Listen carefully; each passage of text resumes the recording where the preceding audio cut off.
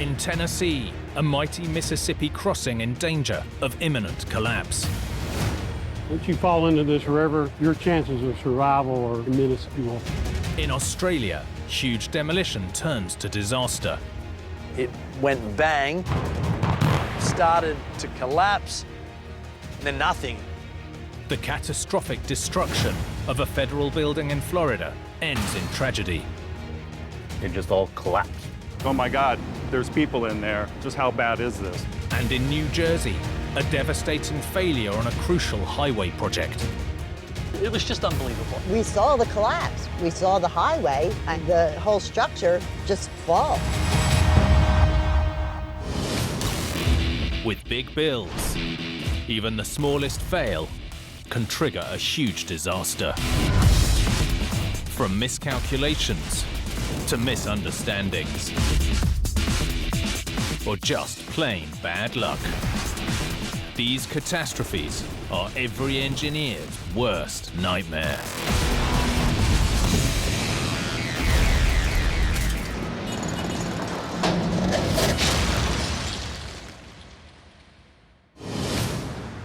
In big engineering, regular maintenance is just as important as cutting-edge innovation. Because sometimes when disaster strikes, danger has been hiding in plain sight all along.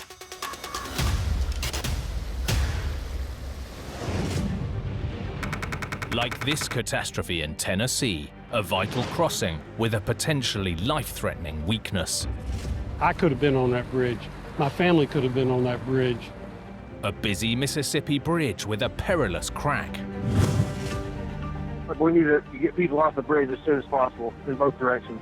And a race against time to keep commuters safe. We're like, what the heck's going on? It was not good. Extremely not good. It affected Memphis. It affected the whole country.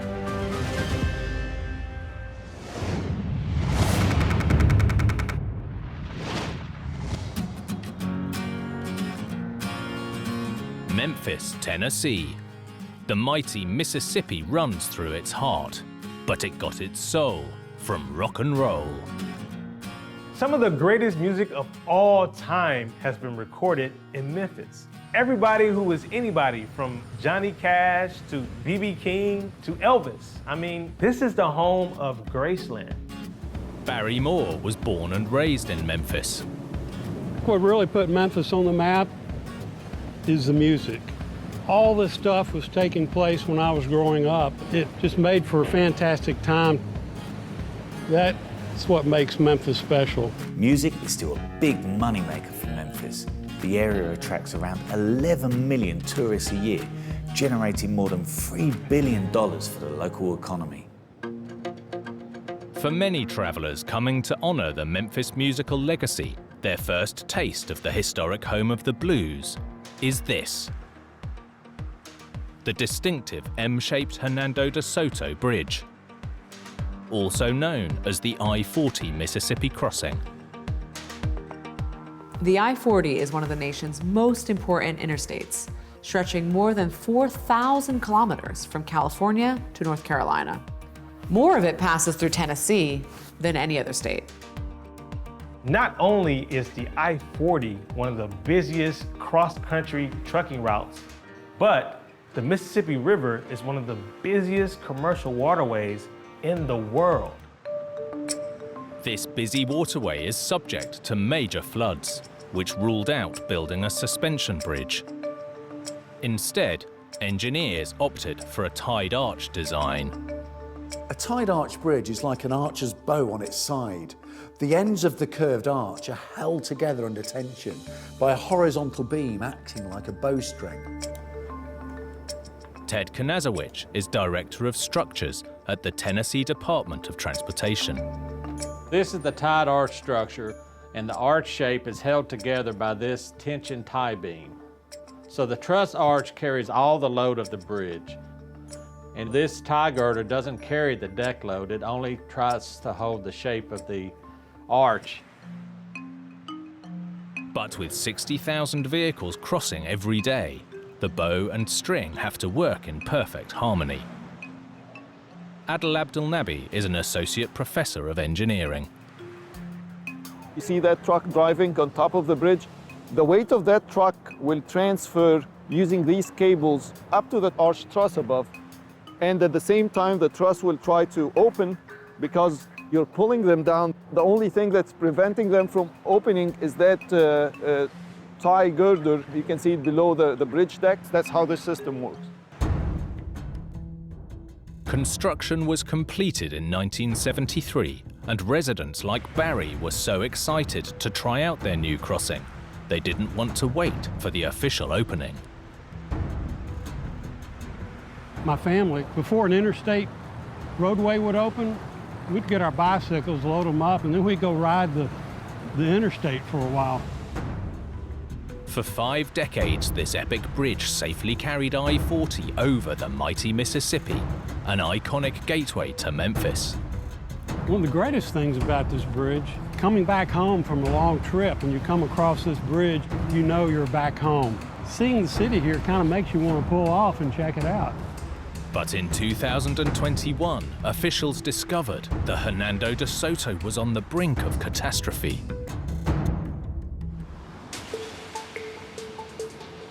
May the 11th, engineers were inspecting the I-40 Mississippi crossing. Shortly before 2 p.m., they noticed that something was very wrong. Engineers called 911 to get this bridge shut down. Fast. Memphis 911 emergency. Do you need police, fire, or ambulance? I am doing a bridge inspection here on the I-40 Mississippi River Bridge. We just found a super critical finding, and one of the members that is split. One of the crucial steel tie girders was almost severed by a massive crack. We have a broken bridge member. We need to get people off the bridge immediately in both directions. Vivi Merrick was on the bridge when traffic ground to a halt. We're like, what the heck is going on? I think it was a firefighter that essentially stopped traffic by himself because he was like, oh crap, like this is terrible. We need to stop traffic right now. So it was like an emergency situation. Now stuck on the bridge, Vivi knew things were serious. We realized that it was not just a normal traffic jam. Oh my gosh, that's where we're kind of panicking. What are we gonna do? This particular bridge carries 60,000 vehicles a day, but not only was it the closure of the bridge to traffic, it was the closure of the river to river traffic. If this bridge collapsed, it could have been a huge disaster, not just for Memphis, but the entire country. While it took around 2 hours to clear the bridge, thankfully for the time being, the almost 50-year-old crossing held firm. I've been going over this bridge my whole life. I could have been driving across it the day later and it would have collapsed. So I'm glad that it was caught when it was. It was not good. With the Hernando DeSoto shut down, traffic was forced to detour through the city and over what's known as the older bridge. The traffic tie-ups in the city of Memphis was just horrendous. Bumper to bumper, stop and go. It was a bottleneck everywhere. Reverberations were felt across the entire country. If you look at the map of the US, this represents the heart of the country. So having it shut down is like having a heart attack, and we saw that. It affected Memphis, affected the whole country. A team of engineers was immediately sent out to assess the critical health of the structure, and within 3 days it was deemed safe enough for river traffic to pass below. So the first thing that we did as a department was to declare that this was an emergency within the state because of the major corridor that it was. In the 3 days that the river was closed, more than 1,000 barges had already backed up on the river. So we knew that time was of the essence to get this resolved. Allowing heavy lorries and other vehicles to drive over the top was a different matter. As a temporary fix, steel plates were secured around the crack. But while the team continued to investigate, the bridge remained closed. This is the main navigation span for the river, and the fracture was found about 80 foot from this pier on the northern side of the bridge. The fracture occurred in one of the plates on the side, one of the plates on the top, and part of the plate on the bottom. So more than half of the section had been compromised. The crack was in a critical girder which held one of the arches tightly in place. If the girder failed, just like a bowstring, it could release the tension, and the whole bridge would come crashing down into the mighty Mississippi below. If we were building a bridge like this today, we would not use this type of structure because it's considered fracture critical. If that beam had completely cracked, the entire bridge could have collapsed. It was just lucky the engineers found it in time. The bridge inspector's swift action likely saved lives. With the weakness now identified, it was time for Memphis officials to devise a solution. But a crack this large doesn't appear overnight. Drone footage from an inspection 2 years earlier showed that the crack was already there. Despite its size at this stage, somehow it was overlooked. I'm like, well, could it have collapsed a week ago when I was going over the bridge? So it freaked me out. For local Barry Moore, the disaster triggered a memory of a kayaking trip under the bridge in 2016. It's such a magnificent structure, I decided I'm gonna take some photographs from the underside. When the news of the crack came out, I went to my computer, opened up the pictures, and then I started zooming in. And lo and behold, there was the crack. Wow, 5 years before they found the crack, and I've got a picture of it right here. Officials needed to determine exactly how long the structure had been compromised and what caused the fracture in the first place. A section of the girder was analysed, and the results were shocking. It seems the crack wasn't 5 years old, but more than 50. And it started in a weld. The forensic report that we got from the materials science people suggested that the fracture was located within the weld and probably dates back to when the bridge was originally constructed in the late 1960s. The problem was not with the steel itself, but a byproduct of the welding process, hydrogen.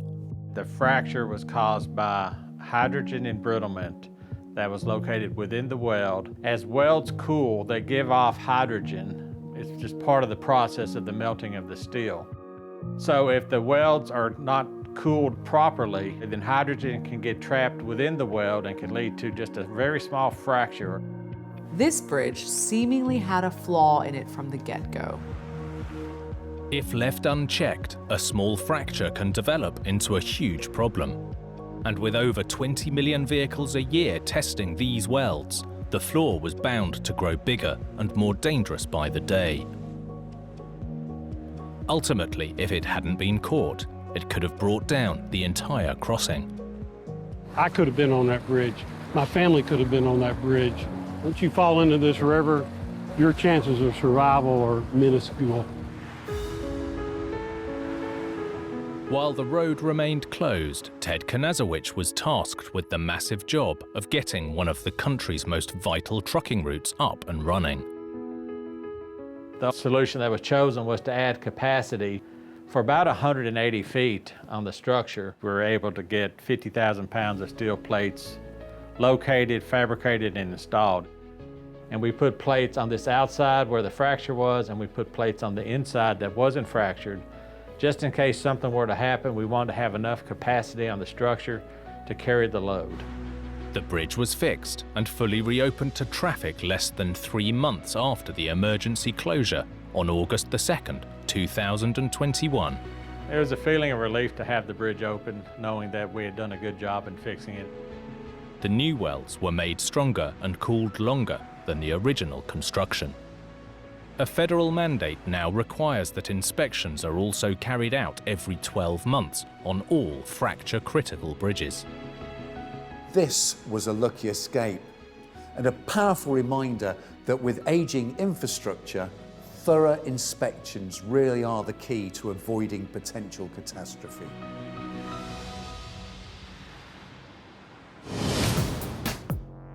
In big engineering, careful planning is the key to success. But sometimes even the best laid plans can go disastrously wrong.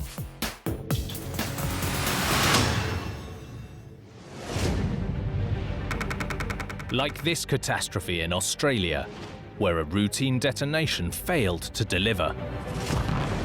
It went bang, started to collapse, and then nothing. A demolition down under that went viral around the world. It was so darn well built. It was quite funny when it didn't fall down. A building determined to stand strong.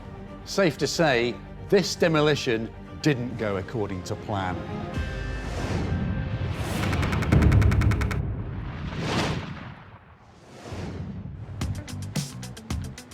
Brisbane is Australia's third largest city and the state capital of Queensland. Joel Dry is a local TV news reporter. Brisbane has a really vibrant culture, and it's also the climate that makes this a really amazing place to live and visit. To the north and south, you have the Sunshine Coast and the Gold Coast. Beautiful, world-class beaches, the crystal clear waters, the wildlife. It's an amazing and vibrant place to live and work.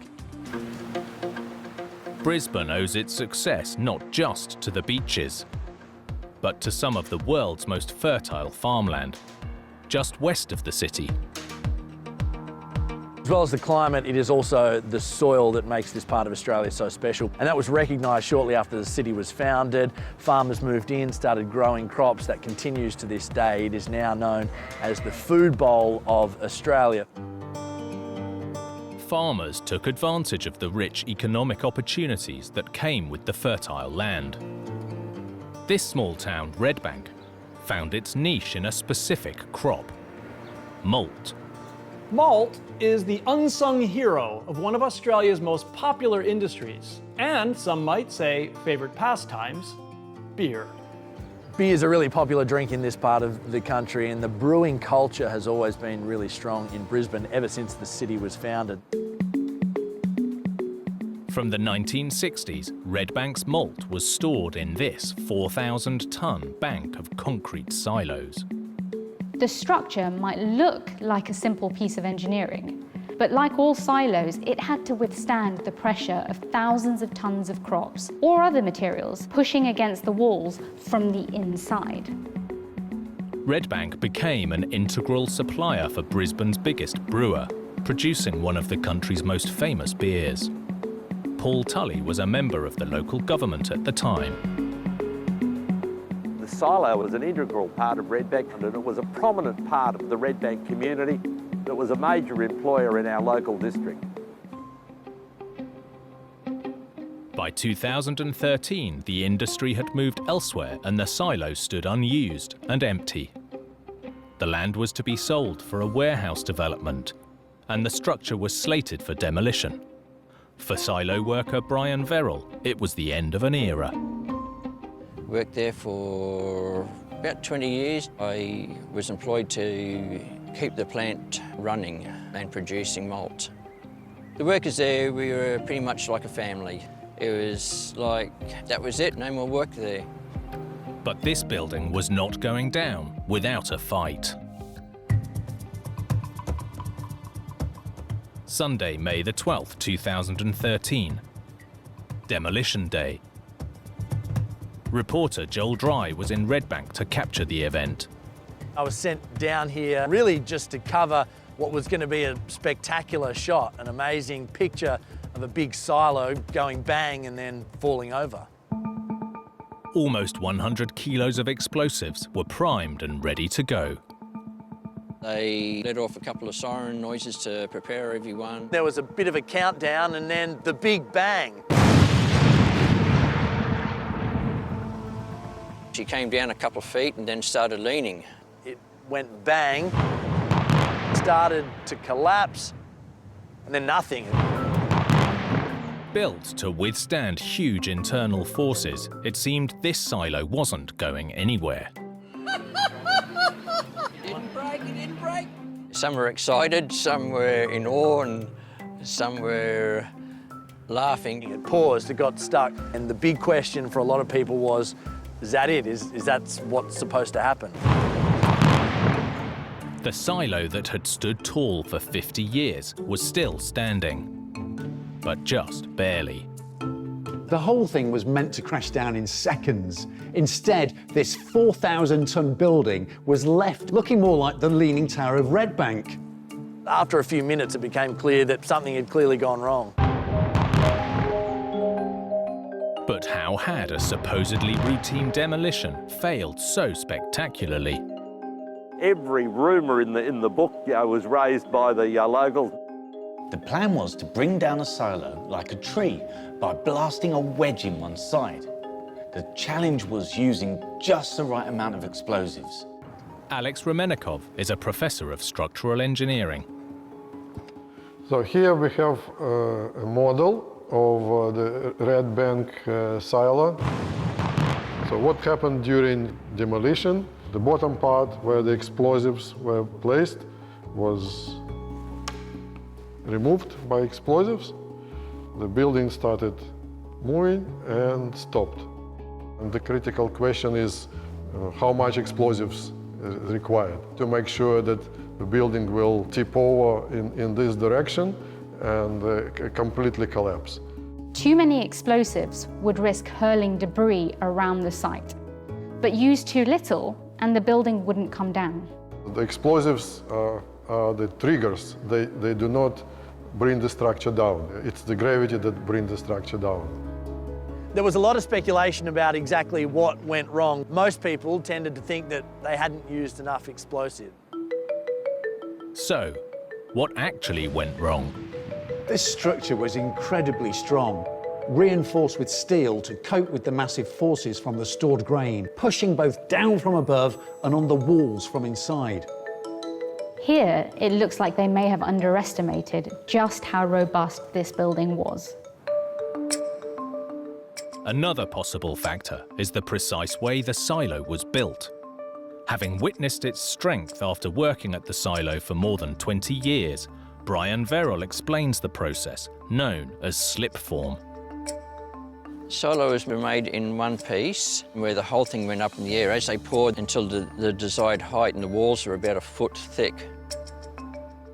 In slip-form construction, the structure isn't built in sections. Instead, concrete is poured into a vertical mould, with the liquid rising slowly enough for the growing walls to support the weight above.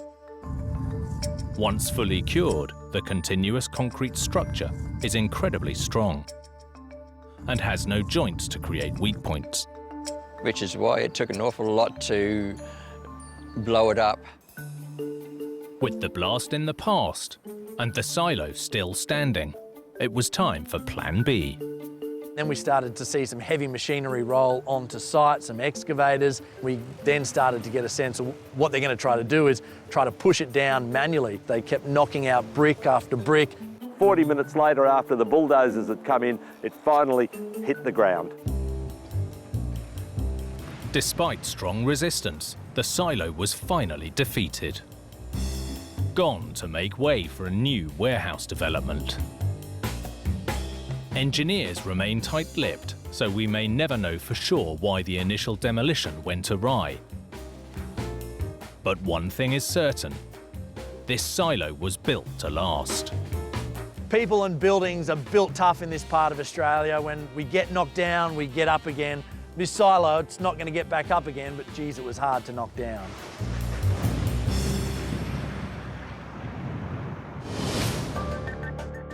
In big construction, every element has to work together in perfect harmony. Get that balance wrong and the results can be catastrophic. Like this federal building in Florida that was hiding a deadly secret. It just all collapsed. What happened and what made this building fall apart? A disaster that rained down wreckage on the people below.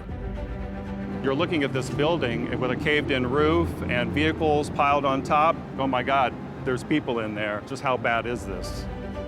And a tragedy that inspired a young engineer to bring about a dramatic change in regulations.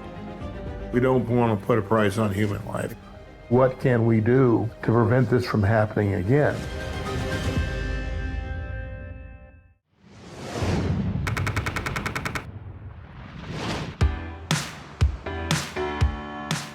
Miami, on the southern edge of Florida, is America's gateway to the Caribbean and Latin America. But while this sun-drenched city has a lot to write home about, it also has a darker story to tell. Francisco Alvarado is a local investigative reporter.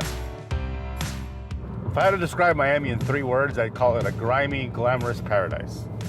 And the reason I say that is because it's a place that's full of beautiful people, beautiful buildings, but at the same time, there's a lot of people trying to come up and get away with things that they shouldn't be getting away with.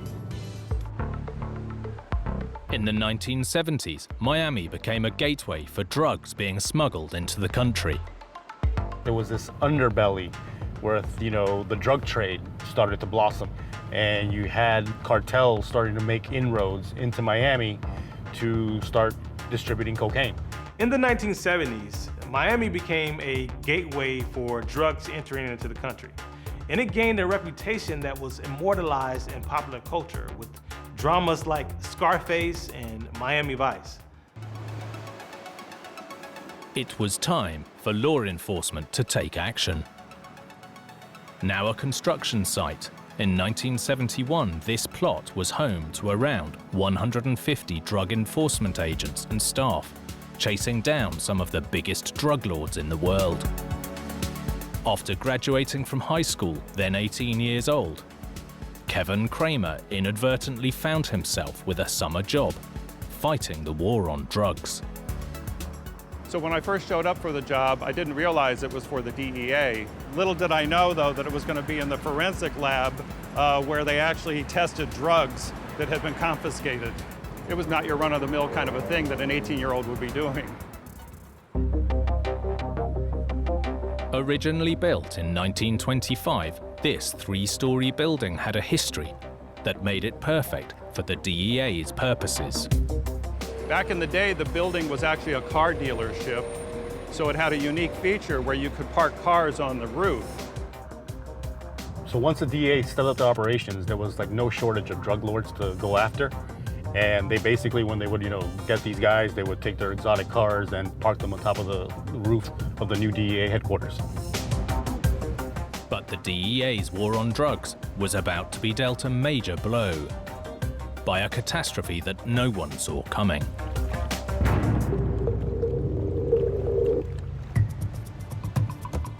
Monday morning, August the 5th, 1974.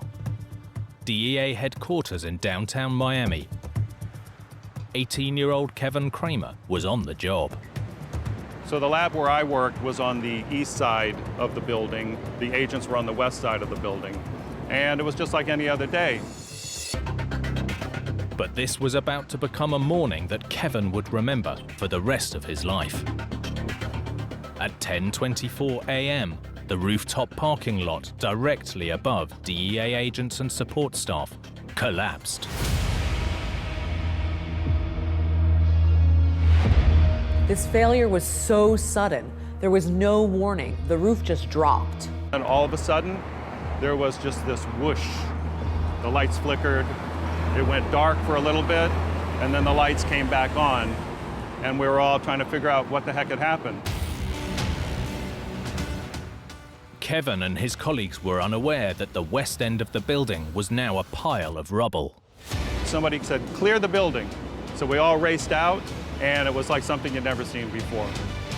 Just minutes ago, 57 confiscated cars had been parked on the roof.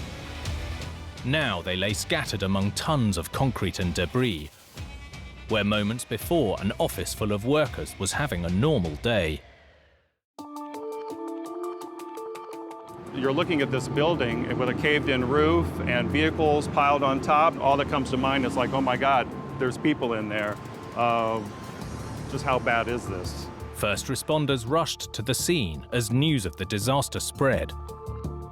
And families across the city were left to wonder if their loved ones had made it out of the collapse alive. The first thing that kind of crossed my mind after witnessing this was I had to let my parents know that I was okay. Later on, my mom has always told me that my dad, he was just quiet that whole morning. As rescue workers frantically searched through the devastation, Reporters like Francisco Alvarado knew early on that the disaster was serious.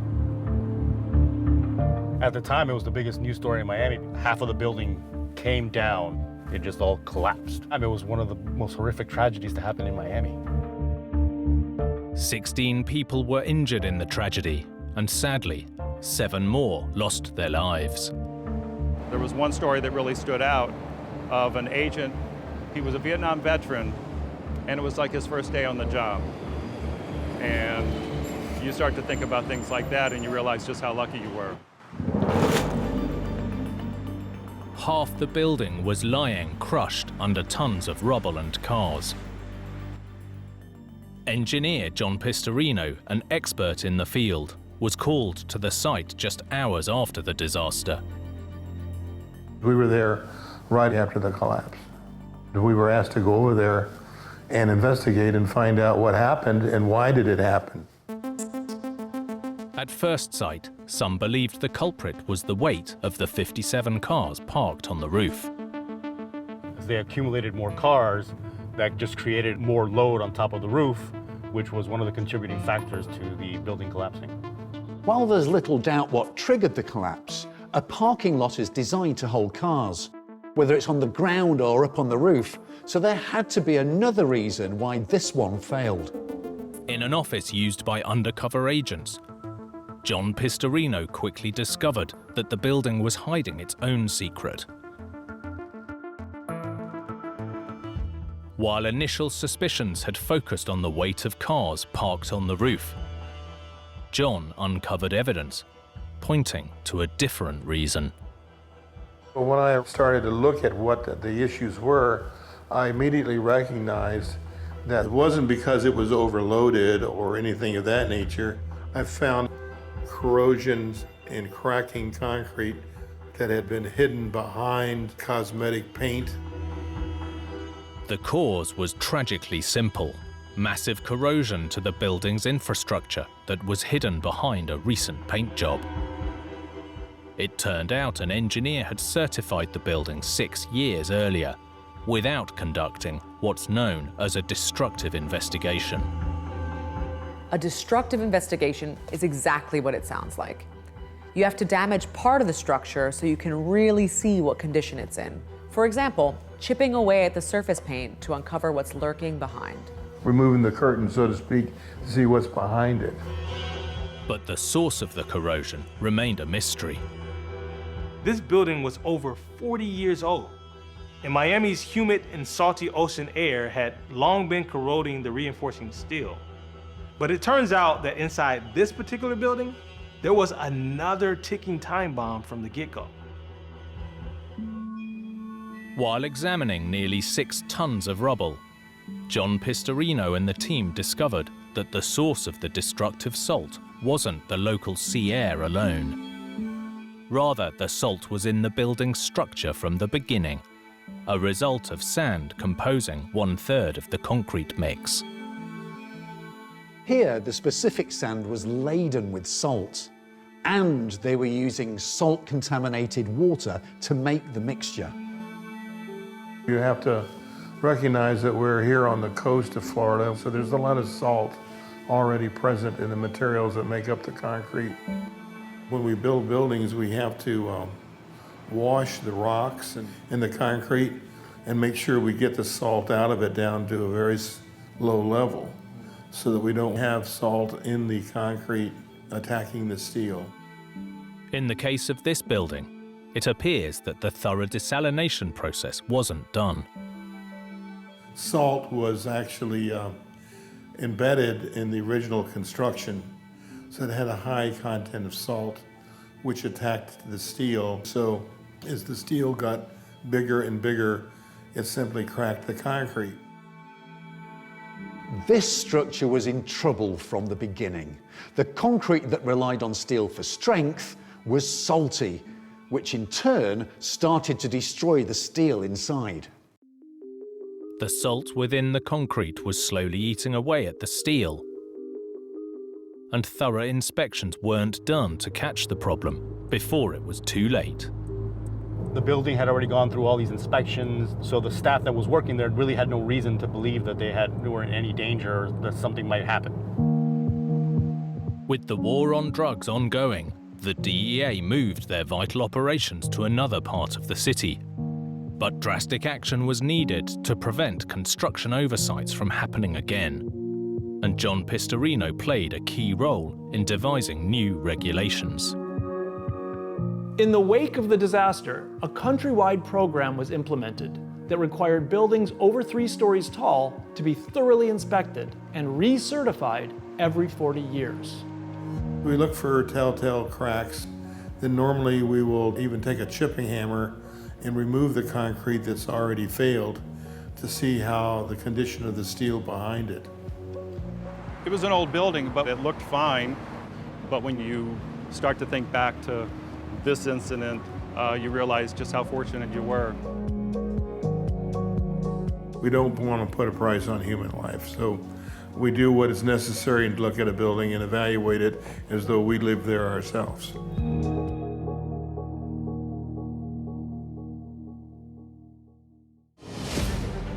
An engineer's work is never done, providing bigger and better resources for a growing population. And the bigger the project, the bigger the problems. Like this calamity in New Jersey that took down a brand new roadway. This failure jacked up one of New Jersey's busiest intersections. A catastrophic failure during the middle of construction. When I first saw the wall bulging out and the ground lifting up, it was just unbelievable. This disaster left residents reeling. We saw the collapse. We saw the highway and the whole structure just fall.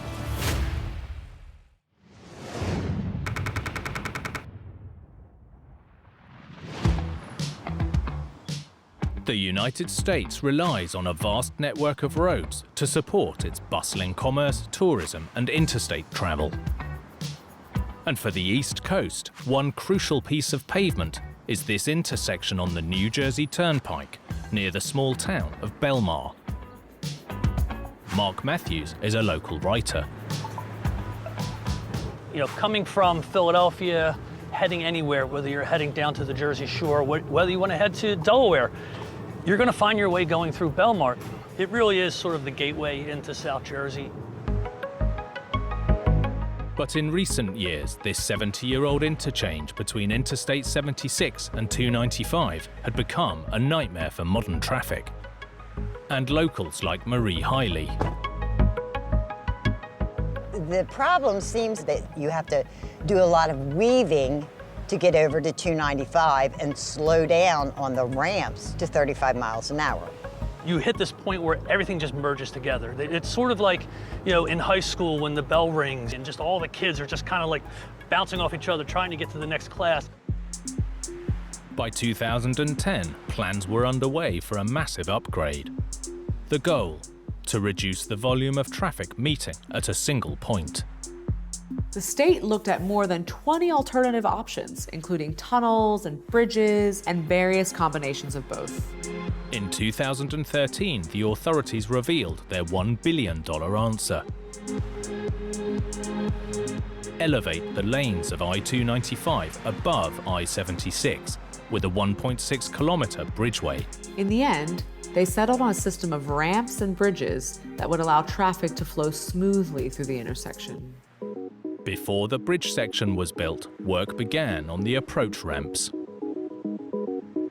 The simplest way to support an approach ramp is to create a wide sloping embankment and build the road along the top.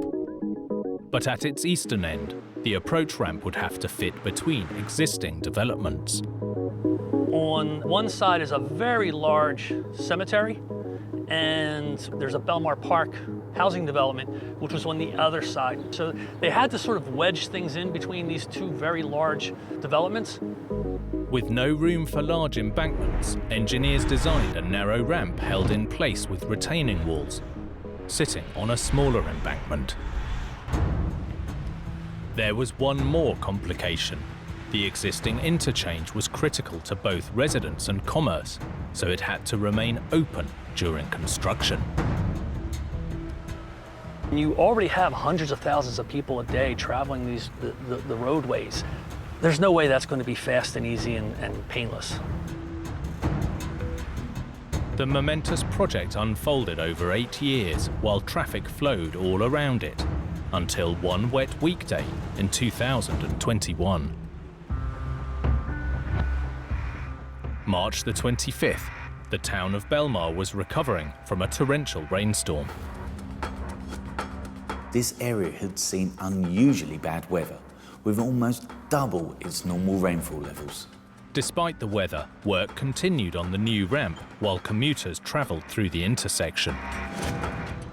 Just before noon, the retaining wall of the new ramp failed catastrophically.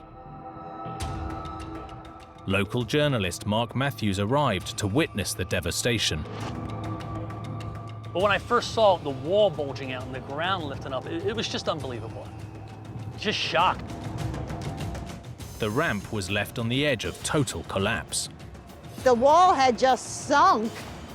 It kind of went like a U and had sunk down, and portions of the wall were crumpled. It's very frightening. The interchange below ground to a halt as authorities raced to assess the situation. Luckily, no workers were on site when the wall failed. Authorities were forced to close an entire lane of I-295 as they stabilized the damaged wall. This was going to be key to one of the state's most vital intersections, and it was failing even before it was completed. An official inquiry was launched to uncover the cause of the collapse. Residents and drivers wanted answers too. How does something that is brand new, hasn't even had any traffic driven on it, just collapse? Just seeing that collapse has made everybody fearful of the integrity of the whole project. Although the investigation is ongoing, Professor of Civil and Environmental Engineering George Guar spotted a clue in the earthen embankment supporting the ramp.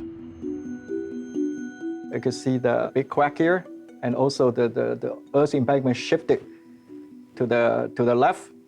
So I believe the sequence is that earth embankment fell first, and then soil contained by the retaining wall fell in because you're losing the support below the retaining wall. The initial failure was caused by waterlogging. A shallow drainage channel at the foot of the embankment, called a swale, was specifically designed to allow water to collect and soak away. But here it looks like the recent storms may have tipped the balance in Mother Nature's favor. I believe after the rainfall, a lot of water got into the swale. So if water level goes up in the swale, then it will raise up the groundwater table inside the earth embankment. With the ditch full, the water couldn't drain properly from the material inside the new ramp, which made the whole structure vulnerable to movement. The heightened groundwater table wasn't the only side effect. The water that accumulated in the ditch likely also caused erosion at the base of the saturated earth bank. I believe that inflow have caused the erosion and scour at the toe of the earth embankment. I have a good reason to believe that led to the embankment failure. The eroded embankment collapsed like a landslide, pulling the earth and the road with it. I really hope that for future projects on our highways, that they would really study this project, the collapse of it, what happened. Whatever the exact cause of the collapse, as the project moves forward, there's no doubt lessons will have been learned. It's an unfortunate thing what happened, but it has the attention now, it has the engineers looking at it, and I really do expect we're going to end up with a roadway that is going to be stronger, safer, and it's really going to solve a lot of the local road problems that we're dealing with, both for commuters coming through the area and for the town of Belmar.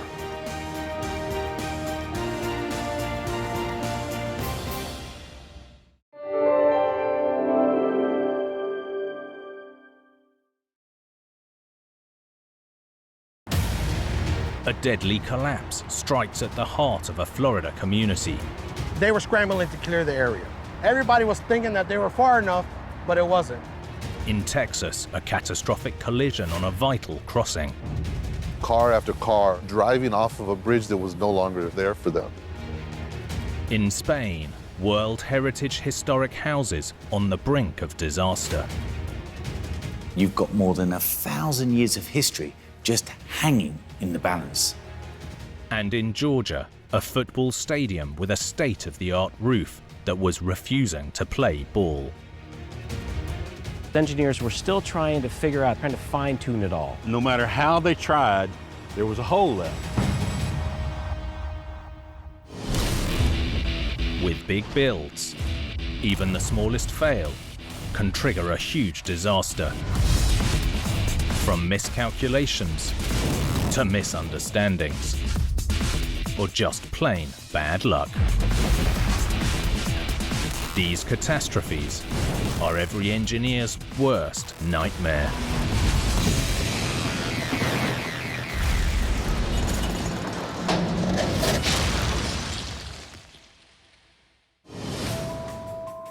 In big engineering, detailed planning and construction is crucial. Any change can be the difference between success and failure. Like this collapse in Florida, where a demolition turned to disaster. A 13-story apartment block crashed to the ground in the blink of an eye. A tower takedown that caused chaos and catastrophe. The building that fell dropped here and fell into the street. A devastating scene that ended in tragedy. Two very large pieces of debris came flying out of this collapse. This is like the building being cut off at the knees.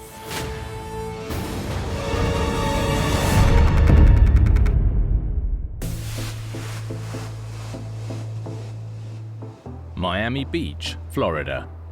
This 14-kilometer-long barrier island dividing the Atlantic from Biscayne Bay has been drawing people to its shores for decades. Just over 100 years ago, Miami Beach was actually a swampland, but it's been transformed into a tourist mecca, boasting museums and concert halls, but it's best known for the beautiful golden beaches. Local TV journalist Karen Duva knows all about this area's magnetic attraction. Miami has so much to offer. Obviously, the weather is gorgeous year-round. If you love the water, there's boating, there's snorkeling. You're never going to be bored if you live in Miami.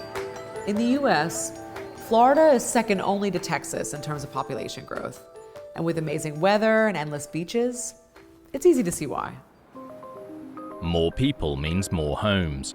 But on a narrow strip of land hemmed in by the sea, real estate is at a premium. With a growing population, you need housing. And Florida is overbuilt, so you have to keep building up. In 2018, to make way for an up-and-coming development, an aging condo from the 1960s was scheduled for demolition. The 13-story Marlborough house. When you build an apartment tower like this, the intention is for it to stand tall for decades. So when it comes to demolition, engineers always have their work cut out. As forensic engineer Bill Bracken explains, demolition methods can vary. There's two main ways to bring down an existing building. One is to implode the building, which is where you're going to use explosives and bring it down all at once. The other is to demolish the building, where you're going to take it apart in pieces. In a busy neighborhood lined with condos, implosion was firmly off the table. To bring a building like that down, in that space you have environmental concerns, you have adjacent property concerns, using explosives in a dense urban city center. An implosion permit that is that close to the neighboring buildings just is not practical, and you wouldn't see it in a city like Miami. Contractors were granted a demolition permit to bring the tower down the old-fashioned way, piece by piece, floor by floor. Demolition was scheduled for late July and expected to last about 2 weeks. But it turned out this condo wasn't going to hang around for that long.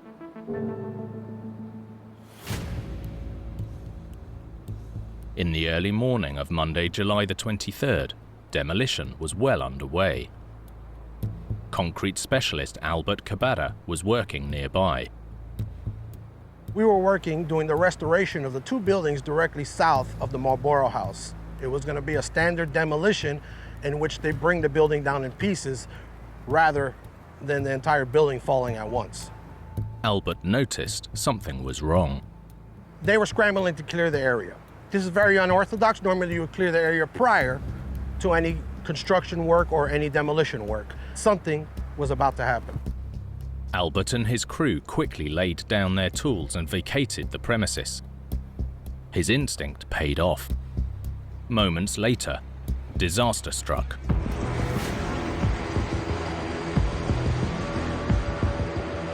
"13 stories of concrete and metal crashed to the ground." There was no dynamite, no explosion, but this condo came down in seconds. When it fell pancake style, dropped here, and fell into the street.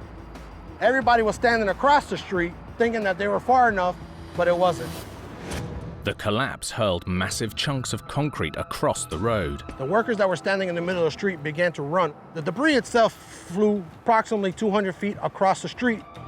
As workers scrambled for safety, television journalist Karen Duver heard some devastating news. A piece of debris that was the size of a hood of an automobile came crashing down onto a construction worker, hit him, and threw him about 5 feet. Miraculously, most onlookers escaped unscathed, while the injured worker was rushed to the hospital. Sadly, he later died from his injuries. The Miami Beach community was stunned. Everyone wanted to know how this demolition had gone so tragically wrong. Of course, there was a lot of speculation and a lot of questions that needed to be answered. How were people able to be so close to the building? And what about the workers? Why weren't they safe? What kind of permit did they have? Forensic engineer Bill Bracken believes the problem was in the method of demolition used. They were granted a demolition permit, but not an implosion permit. So they were able to bring it down in pieces, but not by pulling it all down at once. This would involve starting at your upper floors. You would take the outside of the building off, get it down to the frame of the building, and just take it off one level at a time, passing it to the ground. And it takes much longer, it involves much more equipment, and it can often be a more expensive process. But a few days before the disaster, concrete specialist Albert Cabada noticed something odd, involving a small machine known as a skid steer. A skid steer is a small, versatile digger. It can be used for everything from heavy lifting to digging trenches, but not normally as a demolition machine. They were actually taking a skid steer and bringing it up into the building, which is very unusual, and removing large sections of the flooring and columns. They were knocking out support beams, actual floor slabs, and chipping columns. This wasn't the only strange thing to occur. On the morning of the disaster, a much larger digger was also seen at the site. They had tied a chain to this tractor, and they were yanking on one of the support columns. Why they were doing this, we have no clue. We started to hear cracking of the columns. This seemed to some to indicate a different demolition technique, known as a blowdown or pull-down. It's quicker than a standard demolition, but far less predictable. If you want to bring a building down, basically an implosion without explosives, it's kind of like cutting down a tree. You cut a wedge and you want it to get to fall a certain way. You soften that ground floor so that you identify the last critical columns and you pull those out, and that controls the way the building falls. And with a blowdown, that control is key. Because it's a fairly inaccurate technique, the pull-down method is normally used on buildings that are isolated, so that if something does go wrong, there's minimal risk to surrounding structures or people. It's a very uncontrolled method of demolition. In a dense urban area, that's just not the way to do this. This is like the building being cut off at the knees. Debris is going to go everywhere. It is a very real safety issue. In this instant, two very large pieces of debris came flying out of this uncontrolled collapse and impacted a construction worker just across the street. There were no safety measures, there were no barriers to protect him. While the city of Miami was left reeling, residents and officials alike were determined to make sure this never happened again.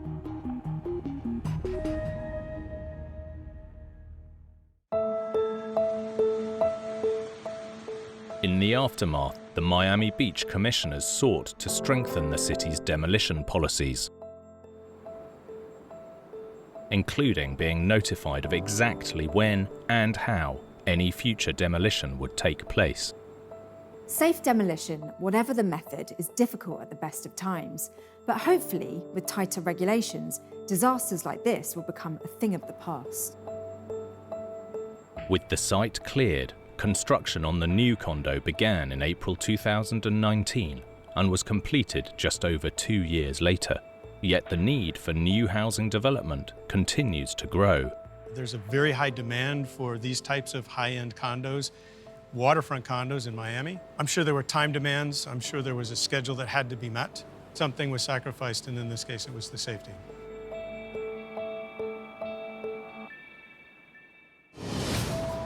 Bridge engineers are constantly battling every weapon in Mother Nature's arsenal.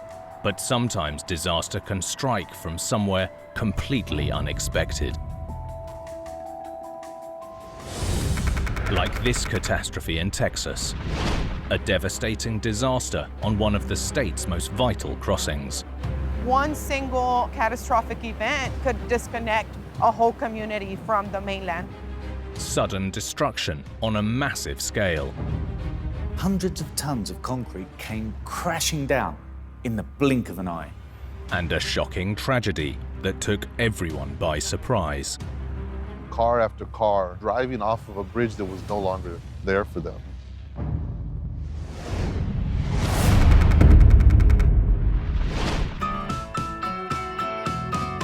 South Padre Island sits on the Gulf of Mexico at the very southern tip of Texas, stretching around 55 kilometers long with stunning beaches. Tourists flock to its shores. But there's a catch. The island is accessible via one route, the almost 4-kilometer-long Queen Isabella Causeway. Local Robert Espericueta knows this Texan hotspot well. The Queen Isabella Causeway is what brings the people to and off of the island. 9 million people, more or less, occupy that island yearly. It's not just tourism. Residents also depend on the vast crossing. Journalist Bertha Gonzalez grew up nearby. People that live on the island depend on the causeway. People that live on the mainland but work on the island depend on the causeway because we do not have a boat ferry or a vehicle ferry. This is a vital, vital organ. This is the main artery of this community's heart. The Queen Isabella Causeway opened in 1974. And today, it's the second longest bridge in Texas, with a staggering 147 concrete spans connecting South Padre with the mainland. To keep maritime trade moving, it rises around 23 meters above the water, with a 230-meter main span, bridging the busy shipping channel below. It's a crucial part of the Gulf Intracoastal Waterway. The Gulf Intracoastal Waterway is a major inland waterway that carries commercial shipping all the way from the southern tip of Texas to Florida without risking the open sea. Where the causeway crosses the navigation channel, it relies on some heavyweight engineering, known as a continuous steel span. Rex Costley is Deputy District Engineer for the Texas Department of Transportation. Here's the beginning of the 750-foot continuous steel girder unit. You got your rocker bearings down here, massive diaphragms, vertical stiffeners, your lateral stiffeners. This beam is anywhere from 8 to 12 feet deep. You have the traffic load on top. That gets transferred to the beams. Those loads then get transferred over to the columns below us. Then those loads get transferred into the foundation. Today, this vital system of support keeps the causeway standing strong. The Queen Isabella Causeway is a mammoth feat of engineering, and there's a good reason this central span is so incredibly robust. It's all down to a disaster that struck from nowhere more than 2 decades ago. Friday night, September the 14th, 2001. Robert Espericueta was on the water heading to a nearby fishing spot, Laguna Madre, in search of respite after a national tragedy. 4 days after 9/11, my cousins and I decided that we wanted to go fishing just to kind of get our minds off of what was going on in the world. Robert and his group were on their boat about 140 meters north of the causeway when the dark silence was suddenly broken. We heard the sound of metal scratching up against concrete, and this huge boom followed it right afterwards, and a slap. We stopped fishing and we started looking around to kind of see, well, where's this coming from? At 2 a.m., without warning, an almost 50-meter section of the bridge had collapsed into the water below. The night was dark and we couldn't really see what was going on. At this point, we literally think that we're under attack. Fledgling reporter Bertha Gonzalez, then just 20 years old, raced to the scene. We did not know what had happened or what had caused it. It was so close, days away from the 9/11 attack. So the main fear for all of us was that it was an attack as well.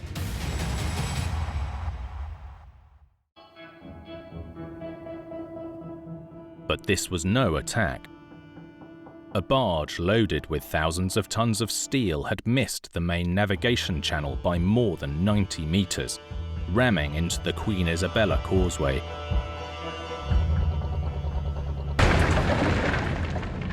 The section of highway slapped the water so hard, it splashed the water so high up that it looked like rain to us. In the darkness, vehicles had no idea that the bridge was down. The engines revving out of control where the individuals were slamming on the pedals in desperation, trying to stop or get out of the way or speed up. I could not believe what I was witnessing. Car after car driving off of a bridge that was no longer there for them. Robert and his cousins raced towards the bridge. We were the only ones out there.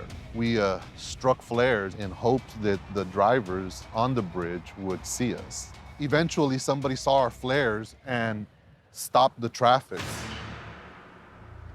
Their quick thinking and inspired use of safety flares had stopped traffic, but 9 vehicles had already fallen into the chasm where the roadway had collapsed. We began to hear the survivors floating in the water. We were able to approach them and offer them flotation devices and life jackets and ultimately pull them into our vessel and get them out of the water. Of the 11 people that went down with the bridge, tragically 8 lost their lives. Robert and his cousins were able to pull 3 survivors from the water below. It's traumatic, it is life-changing. I still to this day can't believe what I witnessed. It still seems foreign to me. The tragedy left residents in shock and completely stranded, with their only link to the mainland cut off. We never really thought that one single catastrophic event could really disconnect a whole community from the mainland. 2 days after the disaster, ferries were brought in to help bridge the divide. But this was just a band-aid. There was a lot of chaos and confusion. Growing up here, the Queen Isabella Causeway is iconic for us. And just to see it kind of so wounded and injured, it was just kind of surreal. Officials needed to identify the cause of the accident to prevent it from happening again. The first question was why had the barge missed the main navigation channel by more than 90 meters? Although huge, the barges were in single file and just a fraction of the width of the shipping channel. So the big question was why were they so far off course? While the report cited human error, it also found that the sea conditions and configuration of the vessel may have played a part in the catastrophe. That night, the Coast Guard had issued an advisory to smaller vessels, warning of riptides and strong cross-currents. But the report found that the same currents might have been strong enough to push the massive front barges way off course. These vessels don't have brakes. They don't have the ability to pivot and stop on a dime. It was just impossible to recorrect. By the time he had realized that he was off course 80 yards, it was too late. And once the barge hit the bridge, the concrete structure had no chance. A concrete column or pier is great in compression and can handle heavy vertical loads really well. But its Achilles heel is side impact, a massive strike that can cause it to crack. And if the impact is big enough, bring the whole thing crashing down. As Texas transportation engineer Rex Costley explains, the possibility of side impact had not been factored into the original plans. An errant vessel is not typically anticipated in a design. That's not the intent at the time of the bridge when it was designed. When the heavy barges struck a pier, the effect was instantaneous and deadly. As that gave way, other members were compromised and acted as a unit and kind of crumbled onto one another. But the bridge collapse itself wasn't the only problem. Vehicles had continued to drive into the void until Robert and his cousins lit flares. Because of the way the bridge is kind of designed, if you're coming up, you don't see what's happening. And that was one of the reasons that cars kept falling when the bridge collapsed. People were essentially driving blind. They didn't stand a chance. All of these things equaled the perfect storm and scenario for catastrophe, for just tragedy. As the community mourned, engineers knew they needed to fix this vital link, and fast. I think they worked extra hard and made sure that the effort was all hands on deck so that they could get it done. The bridge came down September 15th, and by November, the bridge was ready to go, and it was ahead of schedule. In all, 3 spans of the bridge were rebuilt much more robustly than before, and this time the supporting piers were given extra protection with some defensive measures in the water below. We implemented dolphin docks, and they're basically just massive concrete piers parallel to the bridge in case an errant vessel, and that would be the sacrificial element that would get hit. A new early warning system was also added to protect motorists in the event of another accident. Along the bridge are traffic arms that prevent traffic from moving forward onto the bridge.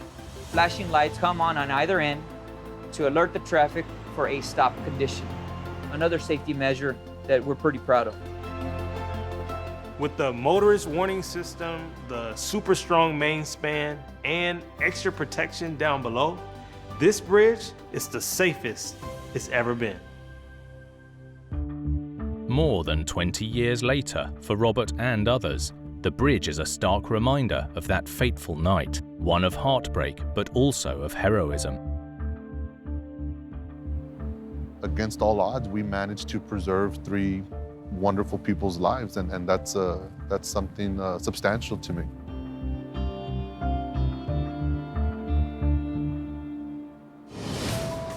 From epic structures to towering cities, the mark of good engineering is staying power. But when it comes to centuries-old construction, there's just no fighting the ravages of time. Like this catastrophe in Spain that nearly devastated an ancient hilltop town. The face had slipped, bringing tons of earth and rock crashing down. Y el desastre era increíble que se había arrancado. Todo esto era una especie de zona cero. Destruction that shocked an entire community.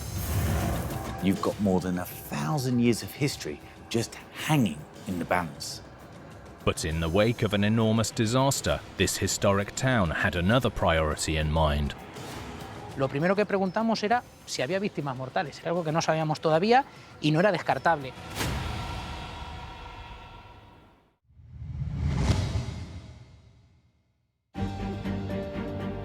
Cuenca in southern Spain. This ancient mountaintop city has been molded by the land it stands on. With near bird's-eye views of the surrounding landscape, it was a prized strategic location. Cuenca started life around 1,000 years ago as a fortified citadel, built by invaders from Africa known as the Moors. It was a defensive hub from which they could raid the heartland of Spain. Today, medieval armies have been replaced with tourists, drawn by Cuenca's unique architectural marvels, the hanging houses. Leo Cortillo is a local journalist. Y hace que el entorno en el que nos encontremos sea objeto de visita de infinidad de turistas, no solo nacionales, sino de todo el mundo. Con las casas colgadas como punta de lanza, con las casas colgadas como el emblema más importante que tenemos. Cuenca gained UNESCO status in 1996 for its architectural and cultural value, joining an exclusive list of iconic locations like the Old City of Jerusalem and the Great Wall of China. Although it's up for debate who constructed the hanging houses and when. They have towered over the 60-metre-deep Huecar River Gorge since at least the 15th century. Their precarious position the result of the prime location. Historian Miguel Romero is official chronicler of the city. Cuenca, sabéis, es una ciudad colgada en un farallón rocoso y hay que construir elevando, pero se construye de arriba abajo. With solid rock foundations, the houses could be built tall and slim, making maximum use of their footprint. These hanging houses are prototype skyscrapers, hewn into the rock centuries before we got our modern versions of glass and steel. 500 years ago, Cuenca's hilltop town was thriving and in need of better access to its surroundings. The decision was made to build a bridge across the Huecar River Gorge, as well as a cliffside road linking both with the hanging houses. By the 20th century, the road, known as Cañonegas Street, had become the main thoroughfare for tourists visiting the hanging houses. But beneath the ancient masonry, a catastrophe was brewing. May 2021, locals reported hearing a loud boom. They thought it was a garbage collection or something had fallen off a truck. But this was no rubbish truck. It was the sound of Cañonegas Street collapsing. The face of the cliff road had slipped, bringing tons of earth and rock crashing down. Leo was one of the first to arrive. Y el desastre era increíble. Recuerdo perfectamente el sonido de las sirenas. Estaban llegando los policías, los bomberos. Era un poco de caos que se había arrancado. Todo esto era una especie de zona cero. Lo primero que preguntamos era si había víctimas mortales. In the debris, engineer Miguel Valiente García saw an excavator that had been working on the road that morning. La máquina se cayó, estaba allá abajo. Era una máquina pequeña, lo que se llama una mini, pero estaba abajo. Miraculously, the workers had escaped unharmed, thanks to the timing of the collapse. Con la suerte de que los trabajadores en ese momento se habían ido a almorzar, porque si no, posiblemente estaríamos hablando de pérdidas humanas. And yet, the city still held its breath. The failure had left the world-famous hanging houses on uncertain ground. Muy preocupados por la repercusión que pudiera tener esto en las casas colgadas. The houses held firm for now, but the cliffside road that had stood strong for centuries was destroyed. Lo que era la joya de nuestra corona estaba en el suelo tirada. Las preguntas eran entonces muchísimas. Many saw the excavator as a clue. Had work on the road triggered the catastrophe? Miguel Valiente García's company was brought in to stabilize the damage and found evidence dating back 5 centuries that hinted at the cause. the road was not as rock solid as it seemed. Una vez que se limpió parte de la ladera, nos dimos cuenta que como el trasdós del muro se había rellenado con terreno de huertas de la zona del Huécar, se iba desmoronando. 5 centuries ago, builders had used soil from nearby orchards to support the road, holding it in place with a masonry retaining wall. By modern standards, the construction materials weren't the best, but that said, they did hold the road up for centuries. So chances are there was something else going on too. Investigators turned to what the workers had been there to fix, a leaky sewer beneath the cliff road. Y lo que los técnicos estudiaron con anterioridad al derrumbe es que había filtraciones. Básicamente eran pérdidas de agua. Esos canales lo que tenían eran agujeritos por los que el agua se iba escapando. All that liquid had destabilized the ancient soil behind the retaining wall. El terreno, si está seco, ocupa un volumen. Si se humedece, aumenta el volumen y eso hace empujar al muro. El empuje del agua es peor que el empuje del terreno. As the soil absorbed water and expanded, it increased the pressure on the wall until the ancient masonry failed and the roadway crumbled. Today, a cliffside road like this could be made with a modern material designed to easily allow any water to drain so that it doesn't expand. That explained why the cliff road collapsed, but the residents of Cuenca were left to wonder if their world-famous cliffside houses would survive the aftermath. The first step was to investigate the rock on which the ancient houses stand. Comprobaron todos los terrenos y comprobaron, y es muy importante, el macizo rocoso, la roca sobre la que se asientan las casas colgadas. De hecho, se hicieron estudios topográficos y no había afectado nada. With confirmation that the hanging houses still had rock-solid foundations, the city breathed a sigh of relief, and attention turned to the crucial connection leading up to them. Miguel and his team took on the repair job. The first step was to create a robust foundation. Dar tierra. Y entonces hubo que hacer una cosa que se llama cunitado, que es ponerle una malla de acero y darle hormigón, y proyectar hormigón para sujetarlo, para que no se cayera más. The concrete and mesh base was built up with modern fill, further anchored to the cliff with 6 steel beams. Esas 3 filas que ahí se pueden ver se construyeron con unos bulones que anclamos a la roca. With the core now rock solid, the next challenge was recreating the masonry retaining wall. Experts used photographs taken before the collapse to painstakingly replace each stone using traditional lime mortar instead of modern cement. But to ensure the event wasn't forgotten, they didn't try to completely hide the repair. Teníamos un arqueólogo a pie de obra y luego ellos no querían eso, que se crearan los falsos históricos, pero querían que se supiera que esto era una reconstrucción.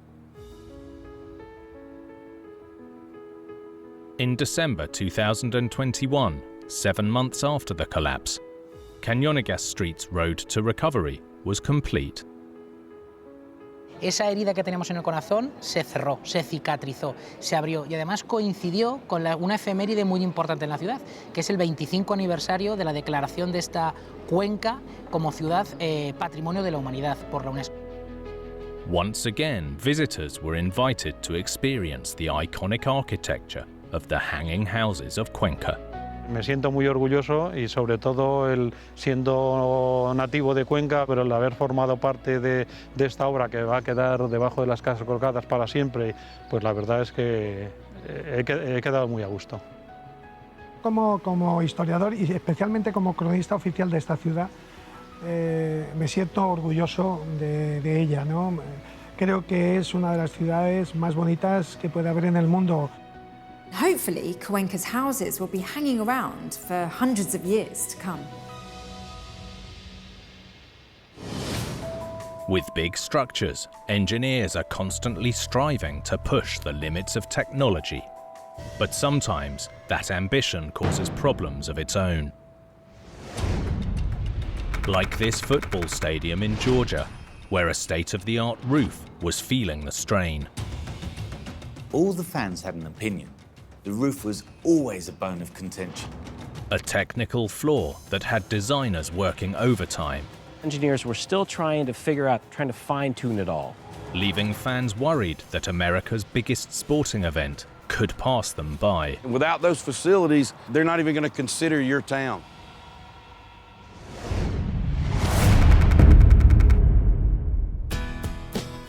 Atlanta, Georgia's state capital, is one of America's go-to cities when it comes to big business. Steve Fennessy is a local journalist. Atlanta's home to many Fortune 500 companies. Some of the biggest companies in America are headquartered here. Thousands and thousands of people come through here every single day. Atlanta started life at the end of the Western and Atlantic Railroad and was simply nicknamed Terminus. But it's grown into a major hub for transportation, culture, and big business. And in a city where people like to work hard, leisure time is a serious business too. Atlanta has become a hub of American sports, but arguably all are sidelined by one in particular: football. Football is incredibly important to people who live in Atlanta, Georgia. College football and especially professional football. Brothers Paul and Charlie Cross have been fans since childhood. Our area, this part of the country, is fanatical about football at every level. It's the base of all communities. They start playing football at 5 and 6 years old here. So fans are born very, very early. And at the heart of this football-crazed town is the city's professional team. Fan Patrick Seals explains. We have great chicken wings and we have good football. I've been playing and watching football since I was in the 6th grade. Man, I can't get enough of it. Game day is hectic. Their hectic home for over 2 decades was this, the Georgia Dome, built in 1992 to withstand Atlanta's changeable seasons. The covered dome could hold 70,000 people, come rain or shine. But across a nearly 5-month football season, sometimes being stuck indoors just didn't sit right with the fans. In the Georgia Dome, where people are huddled together, screaming, yelling passionately, and it'd be good every now and again to get a game outside where I can breathe fresh air. The solution was a brand new futuristic billion-dollar stadium, complete with a one-of-a-kind retractable roof. The crowning glory of the stadium is the vast retractable roof. The 8 panels each look like a futuristic airplane and work together, almost like a camera shutter, to open or close the roof. The 8 petals, almost the size of a city block, cantilever out 60 meters over an oval opening. Each petal is attached to the stadium with 2 sets of tracks in parallel. The outside uplift rails are gripped with wheels like a roller coaster, preventing the 450-ton petals from tipping. The inner track provides the power to move the petals back and forth, with 8 wheel-driven systems called bogies, opening and closing like a giant eye. But it's an optical illusion. In reality, the individual petals move in a straight line along their own tracks. The new state-of-the-art stadium would stand 30 stories tall and cover an area of over 185,000 square meters, almost the same size as Grand Central Station. Charlie Cross, an ironworker on the Atlanta landmark, was impressed by the scale of ambition. They said they were going to do something different, way different, but we didn't have any idea that it was going to be to the level. Work began in 2014, but the retractable roof was about to prove a real eye-opener for engineers. With a scheduled grand opening of March 2017, the construction team didn't have time to lose. The outside of the stadium and the interior itself, doing the seating and all, that was all on schedule, but things slowed down tremendously when the roof came up. To close, every petal has to fit perfectly together. But it seems reality didn't quite match the magical design plans. When they brought them in without being motorized, they tried it and got it to come together. No matter how they tried, there was a hole left. The problem had engineers stumped, and local sports fans were sure the resulting delays would cost them big. Delays were causing the city to panic because here they were trying to bid for these particular games, but they could not put their bids in with the roof not working correctly. For a city to get a championship game for any sport, you have to have the facilities in place. And without those facilities, they're not even going to consider your town. Concerned fans were clamoring to know what had caused the delays. It seems the unique pedal design was the root of the issues. Some of the connections, fabrication connections, some of them had to go back, be refabricated. Just a little bit off. I mean, sometimes just millimeters would cause serious problems. Even with the refabricated parts and the pedals reattached, the hole in the roof remained. They had a gap, it wouldn't close up, so they had to make a patch and put this patch over that hole. One of the pedals would be equipped with a cap that would seal the stadium when the pedals closed. By 2017, the stadium had run out of time. It had to open for the football season with a roof that wasn't quite ready. The roof wasn't automated, meaning you should be able to hit a button. They couldn't do that because engineers were still trying to figure out, they're trying to fine-tune it all. This is precision engineering. Every pedal has to be perfectly balanced, and its mechanized wheels, or bogies, calibrated to move at exactly the right speed. If just one thing goes wrong, the whole structure will grind to a halt. The delays on construction meant that engineers had not yet calibrated the mechanical bogies responsible for moving the pedals. The decision was made to keep the roof closed. So the first few events at the stadium, the people are, they're naturally a little disappointed because it had been hyped up a lot that this was going to have a retractable roof. Ultimately, engineers needed one all too scarce resource to get the roof's bogies functional and fully automated: time. For safety reasons, the fix couldn't be done when fans were inside. But with a full slate of events from music to sports, finding time to do the job was a massive challenge. This was so complex that calibrating all 8 bogies to deliver exactly the right amount of power could take 40 days. But for the people of Atlanta, 40 straight days without a stadium was not an option. So construction was planned around events, spreading the necessary 40 days over 6 months.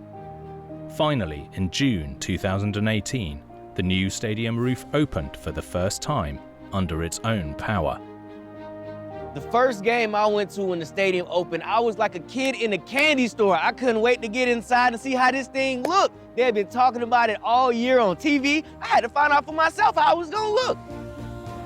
After years of speculation, the stadium's cutting-edge technology was finally effective. When the ceiling's open, I don't know how to describe it, it's a canopy. You just feel like everybody can come in from the outside. It took about 3 years.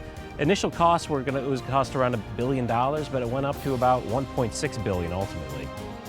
But whatever the cost of the stadium, for the fans, it was worth the wait. Every year we have more and more activities and championships. The building doesn't seem to be getting old and outdated. It seems like we're still growing with it and we're still getting more and more activity in it. Atlanta's new stadium has proved to be a success for the city. Not just a highlight on the professional football schedule, but a showpiece of innovation and design.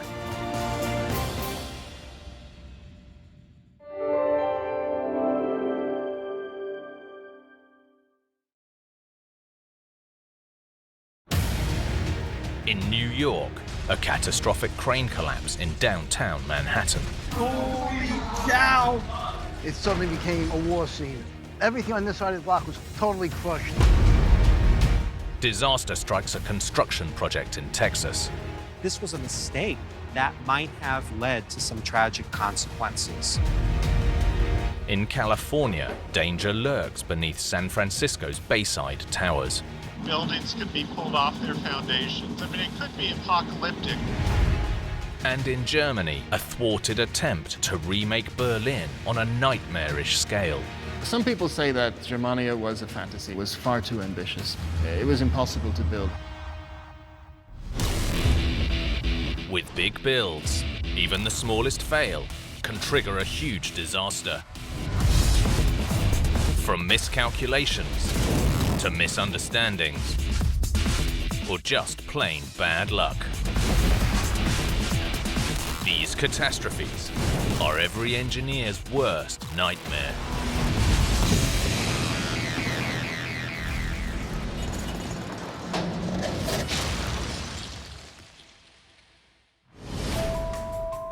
Big engineering can make a lasting mark on a city skyline. But like any construction project, just one mistake can lead to disaster.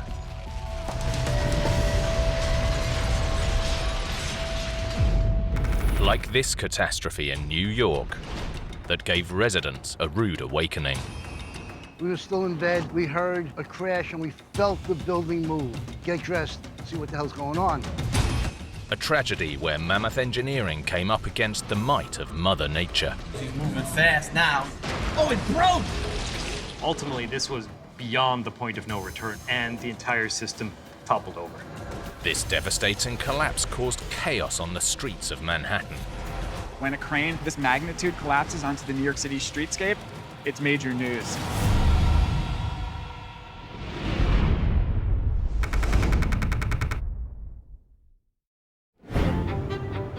New York, the Big Apple, is the city with a world-famous skyline. Engineers have been building big in Manhattan for well over 100 years. And for much of the 20th century, the city held the title for the world's tallest building with a series of gravity-defying towers. Nowhere more so than in the financial powerhouse of Lower Manhattan. Born and bred New Yorker and city planner, Josh Vogel knows all about this area's bold high-rise history. Banks and large companies started to build skyscrapers. They did that with the intent of kind of showcasing their wealth and their strength to the city. The climb skywards continues today, but it started more than a century ago. It's really amazing to think how old some of these buildings are and how historic of a city New York City actually is. We have buildings that are 100, 150 years old that are still standing today. Sometimes this historic cityscape needs a helping hand to meet the needs of a modern-day metropolis. Over time, there are different factors at play, like being more environmentally friendly, retrograding them for energy efficiency, but overall, as long as these buildings are upkept and taken care of, there's no time limit on them. Maintaining these aging giants in an already crowded city is no easy task. Adrian Prüger is a civil engineer. Arguably, this is one of the most challenging places to actually have to lift a load in the world. If you go downtown, specifically the financial district area, the streets are extremely tight. So this is the old part of the city. The streets were built for small buildings and then replaced by skyscrapers. You can imagine there's very little room to move. In early 2016, one historic building needed to upgrade its modern utilities. So work began to install air conditioning units on the roof, more than 100 meters up. This Art Deco office block is more than 20 stories tall, so it needed a monster machine to match. Luckily, everything is big in Manhattan, and that includes the cranes. These cranes are massive, often taller than the building that they're building. You have a crane that's 3-4 blocks long, brought in on large tractor trailers, and then they're assembled here on site.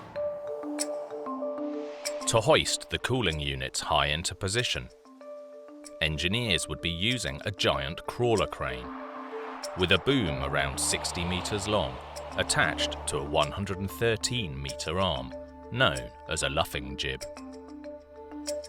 The mission of this crane was to pick these loads up from the street and then literally turn and reach over a building and drop it more or less at the center of the roof. The luffing jib is this attachment to the boom that essentially gives you extra reach. It's almost like you're reaching into a kitchen cabinet. It's your hand that will be the luffing jib, where you can go to the back of a cabinet and pull out marmalade or whatever's in the cabinet. These cranes don't just need great reach. With narrow streets lined by tall buildings, maneuverability is key. That's why it had to be a crawler crane. One of the most amazing things about these cranes is that they're in no way tied to the ground. It's only through counterweights that are in the back of the crawler unit and just careful movement of the jib and the boom that the crane does not topple over. But in a city that's the setting for many disaster movies, a catastrophe was about to play out in real life. Friday, February the 5th, 2016. Local resident of 30 years, Mark Goldman, was asleep in his lower Manhattan apartment. About 8:30 in the morning, we were still in bed. We heard a crash and we felt the building move. Literally, the building shook. It was, get dressed, see what the hell's going on. Mark's booming wake-up call was caused by this. Okay, so we're on the 30th floor now, and the crane's starting to move again. Workers in a nearby office building captured the dramatic scene unfolding. There he goes, he's moving fast now. He's dropping it really quick now. Whoa! Oh, it broke! The 173-meter crawler crane boom and jib crashed down onto the streets below. I was shocked.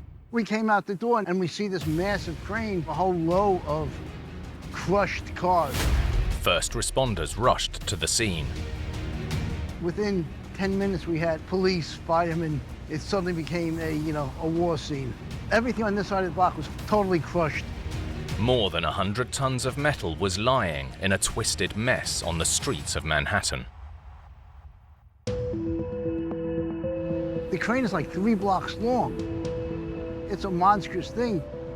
All you saw was crane. City planner Josh Vogel was in his office nearby when he heard the devastating news. It started a block down at the base on Hudson Street. It passed this area right here, and then it landed another block up on Church. This is not a normal occurrence. So when a crane, especially of this magnitude, collapses onto the New York City streetscape, it's major news. The impact had damaged more than just the streets, rupturing gas pipelines, forcing an evacuation of nearby residents. This was not a good situation. We smelled gas. We knew we had to evacuate. It was obvious. While buildings escaped largely unscathed, 3 people were injured in the disaster, including the crane operator. And tragically, 1 passerby was killed. As the city reeled, New Yorkers wanted to know, why had this crane crashed to the ground so catastrophically? Much like the city's signature skyscrapers, the answer could be found by looking upwards. This was New York winter, and on the morning of the collapse, it was both windy and snowing. Not a hurricane or a storm type of wind. It was windy. It was a cold winter day. But with a crane this tall, a typical winter's day can be enough to create catastrophe. As civil engineer Adrian Brugger knows only too well.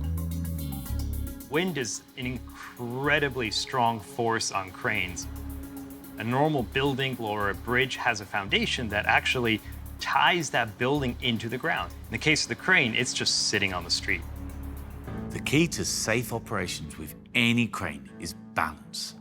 And the taller the crane, the more sideways force the wind is likely to exert on it. So these monster machines have to work within strict limits. In the case of the crane, if we have any sort of lateral force pushing on this crane, which has this incredibly long footprint, that can relatively easily topple it, which is why any wind over 20 miles per hour essentially negates the use of this crane. So you can see that it's very susceptible to wind. On the day of the incident, the wind was gusting between 35 and 48 kilometers per hour. So the crane wasn't actually in operation. It was being lowered to safety. If you've ever been in downtown New York City, the winds inside those street alleys can be quite intense. So at this point, the operator is just trying as quickly as possible to bring this crane down.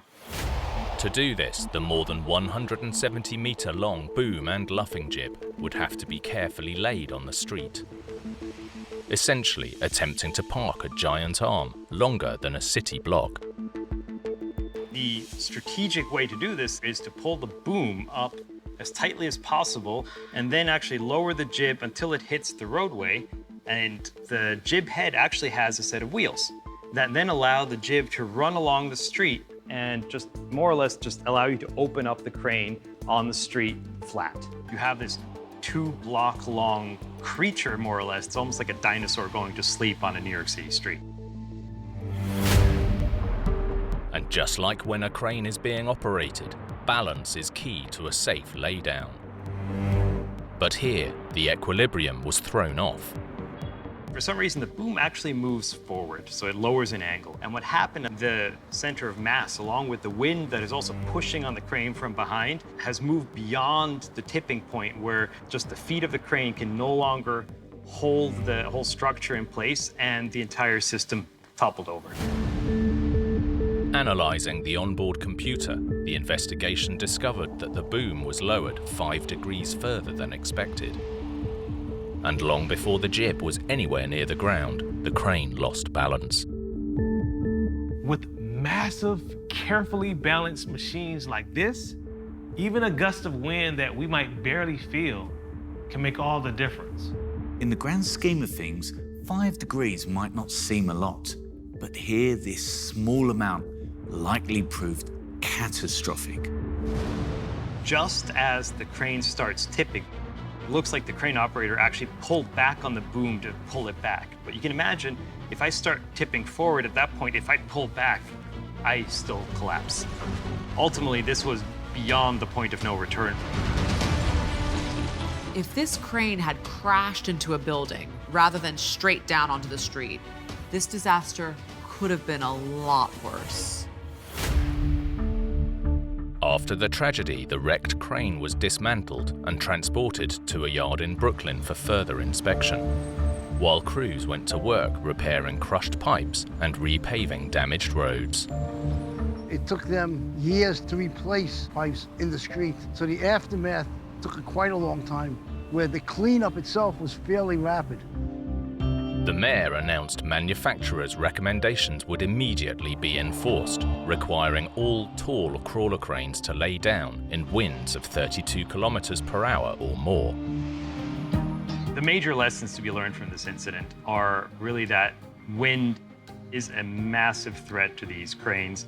That reinforces the fact that we really need to invest not only in operator training, but also in building cranes that are inherently safer. These cranes might seem rough and ready, but they're incredibly high-tech and even have black boxes like an airplane. The hope is that wind-activated safety systems could be introduced to help prevent disasters like this in the future. So while this was a rare occurrence of a crane toppling over in the middle of New York City, we really hope that safety precautions can be taken so something like this doesn't happen again.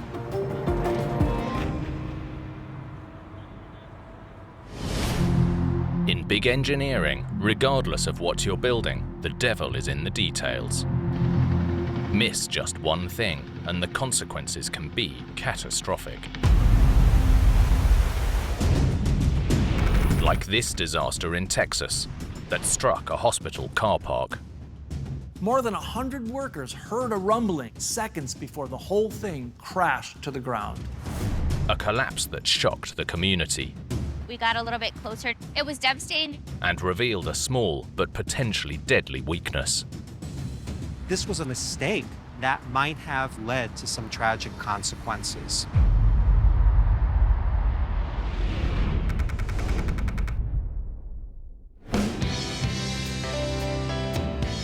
San Antonio, Texas, a city with a rich history, with its sights firmly set on the future.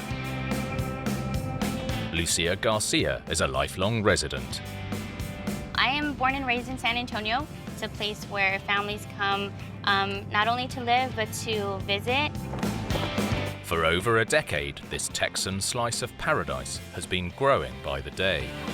Lots of new buildings going up around San Antonio to accommodate so many people that are moving here. Definitely a place that is fast growing with lots of modern attractions. As the population boomed, the city's infrastructure had to keep up.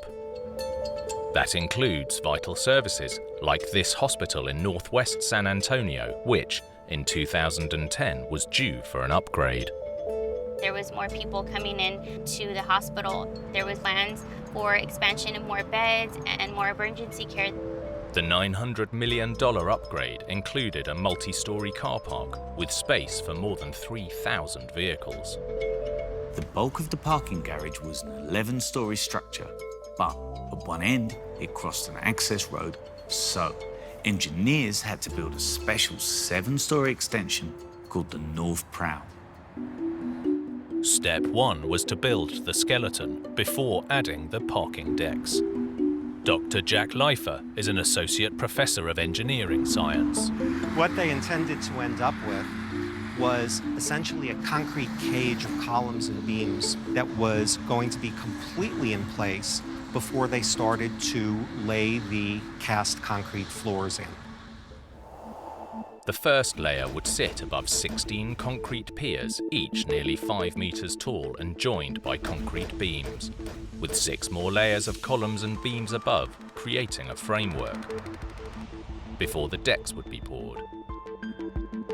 To minimize disruption, the main elements would be precast off-site before being brought on-site for installation. Using precast elements is a really efficient way to build. It's like assembling flat-pack furniture. But the big difference is that people and vehicles would depend on this structure holding together perfectly. And like flat-pack products, to ensure everything lined up correctly, the parts arrived with pre-prepared connections already in place, as Dr. Jack Leifer demonstrates. When I put this together and twist it together, you can see how they end up perfectly aligned. So threaded connections are used for alignment as well as for strength.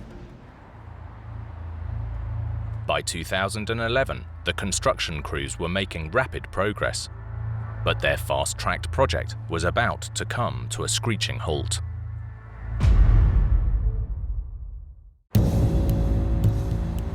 February the 14th. In San Antonio, workers were midway through construction of the multi-story car park. At around 11:38, they reported hearing a loud rumbling and sounded the alarm. The crew rushed to clear the area. Witnesses reported basketball-sized chunks of concrete falling to the ground. One said he saw columns leaning over.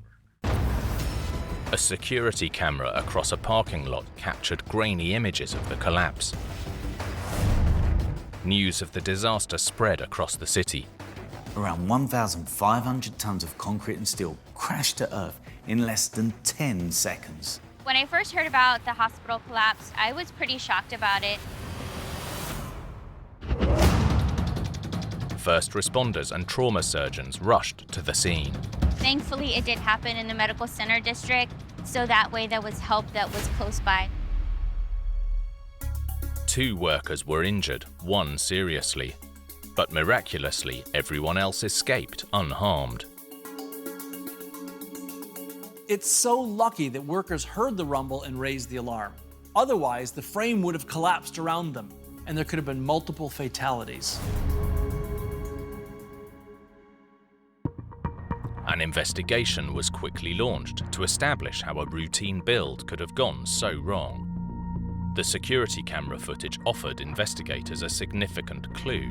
It showed which columns were the first to collapse. Professor of Engineering Dr. Jack Leifer explains. What you see is that you have those 4 columns, and the 4 columns were labeled in the construction diagrams. Column O is right up against the glass facade. Then you have P, Q, and R. From the footage, row Q appeared to collapse first. After inspecting the columns, the team discovered the alignment bolts were bent sideways. These bolts were key to lining things up, but they weren't designed to support the entire structure. Once in place, grout would provide permanent support where the columns met. This grout is squeezed like toothpaste into the gaps around the bolts. But unlike toothpaste, this grout sets rock solid, supporting the columns above, meaning that the bolts are essentially redundant. We don't want the building structurally to act like a whole bunch of individual stacked beams. We want the beams to act like one long beam structurally. So the grout allows us to do that. This isn't any old bathroom filler. This special grout is designed to withstand around 600 kilograms per square centimetre. That's like an adult elephant standing on a 2-centimetre square block. As investigators scanned the damage, they found no traces of grout, which suggested that a key step had been missed for reasons that remain unknown. And there was a second problem with the bolts themselves. When they went back after the building collapsed to check whether the bolts were correct or not, they found that they were too small. They found there were some holes in some of the plates that were found to be too large, and that contributed to misalignment that wasn't supposed to be there. In other words, the columns weren't stacked up exactly right. They weren't exactly aligned. Again, for unknown reasons, the bolts used were not as specified in the design. And another key factor would only exacerbate the car park's instability: a lack of lateral support. There were supports in place. There were lateral beams in place between P and Q and rows Q and R. But between O and P, there was only one set of temporary supports, and there were supposed to be 7 levels of support. So this face was essentially standing flat. There was nothing supporting it. This structure was already potentially unstable. The lack of lateral or sideways support made things much worse. On that day, these factors created nearly deadly results. As one stack of columns started to collapse, it pulled everything else down with it. This really did come down like a house of cards. After the investigation, construction began on a new car park, this time with lessons learned. I would guarantee you that when they built this new and improved version, everything was inspected very carefully, and that no elements of the design were left out.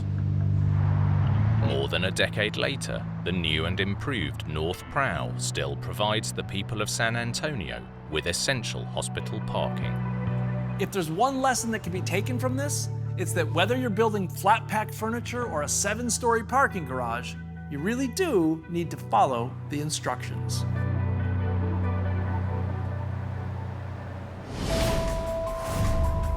Every piece of iconic engineering is built on innovation.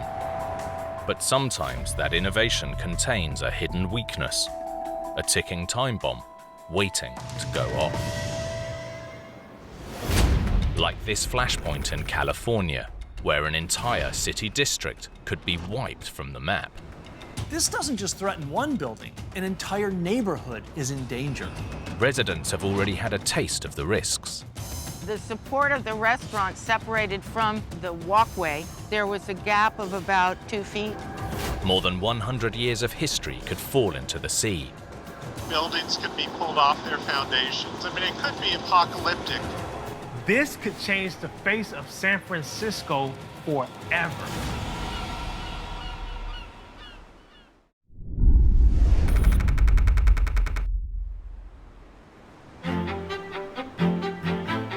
San Francisco sprung up during the gold rush. and has been growing ever since. During the gold rush, the population of San Francisco exploded as prospectors flooded in, hoping to strike it rich. The city never looked back, with businesses, residents, and tourists flocking to the city by the bay. Architectural journalist John King is admiring what 1.5 centuries have built. It's a big city with a lot of skyscrapers, a lot of buildings. You see these tall towers as high as 1,000 feet. But the city's gleaming skyline only exists thanks to decades of trade down at the Embarcadero. You really get a sense of the city's history. You see the ferry building from 1898. This used to be a very robust industrial waterfront. It was the largest port on the West Coast into the 1920s or 30s.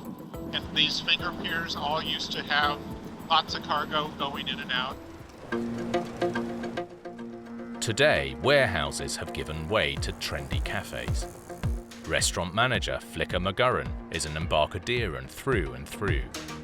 When we first started, we were the only waterfront restaurant. I knew that this was something that the locals wanted because I grew up here, and we used to have to go out of town to go and seek this kind of experience. So definitely very lucky to get this beautiful location.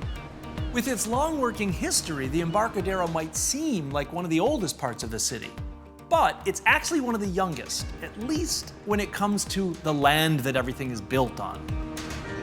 The Embarcadero and much of San Francisco's bayfront land stand on a 19th century solution to a problem every coastal city faces. Where do you build when you've run out of space? In the early days of the gold rush, ships docked at the northeastern tip of the then small town. But as more space was needed, engineers filled in the mudflats to create a new shoreline, stretching from the Embarcadero west to the Marina District. The earliest sections of filled soil in San Francisco, a lot of it was torn down from Telegraph Hill, brought in from other areas. It was whatever junk was left behind by people heading to the gold rush. The bay was littered with abandoned ships. As the city grew, the hulls were swallowed up in the landfill and used to create the new shoreline. A 5-kilometre sea wall was built to buffer the new land against the bay. It's behind this sea wall that the looming towers of San Francisco's financial district now stand. It wasn't until 3 decades ago that a shocking event revealed how unstable this man-made ground had become. October 17th, 1989. The Bay Area was shaken by a magnitude 6.9 earthquake. This was the largest tremor here since 1906. In Oakland, the Cypress Street Viaduct devastatingly collapsed, as did a span of the Bay Bridge. Incredibly, San Francisco's skyscrapers emerged intact, but structures closer to the bay weren't so lucky. Residents like Flicker were left reeling as the sea wall was damaged. I was here in the '89 earthquake. We were at the restaurant, roadway separated from the docks, and that was horrendous. The support of the restaurant separated from the walkway, and there was a gap of about, I would say 1.5, 2 feet. So then we had to use a 3/4-inch piece of plywood in order to get into the restaurant. But just along the coast, the Marina District was hit hardest. In San Francisco itself, one of the worst affected areas was the Marina District on the city's northern tip, which saw multiple collapsed buildings with dozens damaged beyond repair. Like the Embarcadero, the Marina District was built on the historic landfill. Embarcaderans knew they'd escaped lightly compared to the Marina District. But if another quake struck, would they and the looming towers suffer the same fate?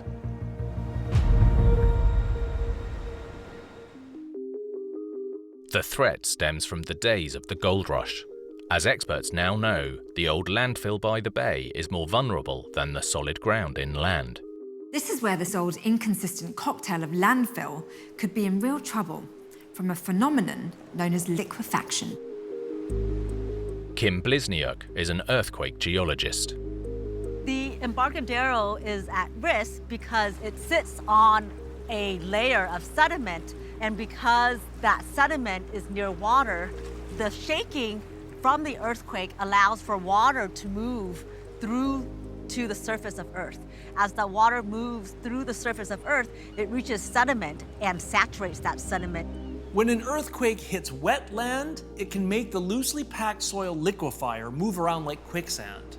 For the buildings on top, like the Embarcadero, this creates a dangerously unstable foundation. As a result, all of the material and buildings on top of the Embarcadero will be shaken and possibly destroyed. But there's another weakness lurking that threatens to leave the bustling Embarcadero district underwater. The more than century-old seawall itself is under threat. The Embarcadero seawall is not a masterpiece of construction.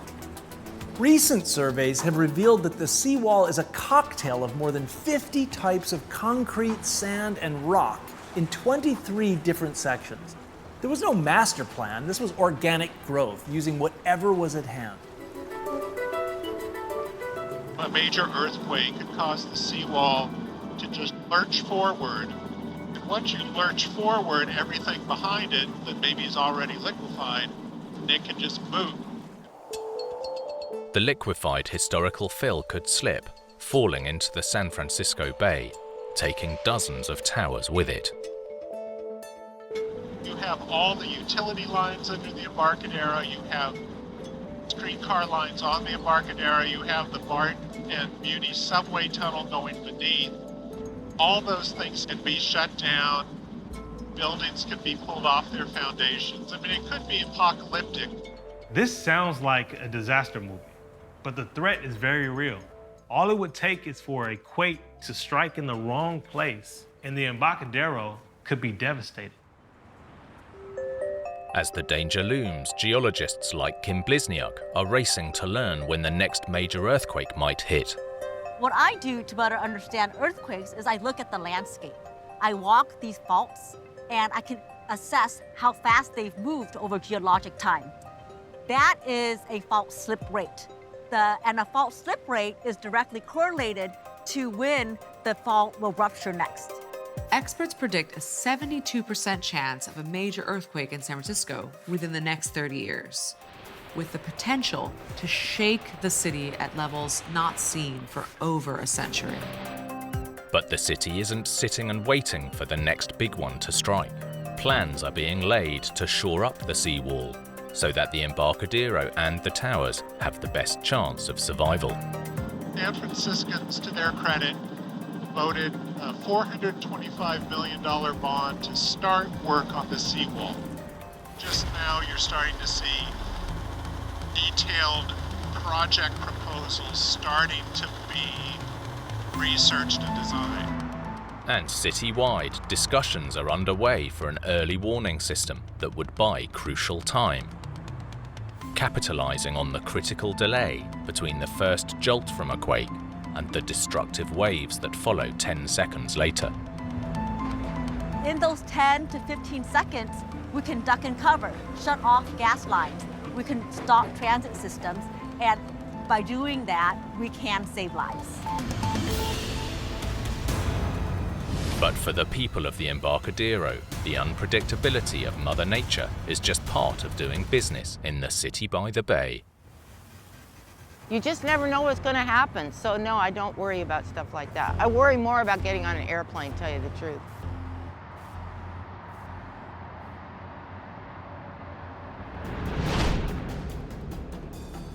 In big engineering, designers try to leave a lasting impression on the world. But sometimes big ideas lead to abject failure. Like this construction in Germany. A grand plan to create a dystopian nightmare. This immense project would lay waste to one of Europe's most iconic capital cities. An evil empire with a twisted engineering design. That's the nature of Nazi architecture. It was meant to make the individual feel small and the state feel very large. It's the closest thing to bullying cast in stone. As Hitler attempted to conquer nature itself. Some people say that Germania was a fantasy. It was far too ambitious. It was impossible to build.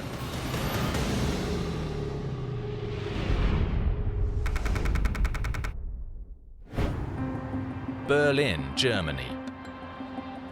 In recent years, this eye-catching European city has become known as the capital of cool.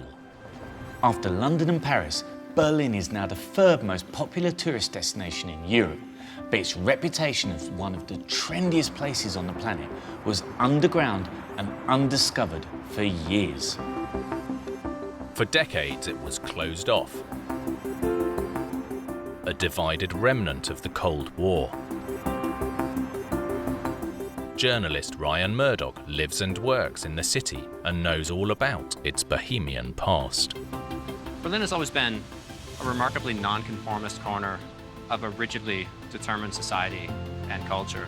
It's the sort of place that attracts dropouts and artists and original thinkers. But nonconformity and free thinking were in stark contrast to the ideology of the city's most infamous ruler, Adolf Hitler.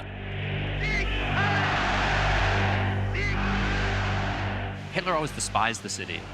He hated the cosmopolitanism of Berlin, and he hated the cynicism and the wit of its inhabitants. And he wanted to remake the entire place into something more fitting for his glorious dreams of an empire that would control all of Europe and potentially the world. And hidden in a dark corner of the city is this, a little-known concrete legacy of one of the most destructive regimes in history. All that's left of a grand plan to create a world capital known as Germania. This massive scientific instrument is one of the only remaining traces of Hitler and his architect, Albert Speer's dystopian capital of Germania. As historian Sean Stewart explains, Germania was intended to permanently memorialize Hitler's power and ideals. Germania was the vision that Hitler had for the rebuilding of Berlin. And he had the idea that by building this magnificent new city, as he saw it, the idea of the Nazi Party would live on long after he himself had died. It was meant to show the stability and the permanence of this new Reich that was being built, as well as the power and the dynamism of it. Designed in the 1930s by Hitler and his chief architect Albert Speer, the centerpiece of Germania would be the Volkshalle, or Great Hall, the largest auditorium in the world. The Volkshalle was meant to accommodate about 180,000 people. It was truly massive. It was meant to be a gathering hall for speeches of Hitler and future leaders of the Reich. This mega project to overhaul Berlin involved more than just this gigantic hall. It would also include a giant triumphal arch, 3 times the size of the Arc de Triomphe in Paris. Yet two things stood in Hitler's way: the outbreak of war in Europe and the very ground he was standing on.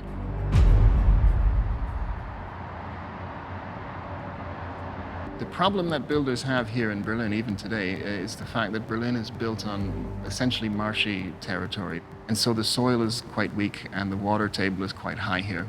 So to build heavy structures in Berlin is a difficult undertaking. With these difficult building conditions and the war ramping up, Hitler's grand plans were a long shot from the start. So officials devised a way to test the swampy ground before construction officially began.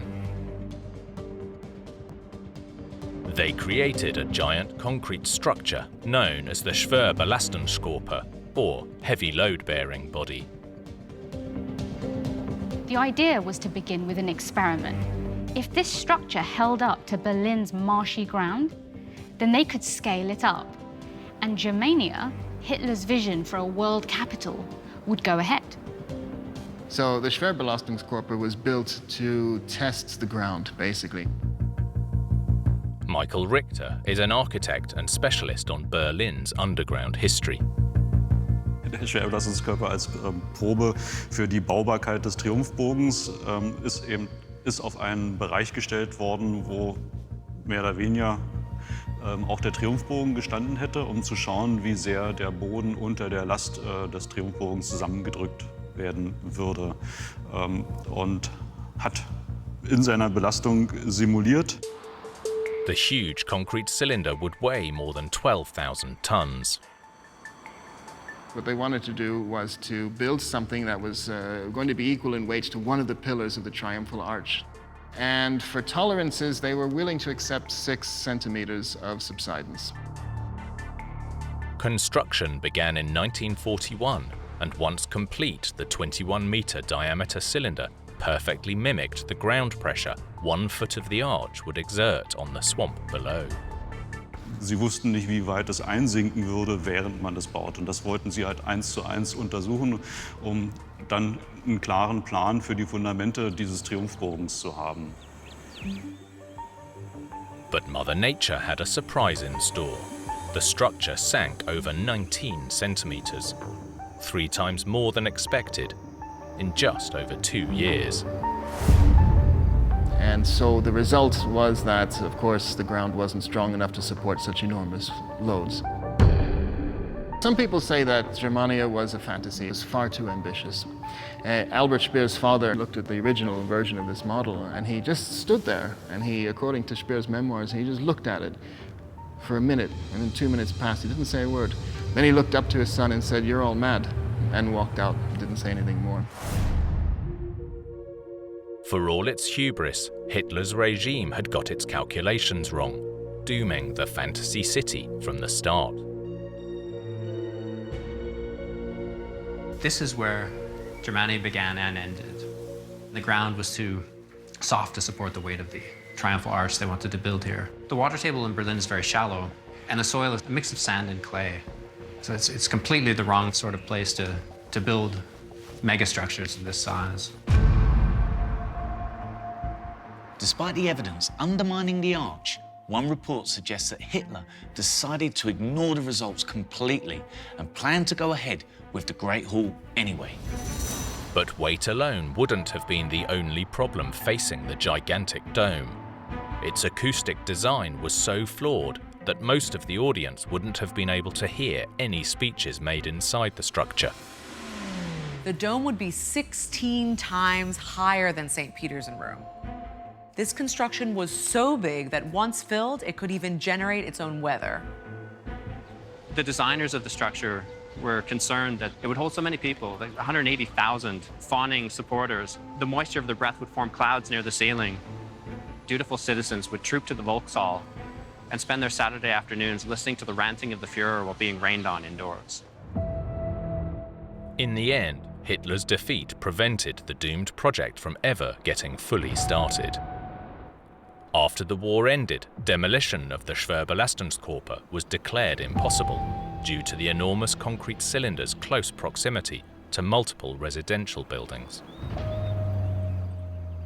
Now overgrown by nature, it's another memory of a long, dark period for humanity. The traces of the Second World War and the Cold War are all around us in Berlin, and this is one of the more bizarre elements of it.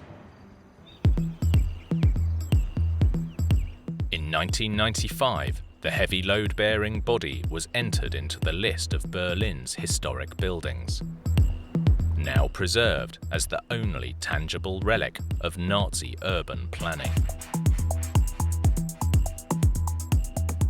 This bleak building shows the length that this regime was willing to go to force its will and ideology on even its own people, and serves as a stark reminder of what might have been.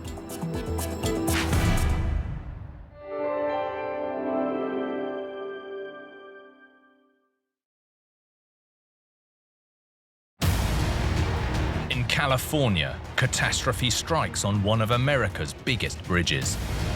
I felt the bridge going sideways. Oh, we're having an earthquake. We're having an earthquake, folks. Hang on. In Texas, homes on the brink of disaster. One of the residents called 911 and reported that his backyard was sliding down the hill. A Manhattan skyscraper causing supersized problems. Cables were causing the elevator to stop. There was one instance in which a resident was stuck for more than an hour. And a narrow escape in New Zealand as a stadium collapses in seconds. There was a real loud bang, and the next minute, oh, hell broke loose. With big builds, even the smallest fail can trigger a huge disaster. From miscalculations to misunderstandings, or just plain bad luck. These catastrophes are every engineer's worst nightmare.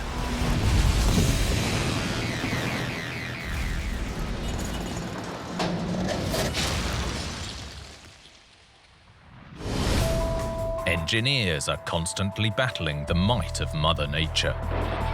Her massive forces can strike at any time with devastating power. Like this catastrophe in California that was witnessed by viewers across the nation. It was only a matter of seconds, but it felt like a lifetime. The world saw the city collapse. As a devastating earthquake wreaked havoc on an iconic bridge. To see a chunk of it falling off, it seemed like a movie, and it was just shaking itself apart. A tragedy that left drivers fearing for their lives.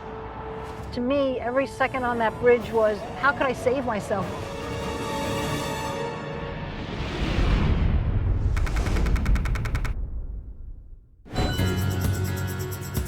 San Francisco, California, is one of America's most iconic cities. News photographer Carlos Gonzalez has always felt the lure of the city by the bay. It's one of those places that just embodies sort of a magical feeling about it. This is where I wanted to be, in San Francisco. With the city surrounded on 3 sides by water, life here depends on 2 epic bridges. The Golden Gate Bridge is without doubt one of the most famous crossings in the world. But the real workhorse in this city is the mighty Bay Bridge. This gargantuan feat of engineering is one of the busiest bridges in the nation, carrying around 100 million vehicles a year. Bart Ney is head of public affairs for the California Department of Transportation, Caltrans, and knows the might of the Bay Bridge firsthand. Well, San Francisco Bay Bridge is a vital transportation link for the entire state of California. For example, when we take this bridge out of service, which is almost never, we have to let the entire state know. And there's much more to the Bay Bridge than the suspension span you see from downtown. The easiest way to understand the Bay Bridge is to think of it in really 2 parts. It's several different bridges, but 2 different parts. A western part where we are right now, which is made up of 2 suspension bridges and an approach that goes down into San Francisco, and an eastern part that touches down in Oakland. This eastern section carried traffic toward Oakland for more than 50 years. At the time of its construction in the 1930s, this was the longest span of its type in the nation. But it was just one link in a much longer bridge. The eastern span had a vast cantilever span bridging the ship channel, but about 3/4 of the bridge was built more like a long causeway over the shallows leading to Oakland. The old eastern span of the Bay Bridge is completely different than the modern new one that you see out there today. It was almost all steel. Driving through it was almost like flying through the Death Star trench. It really evoked the period of time that it was built in. It was a masterpiece of steelwork. But in the late 1980s, this steel colossus encountered an unstoppable force that would shake it to its core.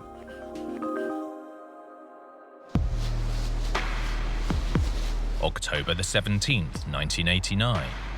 It was Game 3 of the World Series, and for residents like Bart Ney, this was a must-watch event.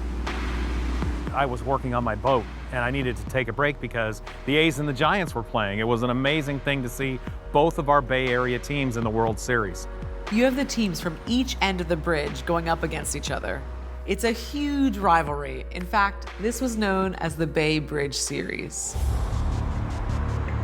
Shortly before 5 p.m., Suzanne Lee was on the approach to the Bay Bridge, heading home to catch the game. I got on the ramp and got onto the bridge and looked around and thought, wow, this is great.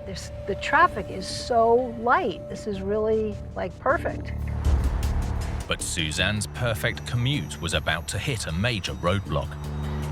It felt like the car was having 4 flat tires. And when I looked around, the other cars were starting to, like, drive, like, wobbly. And I thought, oh my God, they must have 4 flat tires too. This was no multiple blowout. The bay was under attack from below. At 5:04 p.m., a magnitude 6.9 earthquake rocked the city. Like millions of baseball fans, journalist Carlos Gonzalez watched the scenes unfold live on screen. Everybody was glued to their television set and watching. It was just terrifying because you had the TV on and you could see what was going on. On the Bay Bridge, Suzanne was caught in the heart of the disaster. I had the radio on.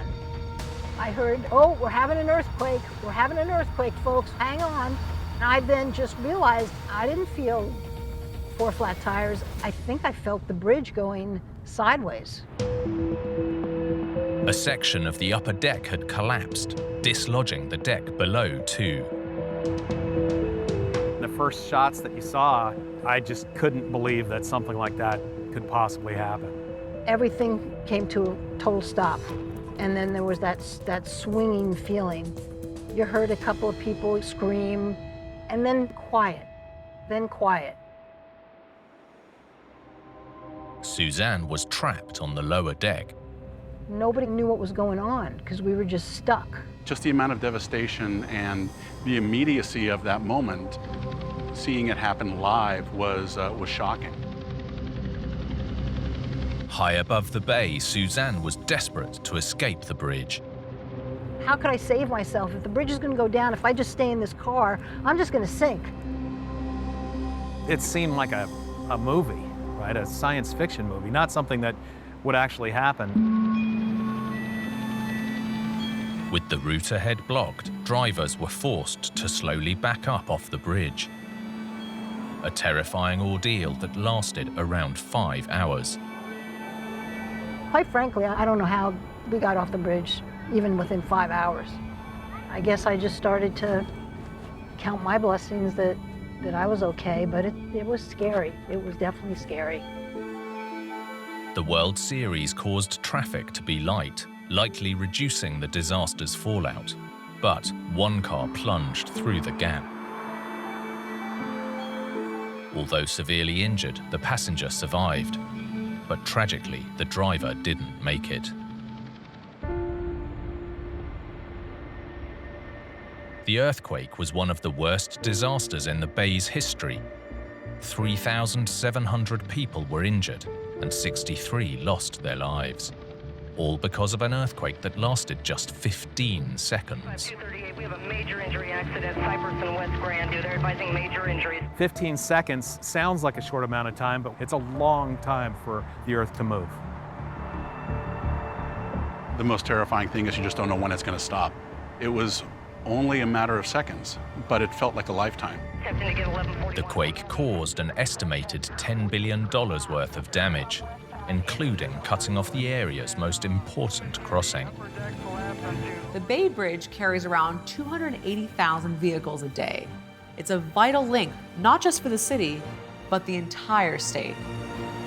As the city reeled, the public began asking questions. This bridge had been built to withstand earthquakes, so why had it failed?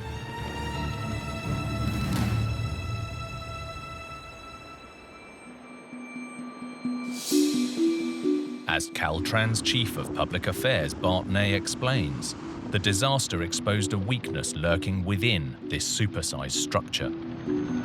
The old Eastern Span, as it was originally constructed, is a bunch of different steel truss bridges that are connected together at joints.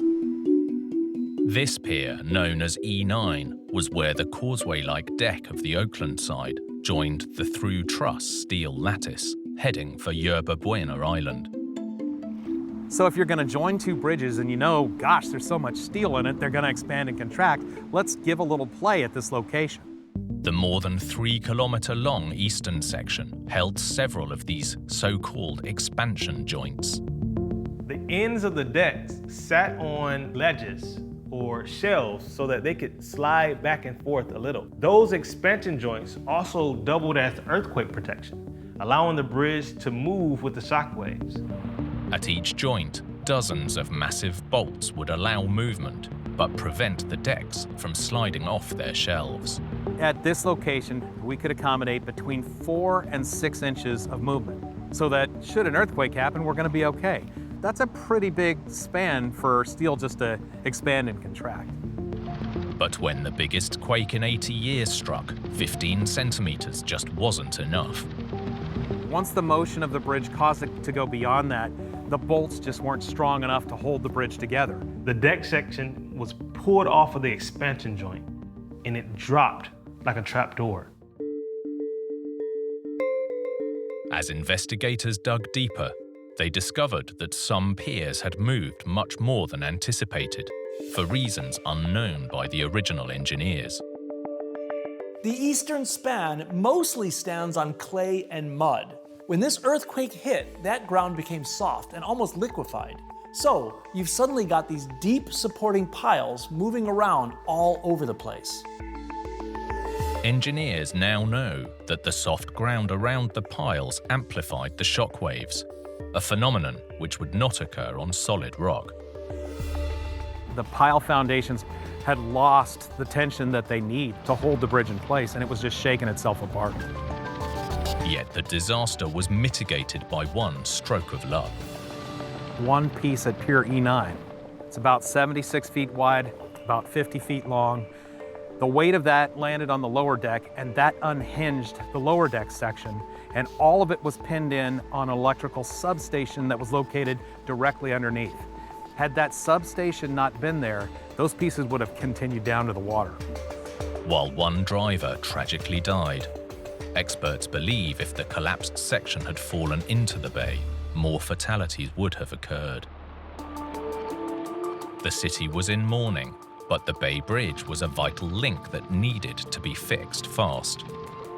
Engineers went to work, and the broken section was repaired just a month and a day after the earthquake. For it to take a month was an engineering marvel. The Bay Bridge was back up and running again, which is still incredible to this day. But engineers knew they might not be so lucky if another quake struck, so they began planning for a truly state-of-the-art replacement bridge. We had to build something that would withstand the largest potential earthquake in 1,500 years. It also had to be iconic. It had to be something that people looked at and felt inspired by. Earthquake engineering had come a long way in 9 decades, and the result was this: a $6 billion shockproof bridge. Not only does it feature the world's largest self-anchored suspension span, but the entire East Bay section can handle more than 10 times more seismic movement than the original. With this new eastern span, we can accommodate over 6 feet of movement in different locations. Everything we could imagine, everything we could put in, everything that we could stretch for technologically, seismically, is in this span, and it's beautiful. But we're mostly relieved that it got here before the next earthquake. It's only a matter of time before another quake strikes this iconic city.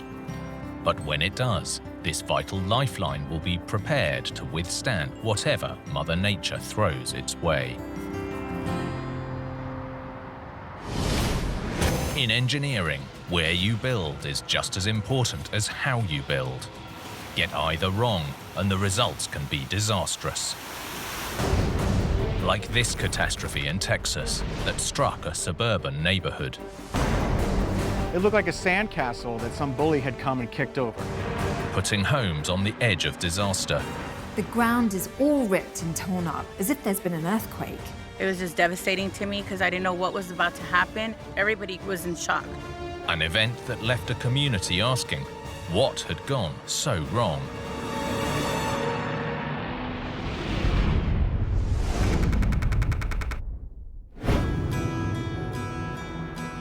There's a famous saying in the Lone Star State, everything's bigger in Texas.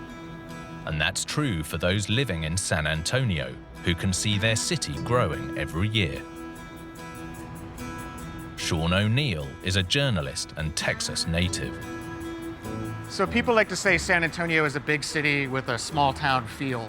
Will Rogers famously called it quaint, you know. It's unlike Dallas or Houston, it's still sort of got this intimate small town vibe, even though it's, you know, the 7th biggest city in America. With the population boom of 2020 and 2021, it's fast overtaking Philadelphia to become the 6th. And one thing this new wave of San Antonians all need is somewhere to live.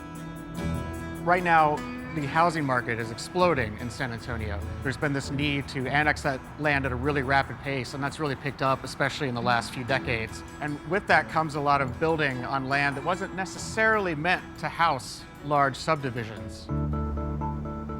This is one of those new subdivisions in northwestern San Antonio. Javiera Arana Johnson is a former resident. River Mist, I felt like it was a really nice place to live. It was my first home, so I had a lot of dreams and a lot of different things that I wanted to do with the house. Nice, sweet community. All the people were really close. I really enjoyed living here. Javiera's home was one of 300 new houses built on the undulating ground. When you're building, ideally you want to do it on a flat, stable surface. If the terrain is uneven, like the hills of River Mist, one option is to use massive amounts of soil to create a flat surface. Then you need to make sure it all stays in exactly the right place. In River Mist, that called for a giant retaining wall. Dr. Jack Leifer is an associate professor of engineering. A retaining wall is a structure that allows differences in elevations to be held and maintained. They literally hold back the soil. We have some soil, and we have this wooden board that serves as a divider, maintaining the difference in heights between the two sides of the soil. Retaining walls can use deep-driven pilings or cable systems to hold them in place. But here, they went for a gravity wall. Essentially, you build a wall using heavy blocks which use their own weight to hold back the soil. Crucially, the wall needs a wide base to prevent the soil it retains from knocking it over. So the wall has to be both heavy and it has to be wide enough on the bottom to resist the rotation of this wall. By 2008, the hills of River Mist were home to more than 400 people living out their American dream. Until one quiet Sunday morning, when that dream became a nightmare. January the 24th, 2010, Javiera Johnson was driving home from town. On my way back, my mom and my dad called me and they said that hurry up and come back. So I tried to rush back over here. Pulling onto her road, she was greeted by roadblocks and police tape. Police and the sheriff department and also fire department. Her road was closed off, as was her home.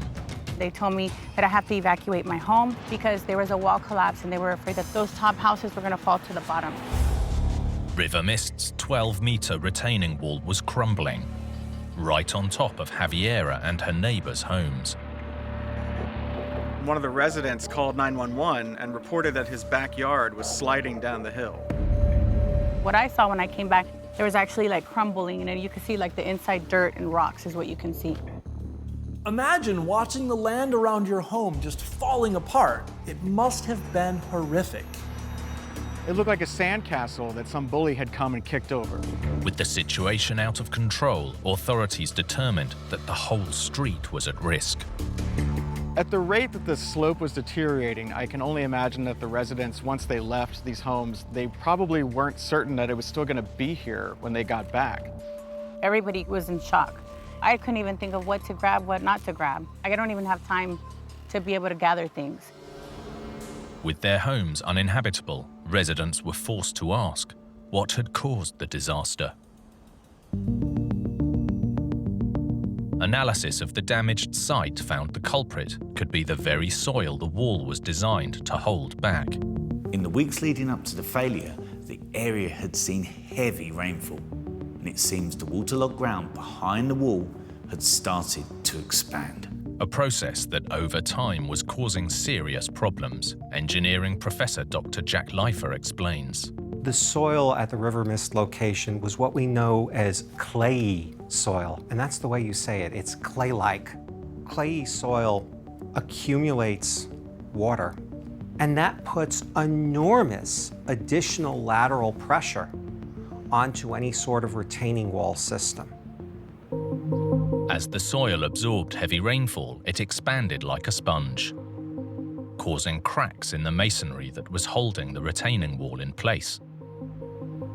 And the damage was about to get worse.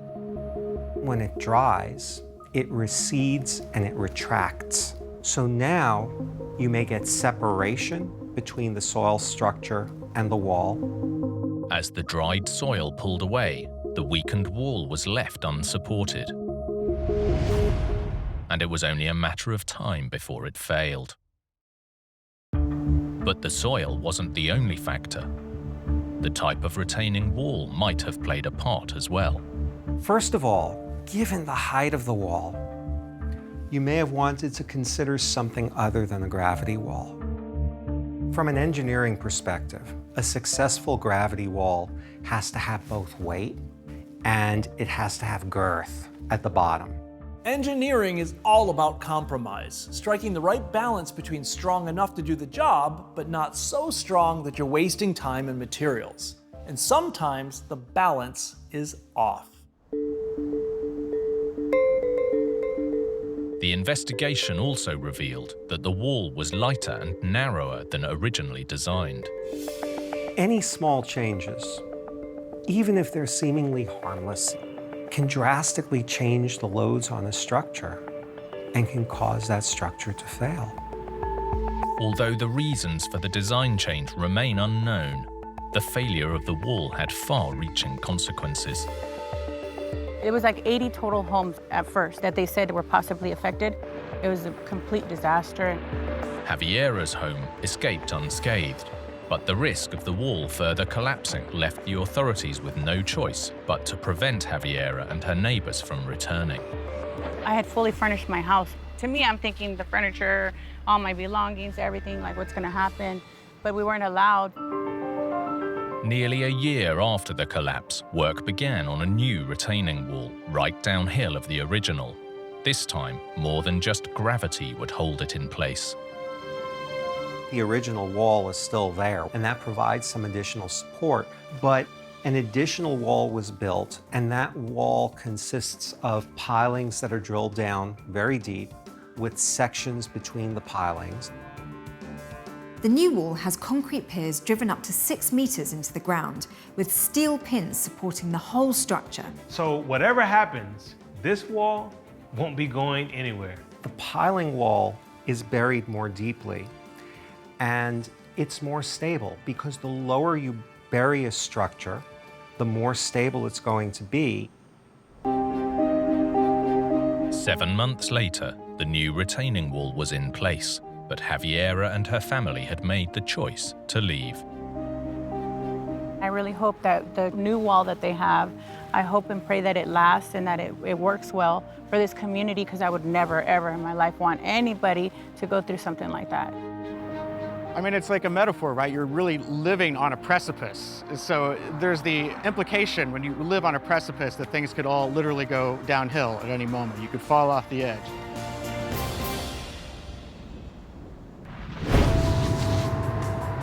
For engineers, pushing the boundaries to create iconic structures means taking big risks. But sometimes the risks can outweigh the rewards. Like this story in New York, a pioneering skyscraper that hit the headlines. There were reports of it creaking like a ship at sea. An iconic structure plagued by unanticipated issues. This pressure would cause loud banging noises that, I quote, sounded like a bomb. A super tall skyscraper causing supersized headaches for residents. Cables were causing the elevator to stop. There was one instance in which a resident was stuck for more than an hour. Getting stuck in a lift is some people's worst nightmare. Imagine that happening 80 stories up in a super skinny skyscraper.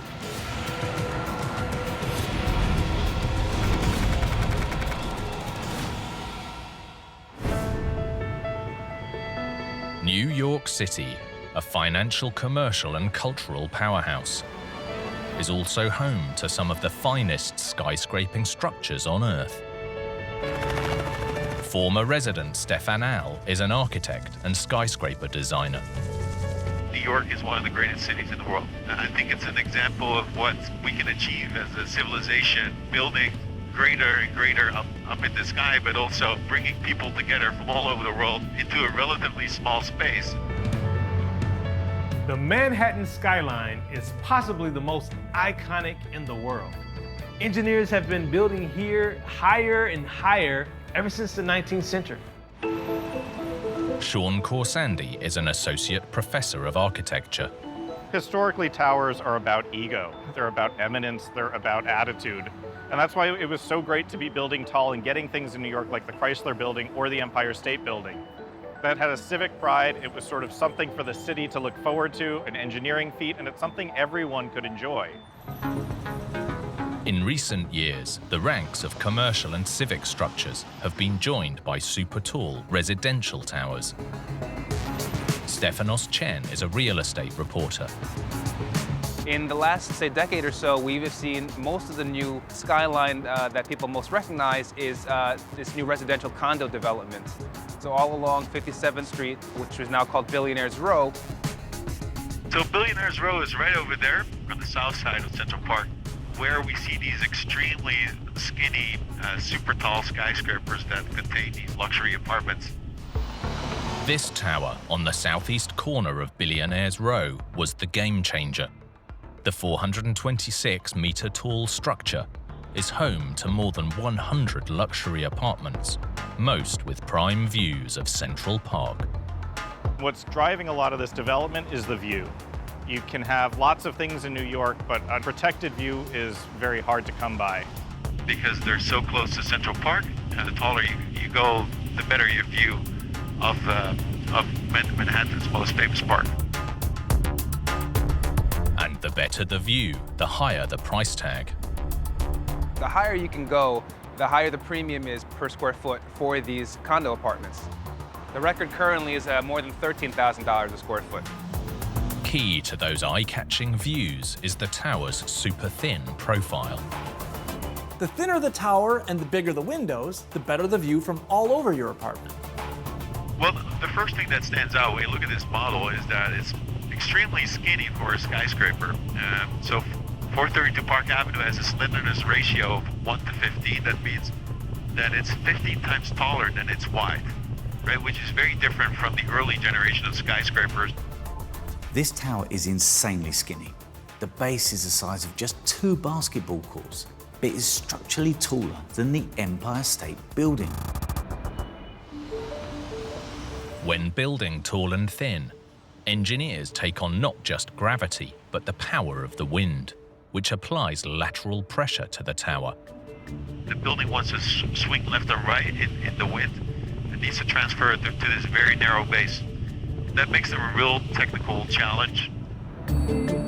Engineers used a clever trick to reduce the wind pressure on the building. 5 double-height stories with no windows, known here as mechanical floors. If you look at these mechanical floors, they're completely open so that the wind can blow through them, so that reduces the wind pressure on the building. But allowing the wind to blow through only reduced part of the sway. Engineers also installed massive weights near the top. On the upper stories, there's what we call tooth mass damper, which is a very large counterweight, hundreds of tons heavy. And every time the building sways this way, this counterweight will move in the opposite direction to kind of balance out the swaying. Upon completion, this high-tech tower was the tallest purely residential building in the Western Hemisphere. You had not only the best views in the city for a period in time, but also some of the highest prices in New York City. There's currently the penthouse apartment listed for $169 million, which works out to something like $20,000 a square foot, which would totally break the record currently in the city. However, soon after residents moved in, it appeared that all was not well with the luxury lifestyle. Stefanos Chen broke the news. We first heard about the story from a resident who had reached out with some complaints about construction defects in the building. Some of the biggest issues were water damage. There were several plumbing leaks that caused essentially millions of dollars in damage. The reported problems went much deeper than water leaks.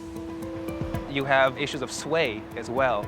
Basically all buildings sway, but when you get that high up in the air, it's really noticeable. Some folks had even told me that they were feeling seasick. All tall buildings sway. It's just a question of how much, and whether the movement does more than make you feel queasy. Here, there were reports of it creaking like a ship at sea with banging noises. Noise really has been a major complaint with some residents. There are whistling sounds, creaking sounds, all sorts of things that you wouldn't expect when you're paying top dollar. As if swaying, creaking, and banging weren't enough, there was one more disturbing problem. Because of the height of these towers and the way in which the building sways at that height, cables inside the elevator shaft were sort of slapping against the side of the shaft and causing the elevator to stop. So there was one instance in which a resident was stuck for more than an hour. Getting stuck in a lift is some people's worst nightmare. Imagine that happening 80 stories up in a super skinny skyscraper. It's sort of hard to relate with multimillionaires to that degree, but I can't imagine anyone really being pleased with paying that much money and getting an apartment that just is riddled with defects and issues. Everything which might have been a minor inconvenience for smaller buildings becomes that much bigger in super tall. One of the world's tallest towers was hitting the headlines for all the wrong reasons, and people wanted to know why this state-of-the-art structure was rocking. The taller you build, the more a building sways. And a little sway is good. If a building were completely rigid, it could break during a seismic event. So having a little bit of sway is good. The problem is that there's human limits to what amount of sway is comfortable. Although key to the structure's safety, that sway also caused the elevator's habit of grinding to a halt mid-ride. If the building sways too much, it can damage the elevator and it can be a safety hazard. So sometimes this is deliberate that the elevator will pause when the building sways too much as a safety precaution. But sway wasn't the only problem concerning residents, who also reported hearing banging noises. That could be caused by another air-induced problem, the so-called stack effect. When it's cold outside, the warmer air on the inside rises, creating a buildup of pressure that looks for somewhere to escape, which in a super tall building like this could be the elevator shafts or the garbage chute. If you would open the trash chute, right, which is a shaft that goes all the way down, I can imagine that this pressure differential would kind of cause loud banging noises that I quote, sounded like a bomb. Ultimately, residents needed to know exactly how deep the problems went. So the residents commissioned an engineering report, and the results were pretty alarming. They had found that over 70% of systems in the building were not as promised, and that there were several safety concerns. The developers have stated that none of the issues are safety critical. And while the dispute with residents and owners continues, one question is, can the sway be resolved? So I'm sure there's ways to remediate some of the issues. The trash chute issue as well as the flooding issue should be able to get resolved. The sway issue, on the other hand, will be a much harder problem to solve, especially for the upper stories. And to solve something like that, you really need to change the structure or the tube mass damper, which is a lot harder. Problems escalate as we keep amplifying and building these buildings even larger. This building has already been surpassed by other buildings on this very block. And if the issues are not solved here, they escalate and amplify. In the end, many believe problems like these are inevitable in the drive to build ever taller. This is the first time they built a residential building this tall, and if you look at the history of skyscrapers, there's always problems that emerge because technology has to catch up with innovation. The truth is, pushing the boundaries in engineering always comes with risks. If architects didn't try, our cities and skylines wouldn't be as iconic as they are today.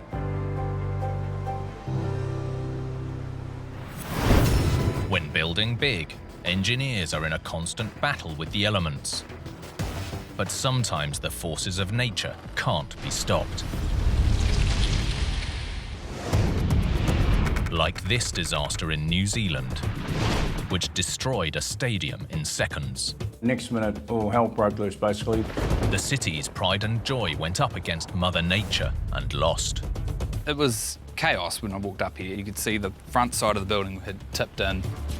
Revealing a decade-old weakness and sending shockwaves across the community. How in God's name are we ever going to get this back?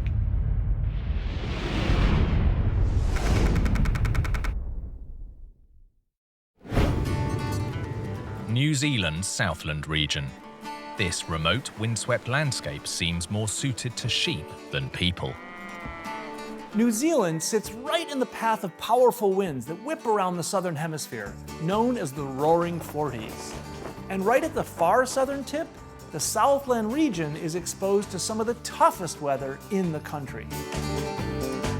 That includes Invercargill, one of the most southerly cities on Earth, home to a tough community bonded by a love of sports. Nigel Skelt manages the city's only stadium. We are sports mad. We have a fraternity that are crazy, that follow our international franchise sport, and just a very, very close-knit community. Invercargill experiences unpredictable weather. So in 2000, Stadium Southland opened to make sure the city never missed a game. There was a massive campaign from the public who really bought into it, and some of the sports bodies and the schools. It was very much a community-driven project. More than 9,000 square meters of the stadium is dedicated to 9 courts, accommodating multiple sports under one giant roof, supported by steel trusses. Trusses are used everywhere from bridges and cranes to stadiums. They're effectively a self-supporting steel lattice that's perfect for spanning long distances without needing extra support in the middle. It's amazing engineering. When it all comes together, you end up in a covered space the size of a football field. When the stadium opened in May 2000, it scored an immediate win. Sport grew in each and every angle almost instantaneously from that day, so it was fantastic. For a decade, the stadium hosted sports as well as concerts and events, regardless of the weather, until early spring of 2010. September the 18th. A huge snowstorm was rolling into Invercargill. Safe inside the town's stadium, coach Kieran Fahy was putting tennis students through their paces. Some of the junior players needing a bit of help with doubles tennis and stuff like that. At 10:45, as the snow fell faster, the decision was made to cancel the class. So they thought, right, we get out of here before we get snowed in and can't get back home. Families gathered in the foyer and prepared to brave the weather outside, but Kieran stayed inside. There was a real loud bang, and then it's something that felt like a hurricane, going past. But this was no hurricane. Just after 11 a.m., disaster struck. Next minute, all hell broke loose, basically. The stadium's roof had collapsed. Operations manager Ryan Sycamore was first on the scene. It was blatantly obvious. When you walked up, you could see the front side of the building had tipped in. It was just terrible. Ryan called his boss, stadium manager Nigel Skelt. I called him and I just had to say, the building's collapsed. It's all falling down. When Nigel arrived, the damage looked unsurvivable. It was horrific. From the corner, there was a concertina effect from there. The roof coming down at different spaces throughout. No one had yet realised that Kieran was still inside. When the roof come down, it just blew the emergency door wide open, and anything that was in the passage just was thrown out like toys. Kieran's survival was a miracle, and the city's luck didn't end there. Normally, on any weekend, we are incredibly busy. We only had a small group of tennis players that morning, and the good fortune very simply being no loss of life. But Invercargill's pride and joy lay in ruins. Why had a stadium designed to withstand the region's extreme weather collapsed after just 10 years? A detailed investigation was launched, and the first culprit seemed obvious: the snow. Structural engineer Ashley Smith was on the investigation team. Structures of that type normally have quite a large safety factor, and we felt that it was more than just the snow that would have caused that collapse. In fact, on the day of the collapse, the pressure from snow was only 75% of the roof's design load. During the investigation, the team calculated that the probability of snow alone causing the collapse was less than 1%. Further analysis of the wreckage revealed a weakness in one steel roof truss at the eastern end of the stadium. This is showing one of the trusses that collapsed. You can see a sharp kink at that point. The cause was tracked back to the initial construction a decade earlier, when the truss started to deform. They were installing roof materials and ceilings and various other things, adding more weight onto that roof and realising that there was too much deflection in that truss. Deflection in a truss is essentially sagging. Every truss is expected to sag a little bit, but too much is a sign something is wrong. As more weight was added to the truss, it deflected, ripping the concrete top from the supporting column, along with the anchor bolts embedded in it. That was the reason for the excessive deflection, because that connection couldn't hold that truss in that rigid arrangement, so not strong enough to do the job. For unknown reasons, the column wasn't repaired or the bolts replaced. Instead, the construction team decided to straighten and reinforce the truss. First of all, they put some jacks underneath the trusses and jacked it above its original alignment. So when they jacked it up, they had to infill that with a steel plate and weld it back together. And then they added these side plates on the trusses on those red lines to strengthen it, to stiffen it really, before they let the jacks go. Although the team didn't know it at the time, the fix hadn't worked. The unsuccessful repairs to the truss were the stadium's Achilles heel. With the excessively heavy snowfall, the welds in the strengthening plates failed, the truss buckled, and with no solid anchor holding it in place, it slipped off the columns. As it fell, it dragged the rest of the roof down with it in seconds, just like a house of cards. The 2010 collapse was a near miss for the people of Invercargill, but it also brought the community closer together as they rallied for a new and improved stadium. The new roof has redesigned columns, a more robust concrete mix, and deeper, stronger trusses. The stadium today can support 76% more snow loading than the original design. Ready to take on any weather the roaring 40s can throw at it. I think the stadium is basically the heart of the city, really. I wouldn't swap it for anything. I wouldn't swap it for anywhere else.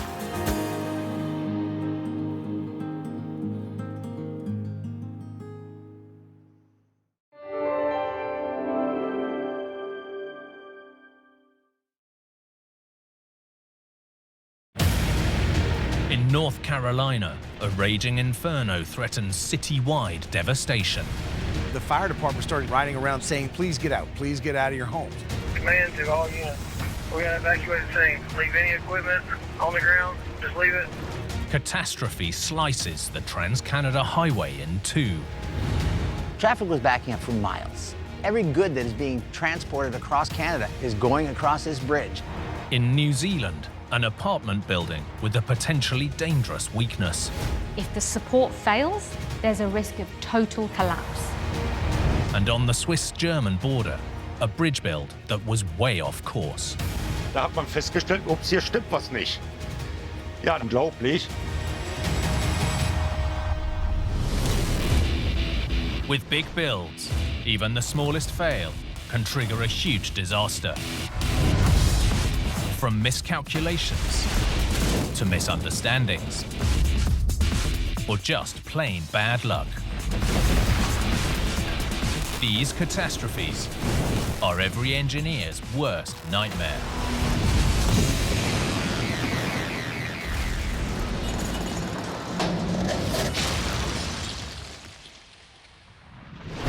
With big engineering, design and construction are just two parts of the equation. Sometimes problems arise in day-to-day operations. Like this disaster in North Carolina that struck fear into the heart of a community. You couldn't see the sun. You couldn't see the sky. Lives on the line as fire raged out of control. There were people sleeping in their homes 750 feet away. With an entire town facing total obliteration.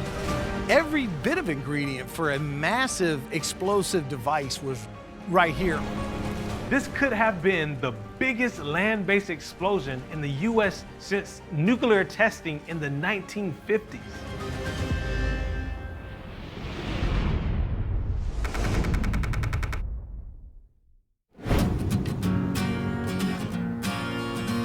Winston-Salem, North Carolina, got its unique name back in 1913, when two neighboring towns merged into one, bringing together both people and industry. At the time, Winston-Salem was North Carolina's largest city and thrived thanks in part to an industry that's fallen out of favor in recent years: tobacco. And there was one product that really kick-started things: chewing tobacco. Journalist Chad Nance explains. They decided to start adding additives to the tobacco, and they found that people really liked the tobacco if it had sugar, honey, and some other additives in it. So therefore, their business took off. Within decades, the tobacco industry was booming. Farmers needed to ensure they could keep up with the demand for raw ingredients, and fertilizer was key to making that happen. Much of it came from this plant, built in the 1930s. It was about the tobacco industry. It serviced the tobacco farms in the surrounding counties of Stokes, Surrey, and Davison. For the next 80 years, the plant produced and stored a key ingredient for healthy crop growth: ammonium nitrate. John Merle is an associate professor of chemistry. So ammonium nitrate is a great nitrogen source. Probably the most important use is in fertilizing plants. The problem is nitrogen is highly soluble, so it's easily washed out of the soil by winter rains. The easiest way to replace it is with fertilizer. Although vital for healthy crops, fertilizer-grade ammonium nitrate has a risky characteristic, making proper storage an absolute necessity. It should be stored on its own in a well-ventilated area. Issues arise when temperature and pressure builds up, and this allows reactions to take place and allow it to explode. As this 2013 disaster in Texas revealed, when around 50 tons of ammonium nitrate laid waste to a fertilizer plant and the surrounding community, leaving 15 dead with more than 100 injured. This explosion happened at a facility storing a fraction of the ammonium nitrate present in the Winston-Salem plant, a fact that would come to haunt the local residents.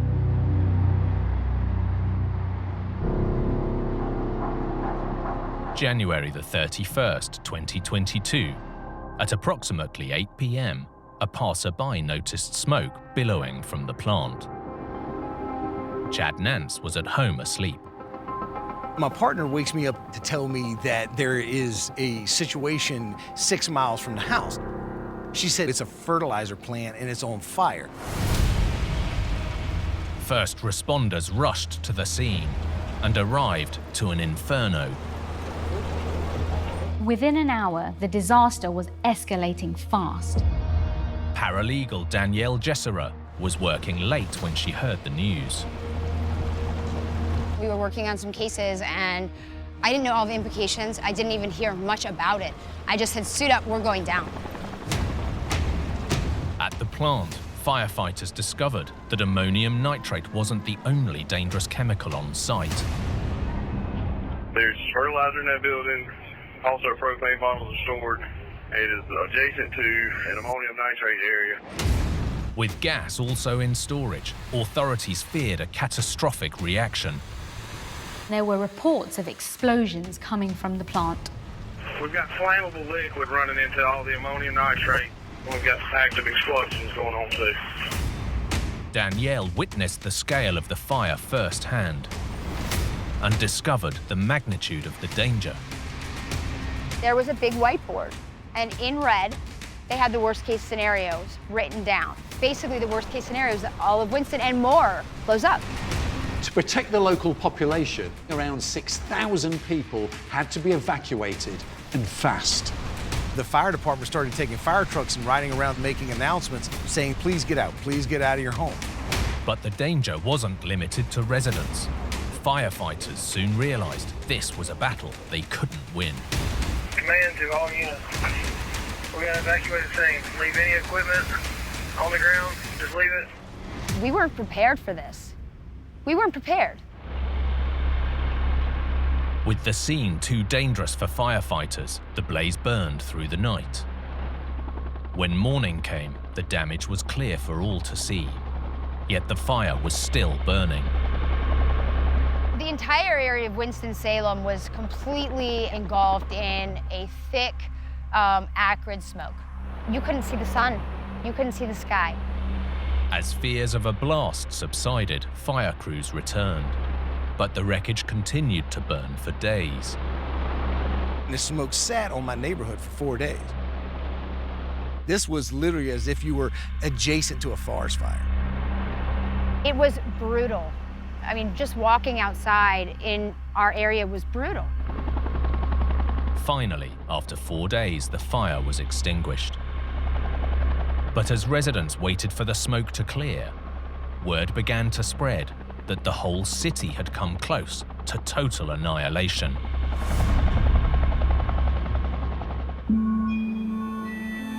Authorities immediately launched an investigation, and one culprit appeared to be the building itself.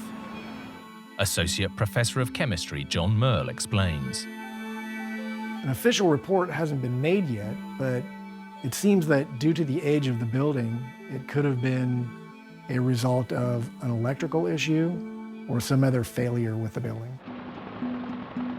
The trigger may take years to establish, but there was another question. The facility was intended to store flammable chemicals. So why had the blaze been able to spread so quickly? Here, historic regulations appeared to come into play. So the chemicals, from what I understand, were stored in a wooden building. Doing the research, I saw that they weren't required to have sprinklers because when the building was built, back in the 1930s, sprinklers were not required. That explained the swift spread of the blaze, but there was another outstanding mystery. At the time, the plant was heavily stocked with ammonium nitrate and other volatile chemicals. So why had the fire simmered instead of exploding? Like this 2013 Texas incident. Looking at the chemical inventory, they actually found 600 tons when the fire broke out. To put this into perspective, 2 tons of ammonium nitrate mixed with other chemicals has the explosive power of 10 tons of TNT. This place had 600 tons of the stuff. If it went off, the devastation would be too vast to comprehend. I don't think that anybody had any clue at all. In Texas, just 50 tons of ammonium nitrate triggered the devastating explosion. So what had prevented a much worse disaster from happening here? Ironically, it seems the rapid spread of fire through the wooden building was a blessing in disguise. A confined space is crucial to an explosion, containing increasing pressure and temperature like a bomb casing until it fails, releasing a massive blast. Because the building burnt down, this avoided volatile molecules from getting trapped inside the building and building up pressure and temperature that prevented the explosion from occurring. Winston-Salem had experienced a miraculous escape, but questions lingered. Why had the fire burned for so long? John Merle has a theory. Here we have 3 piles of chemicals. So the first one's going to be the ammonium nitrate. You can see there are some areas where it's starting to melt, but there is no fire. It can take a lot of heat as long as there's not a buildup of pressure. The next one will be pure sawdust. Some of the sawdust is lighting on fire, but the fire is generally not sustained. The last pile is the mixture of sawdust and ammonium nitrate. So as you can see, this will burn until the fuel is completely consumed. If there is a lot of fuel, as in the case of the fertilizer plant, then it can burn for quite a long time. The official cause of the fire has yet to be released, but experts and the people of Winston-Salem are forever changed. We have to look at this as a lesson. The best thing to do moving forward is to ensure that the storage facilities are as safe as possible. Ammonium nitrate should be pure. It should be stored on its own in a well-ventilated area and a building that is not susceptible to fire. There is hope that a change in regulations will allow residents to rest easy. The solution is taking legacy industrial plants like this that deal with hazardous materials and moving them outside of city limits away from where people live. It's that simple.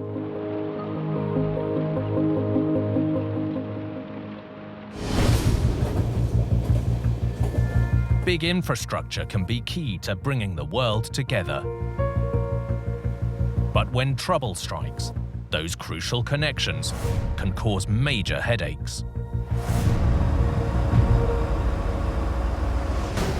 Like this disaster in Canada, a crossing catastrophe on the nation's most vital highway. There was no warning. A section of the bridge lifted almost 60 centimeters into the air. A crucial link gone in the blink of an eye. We were cut off from all of the necessary amenities that one would need to survive. And a race against time to find a solution for the entire nation. The reality is if that bridge were catastrophically lost, Canada would be cut in half for a long time.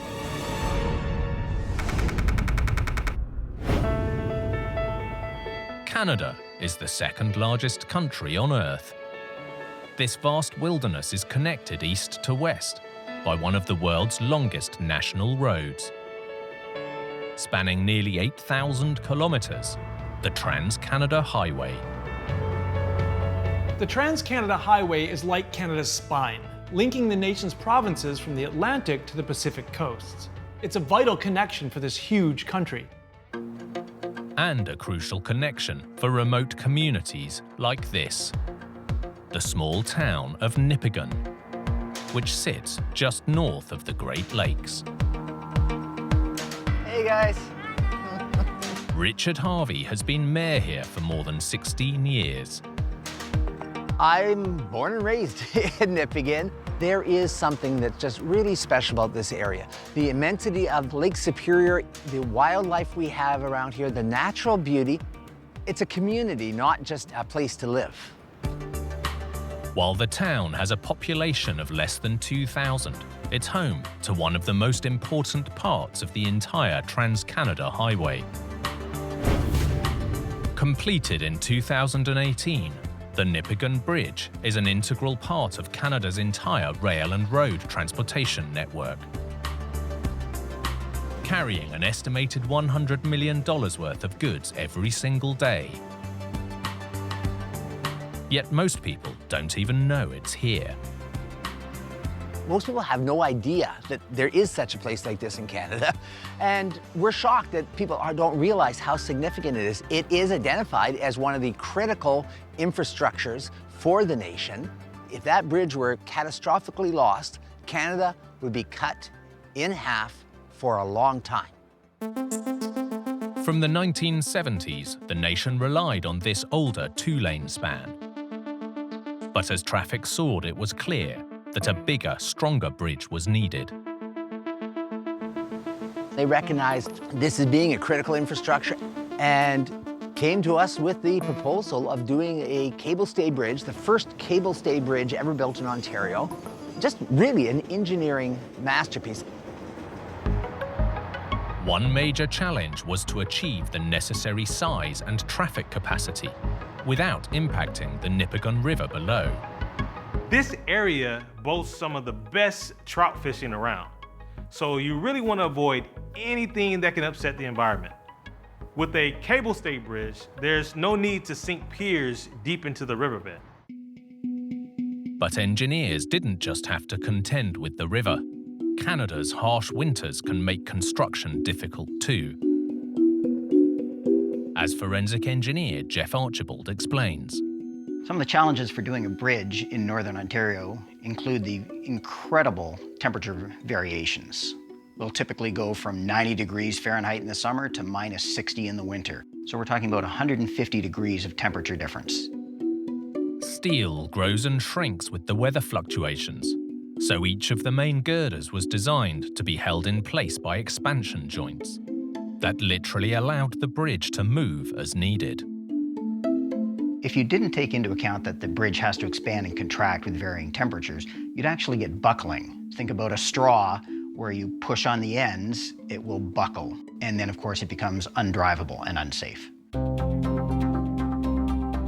The new bridge would be built parallel to the old existing crossing. Once the first half was complete, traffic would switch from the old to the new spans. The old bridge would be demolished, and the remaining half of the new bridge would be built, accommodating 4 lanes of traffic in total. But the first crossing of its kind in this province was about to make global headlines for all the wrong reasons. Sunday, January the 10th, 2016, just outside Nipigon. The first half of the new bridge was complete. For Mayor Richard Harvey, it was just another cold Canadian winter's day. Come home from church and I was sitting down having a coffee and a friend of mine called and said, "Hey Richard, I hear your bridge broke." I thought he was joking. But this was no joke. Just 42 days after opening, a section on the western end of the bridge had suddenly fractured, rising 60 centimeters into the air. I got in my vehicle and drove down there, and lo and behold, the west side of the bridge, there was a drop. Not a good situation. First responders and engineers rushed to the scene. This one bridge disaster effectively split Canada in half. Traffic was backing up for miles. And you gotta understand, every good that is being transported across Canada is going across this bridge. With northerly winds and freezing temperatures sweeping through the area, it wasn't just the traffic that was in trouble. Communities across the province declared a state of emergency. Marcus Hardy is chief of the Red Rock Indian Band. We have a lot of elderly in the community, people with overall health issues. We were cut off from food, from medication, all of the necessary amenities that one would need to survive. No one knew what had happened or just how long this bridge would be down. But what they did know was that they needed to find a solution fast. While luckily no one was hurt, people wanted answers. How could a bridge that was vital for the entire country break after just 6 weeks. The Ministry of Transportation launched an immediate investigation as news of the catastrophe spread. All of a sudden, you know, this is on the national news, all over the United States, Europe. The problem was clear for all to see. The northwestern expansion joint had failed, and the tension from the main cables had pulled the deck vertically by 60 centimeters. The question was why? Forensic engineer Jeff Archibald knows the case. For a bridge such as the Nipigon River Bridge, one of the key components is going to be the end bearings. These bearings have to allow for the fact that the bridge is going to get longer and shorter depending on the temperature, as well as 80,000-pound trucks driving over it, which are going to cause other rotations, deflections, and all sorts of loads. As Jeff demonstrates, the system allowing the bridge to expand and contract as needed is complex and multifaceted. We're looking at a model to show the primary components of the beam and bearing on the northwest end of the Nipigon River Bridge. We've got the I-beam here. The I-beam or girder was bolted down to what was called a shoe plate. So we have a shoe plate here. You've got expansion and contraction, which would cause the end of the beam and the bearing to slide in this direction. But the expansion joint isn't just exposed to lateral movements. With this type of bridge, the suspension cables were pulling upwards on the ends of the decks. And the investigation discovered there was a problem with the bolts holding everything in place. On one connection, all 40 bolts that kept the bridge level had completely fractured. What they didn't know was why.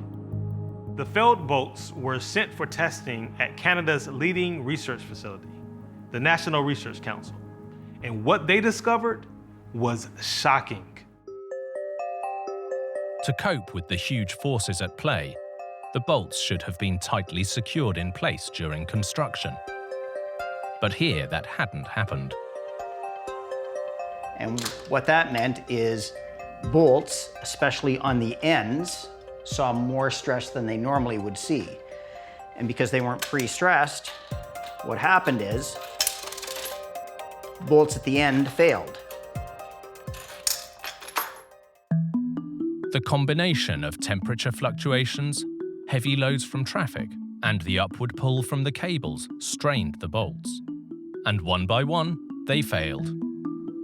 When one bolt fails, it stresses the other 39 until another one fails. And you get a domino effect until there's nothing left to hold that bridge down. Eventually, bit by bit, bolt after bolt starts to fail until finally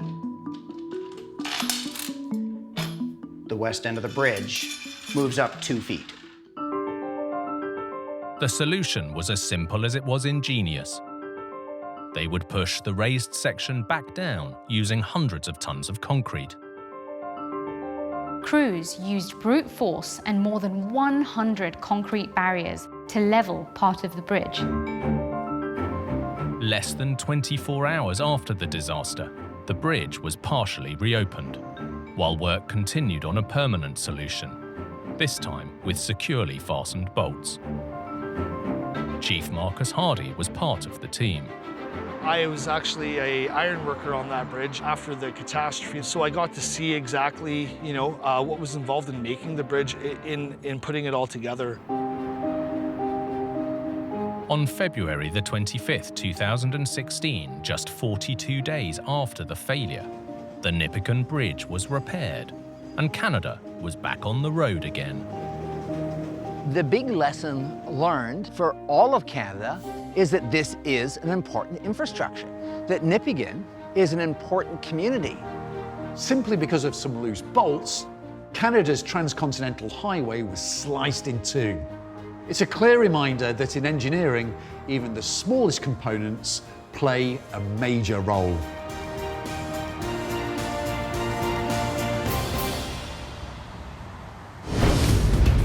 When they build big, engineers must always consider the best materials for the job. Any vulnerability, and the outcome could be devastating. Like this disaster in New Zealand, that was weakening a building from the inside out, A minor leak can turn into a major disaster. causing fear for residents. There was evidence that there is lots of trouble. And threatening a devastating failure. There could be a catastrophic event, a balcony dropping off, people getting injured and possibly killed. If the support fails, there's a risk of total collapse.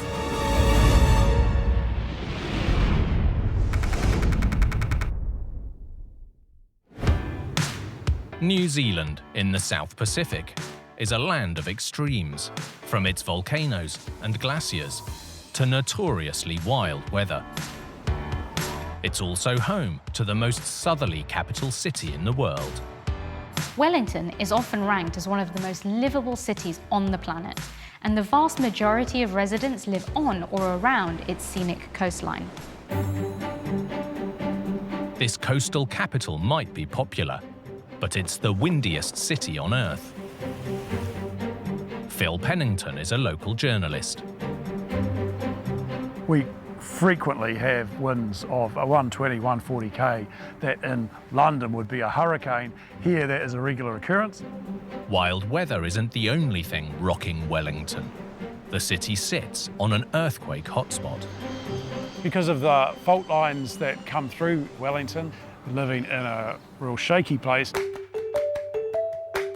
New Zealanders discovered long ago that in a quake, brick and stone buildings didn't fare as well as their timber neighbours.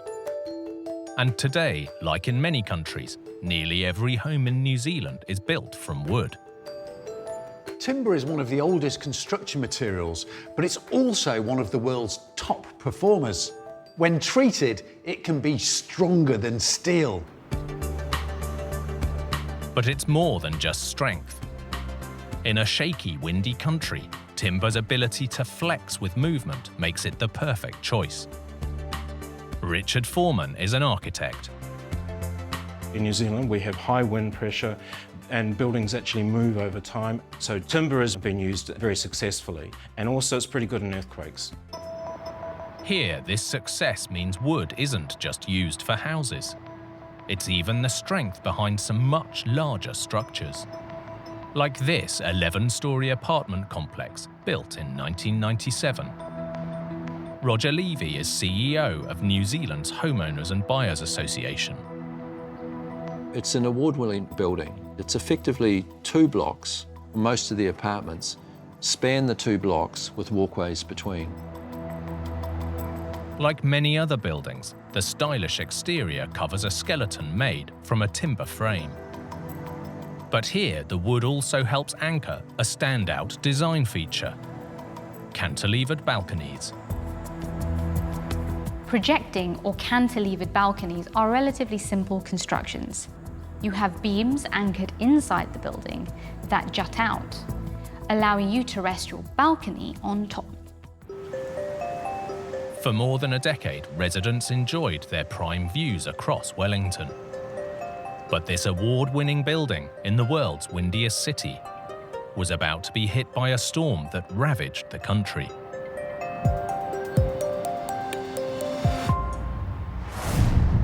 April 2014, and across New Zealand, wooden buildings constructed in the mid-90s were coming under scrutiny. The cause of concern wasn't earthquakes, but the nation's challenging weather.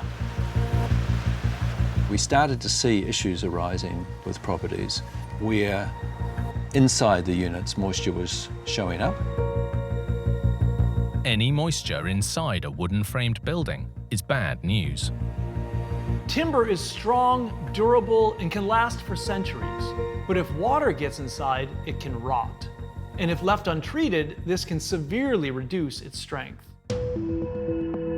In Wellington, inspections of the 11-storey apartment building revealed that it too was suffering from rotting wood. Sidhu Matwani owns an apartment here. So a structural engineer came and looked. There was enough evidence from their expert eye that there is lots of trouble. The rot was discovered near the surface of the structure, where the beams that support the cantilevered balconies emerged into the open air, leaving residents deeply concerned. Cantilever balconies have no built-in redundancy. If the support fails, there's a risk of total collapse. There's a lot of concern. At some point, there could be a catastrophic event of some description, a balcony dropping off, breaking, people getting injured and possibly killed. The only solution: to close off every balcony in the building. And owners were demanding to know why their dream views of the capital had turned into a nightmare. Further investigations revealed the issue went deeper, exposing a potential flaw in the exterior cladding. For owners like Sidhu Matwani, the news was bad. They did invasive inspections and then basically found that it was not just a localized issue. There is a problem with the cladding, that wherever they opened, there was signs of water inside. In the world's windiest city, rain will find and invade any flaw in the exterior. With the combination of wind and rain, you get wind-driven rain, which is far more, penetrates far more than if it just rained straight down. Water getting inside the building was only the start of the problem, as it soaked and rotted the wooden frame. Architect Richard Foreman explains. One of the things that happens is that rain gets drawn behind the cladding and sits under the timber, and of course it rots away, which was the case in this building. And investigations revealed another potential route for the water to get deep inside, along the beams supporting the cantilever balconies. If we have balconies that have the structure running from the inside to the outside, how you protect that from moisture getting in and damaging the framing at that point where it comes from the inside to the outside is tricky. If not properly sealed against water, the cantilever beams can act like a wick, drawing water to their anchor points deep inside the building. With cantilevers, where if that's not properly constructed, you get moisture getting sucked back into the structural beams that go back into the building, then the whole structures were starting to become unsound and of concern. Whether the cladding, the beams, or both were allowing the water in, the real extent of the problem was worrying for everyone. We don't know how much timber has been damaged behind the cladding until you open up. It seems the only real solution would be to remove the outer covering, repair any damage to the frame, then reclad the entire structure, at an estimated cost of $22 million. The repair costs were estimated to be 3 times the original construction costs. The good news is that the damage was spotted before there was a major disaster. That's a small consolation for owners, forbidden from enjoying the view from their balconies until a fix is found. As far as I know, the project to do the big fix, definitely not affordable. Meanwhile, many hope the countrywide problems with timber-framed buildings will force the industry to find a permanent solution for the future.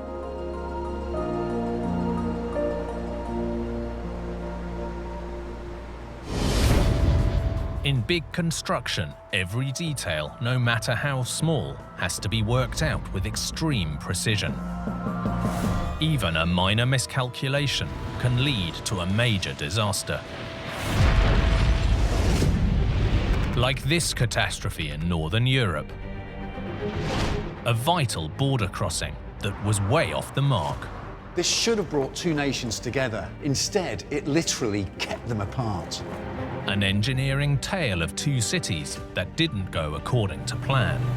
Da hat man festgestellt, ups, hier stimmt was nicht. Unglaublich. And a seemingly straightforward calculation that went wrong not once, but twice over.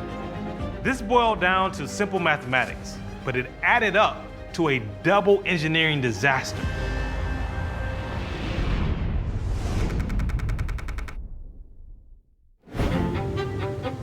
The Rhine is one of Europe's most important rivers, flowing through 6 countries and defining national borders, including this historic location between Switzerland and Germany. On one side lies the German town of Laufenburg, and on the other lies the Swiss town of Laufenburg. This isn't some strange coincidence. These two towns were originally one and the same until 1801, when Napoleon split them in two after victory in battle. Not only do these two towns share a name and a border, they also share a common bond, remaining connected throughout the centuries by this old toll bridge. Marcus van Nijenhoff is a boat captain and local tour guide. So, wir befinden uns jetzt oberhalb der alten Zollbrücke. Sie wurde im Jahre 1908 erneuert. Der historische Stadtkern von Laufenburg ist einzigartig und er hat eine besondere Geschichte. Eine Stadt auf 2 Länder. By 2003, it was clear that the old customs bridge could no longer cope with the demands of modern-day traffic. Ist hier der ganze Straßenverkehr über diese Brücke gelaufen. Die Brücke hatte 2 Fahrspuren, aber der Verkehr in der Altstadt, da hat sich da immer gestaut, da war so ein richtiges Nadelöhr. In the spirit of cooperation, both Laufenburgs agreed it was time for an upgrade. Aber mittlerweile ist diese alte Zollbrücke eine reine Fußgängerbrücke. Also die ist eigentlich für den öffentlichen Straßenverkehr nicht mehr freigegeben. The result was this. Just downriver from the historic town, the 225-meter-long Hoch-Rheinbrücke, or High Rhine Bridge. The pre-stressed concrete bridge was completed in 2004 at a cost of around 10 million euros. 2 countries came together to build a modern crossing, and construction costs will be shared equally. In a further demonstration of unity, the bridge would be built simultaneously from both ends. When you have 2 nations building from opposite sides of a bridge, one thing that's crucial is that you meet in the middle. But it's not always as simple as it sounds. In a city divided by a river, a border, and even Napoleon Bonaparte, this bridge was about to make history for all the wrong reasons. Winter 2003. Construction of the new High Rhine Bridge was well underway, and it was undergoing a routine inspection ahead of the planned holiday season shutdown. Fabrice Müller is a local journalist. Es war kurz vor Heiligabend, als die Ingenieure mit Schrecken feststellen mussten, dass man bei der Brücke einen Berechnungsfehler gemacht hat. The bridge wouldn't be unifying anything as it currently stood. The inspection discovered that the Swiss side was lower than the German side, by a considerable margin. This wasn't a tiny mistake. The 2 ends were out by over half a meter. Instead of happy holidays, this had become a nightmare before Christmas. Diese Brücke hat es geschafft, in die Geschichtsbücher einzugehen. Und wie man das letzte Drittel eingeschaltet hatte, da hat man festgestellt, ups, hier stimmt was nicht. Ja, ist eigentlich unglaublich. This was an early Christmas present neither country wanted. So how had a bridge, built by 2 countries with a reputation for precision engineering, gone so drastically off course? The mistake, it seems, could be traced all the way back to the drawing board. Dietmar Adam is a professor of geotechnical engineering. So the general process of planning a bridge is to find, first of all, the alignment. And when you know this, you do some ground investigation, soil sampling, to get to know about the ground conditions. And then finally, you can do all the design of the bridge in detail. But it was in the last part of the plan that things began to unravel. In the designing stage, it was taken into account that there are different reference altitudes due to different sea levels. Sea level is the base level for measuring elevation or depth. However, winds, currents, temperature, even gravity create variations, so the level can be different depending on where you take your readings. There are differences between the different locations. Here, this variation led to a miscalculation in one crucial detail: which sea each country was referring to. They might be neighbours, but Germany uses the North Sea for its base level, whereas Switzerland uses the Mediterranean. Crucially, there's a difference. Engineers were well aware that the Mediterranean level is 27 centimeters lower than the North Sea base level. So the difference of the reference altitude was well known in advance. And it was the plan to correct it on the Swiss side. This plan was seemingly straightforward. What could possibly go wrong? Engineers factored the difference into their calculations. The only problem was they went the wrong way, effectively doubling the difference instead of cancelling it out. Instead of raising the level on the Swiss side by the required 27 centimeters, engineers went the other way, lowering it by a further 27, meaning the bridge was now out by 54 centimeters. I would say 99.9% of all cases, this will not happen because it is well known to the engineers that there are different reference altitudes between two countries. So one side had to say to the other, sorry, we got the numbers the wrong way round. This had all the makings of a long-running catastrophe. There was a double mistake. It happens, but it does not happen very often. It is really very seldom. With the two countries starkly out of alignment, a solution was needed. Like any situation where there's a difference between two nations, most of the time, the perfect answer is to meet in the middle. Here they achieved that by raising the abutment on the German side by the now required 54 centimeters. Fortunately, it was early enough that they realized the mistake. So the bridge foundation on the Swiss side was already finished, and on the German side they were a bit behind.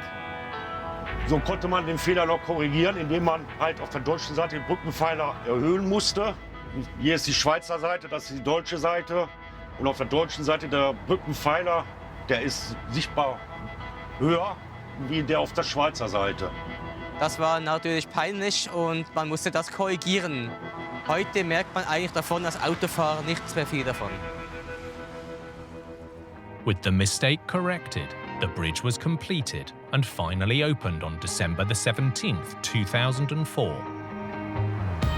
Almost a year after the disastrous Christmas discovery. Mistakes can happen, but there is always a solution done by engineers. The lesson here is simple. Always double check your calculations. And always make sure you know the difference between up and down.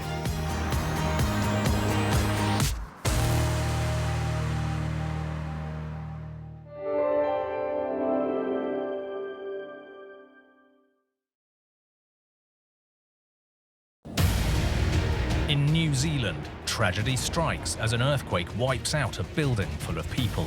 We got hit right underneath the city. This poisonous smoke. It felt like it was going to collapse, pancake even more. Devastation in Texas as a dramatic failure drains a massive lake. It's just, oh God, we were in shell shock. What the hell happened? In Canada, a towering silo structure sinks into the ground. They must have just panicked. You know, what do you do? I mean, it was really impossible to stop once it was started. And in the UK, an unearthly noise sparks a citywide mystery. It just sounded like some aliens were going to come down and take us away.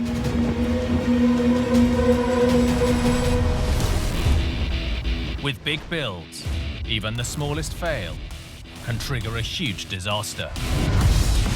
From miscalculations to misunderstandings, or just plain bad luck.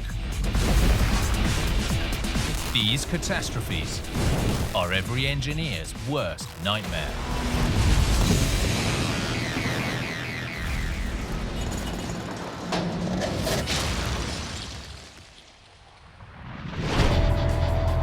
When they build big, engineers have to consider every weapon in Mother Nature's arsenal. Any weakness that isn't accounted for could prove disastrous.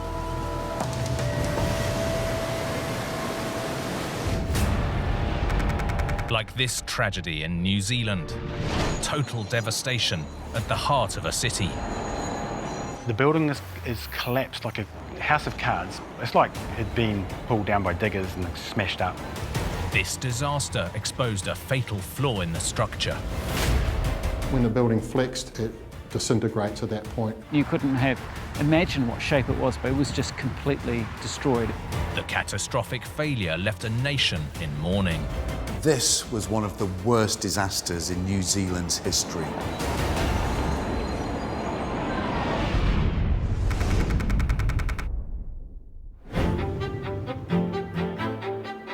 Christchurch, New Zealand, is one of the oldest and most distinctive cities in the country.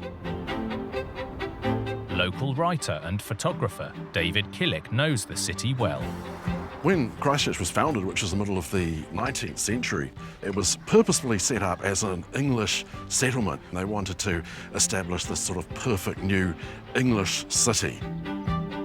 Christchurch was named after a college at the world-famous Oxford University, despite being half a world away, and is seen as the most English city outside of England.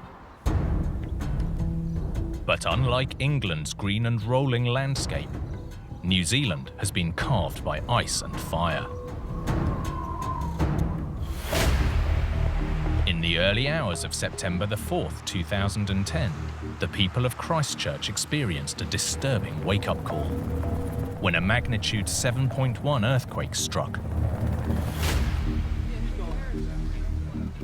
It was some way out into the country.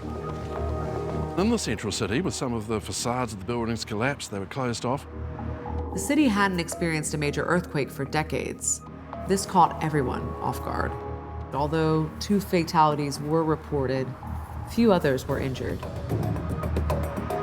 Residents like photographer Neil Macbeth knew they'd been lucky. The lack of injuries and death, considering the magnitude of the event, I think we felt like we dodged a bullet.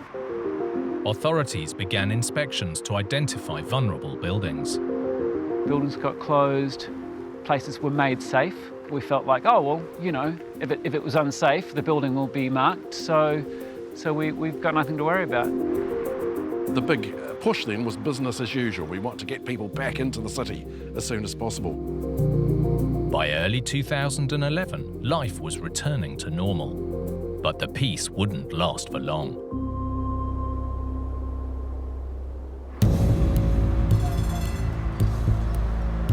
Tuesday, February the 22nd, journalist David Killick was in central Christchurch, taking a break from the office. I was working in the press building. It was lunchtime, and I went and visited the central library. At 12:51 p.m., the peace was shattered as Christchurch was rocked by a magnitude 6.3 aftershock. The whole floor swayed underneath me. Some people screamed. I took cover underneath a big pillar. I figured that if that collapsed and I'd had it. Lights went out and thought, oh, this will be bad. And it was a big one. Everyone was in a state of shock. There were alarms all over the city. It was really noisy. There were sirens and the police were coming in very fast, closing off the central city. As people fled, photographer Neil knew he had to get to work. The council asked me to get in, take photos, make a record for us, and as I walked through, it began dawning on me. This is massively more serious than the earthquakes we've had in the past. In the central square, the iconic cathedral spire had collapsed. It was just one of this huge array of things that were all going wrong all at the same time. It was brutal. It was just brutal. First responders like firefighter Paul Rodwell felt the shock and immediately took action. There were so many incidents and the radio was so busy you couldn't even talk on it. We're going from building to building and always our priority is life, so we're just looking for any life signs and anyone we could help. Amid all the chaos, Paul and Neil found themselves on Madras Street, at the scene of one of New Zealand's worst ever disasters.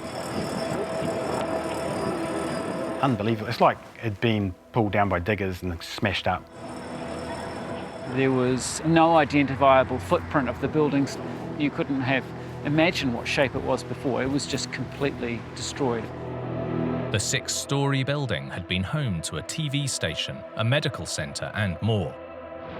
But it was now a pile of rubble. I was really not prepared for how bad it was. There's probably 100 civilians, police, construction workers all standing on the top, searching, trying to find people picking through the rubble. All that remained standing was the concrete stair and elevator core, but it was on fire, delaying the rescue efforts. There was no water, of course, and the senior officer asked for me to call for a helicopter with a monsoon bucket to try and get this fire out. But Paul knew lives could depend on him. So, as aftershocks struck, he crawled into the burning wreckage. There's poisonous smoke coming into that cavity. It felt like it was going to collapse, pancake even more. I mean, I could get out if I had to, but they can't. If you want to go in there to try and rescue someone who's alive that's in there, your chances of coming out aren't necessarily 100%. Paul and the team began extracting survivors. He spent 6 hours in the rubble, saving anyone he could. We got 6 live rescues out of that hole, the most from the earthquake anywhere, and you cling on to that. As multiple rescue efforts continued, residents were left reeling, their city in ruins. It's a very strange, sad thing to walk through the city that you've spent your whole life in, and for every single thing you look at to be broken. And I'm not kidding, every bit of pavement, every building, everything's broken, and everyone's gone. Across Christchurch, more than 180 people died. 115 of them in the Madras Street building alone. As the nation mourned, the government launched an inquiry. This office building had been designed to withstand earthquakes, so why had it almost completely collapsed? Structural engineer Ashley Smith was tasked with investigating the tragedy. What we're really wanting is what initiated the collapse. So what was the first thing to fail is really the key thing, because often once one thing fails, that tends to fall down and drag other things with it. The first clues came from eyewitnesses who reported seeing swaying and violent twisting at the southeast corner before the building collapsed. Most people said there was what they called a tilt to the east. So this is the east side down here. Something had given out in this quadrant of the building here. The direction and twist of the collapse led investigators to analyse 2 key aspects of the structure's balance, both its centre of mass and centre of rigidity or stiffness. One of the key things about this design is what we call the centre of mass of the building. So we look at the mass, add it all up, and the location where that is centred is roughly in the middle of the building, which is common and preferred. But what's quite different about this one is because this core bracing structure is located outside of that. The actual centre of stiffness of the building is outside of this floor plate. The building's 6-story framework was made up of reinforced concrete columns and beams, all braced by the core on the north. It was placed to the side to keep the interior clear for office space, but here that had created a problem. The building reacts to an earthquake essentially in proportion to its mass. So the ground shakes, the weight of the building is what sways it around. Now there's quite a large distance between centre of rigidity and centre of mass, which causes this twisting action. So what that does is really increases the displacements around this corner. But the lopsided design wasn't the sole cause of this disaster. Ashley and the team discovered a weakness in the supporting columns. So looking down on top of a column, it's got a cage of reinforcement with 6 bars in the middle and some spiral, what we call spiral steel, wound around the outside of it. The main columns were 40 centimetres wide, with 6 steel reinforcing bars running their length. For earthquake proofing, a steel spiral wound beneath the surface, creating a protective steel mesh. Providing you put enough spiral around the outside can be made to absorb quite a lot of that shock. It will crack, but it won't collapse. The feature of this one here is they only had 6mm spiral, so it's a very thin wire and 250 apart all the way up the column. It's not sufficient to contain that concrete. Essentially, the columns weren't up to the job that they were designed for, potentially putting the building at risk. Once one column goes, it's just a sequence. It's going to drag all the other ones down with it. Not only was the spiral reinforcing too weak, where some columns met the beams, there was none at all. We found next to no spiral reinforcement in those joint zones with the beams. So they put the spiral up to the underside of the beam, put the beams in, then started again, and in that zone you normally have even heavier reinforcement around the column. Ultimately, these factors from design to construction combined to create one of the worst disasters in New Zealand's history. I think it was a key concept design weakness to have that main bracing element located off to one side of the building.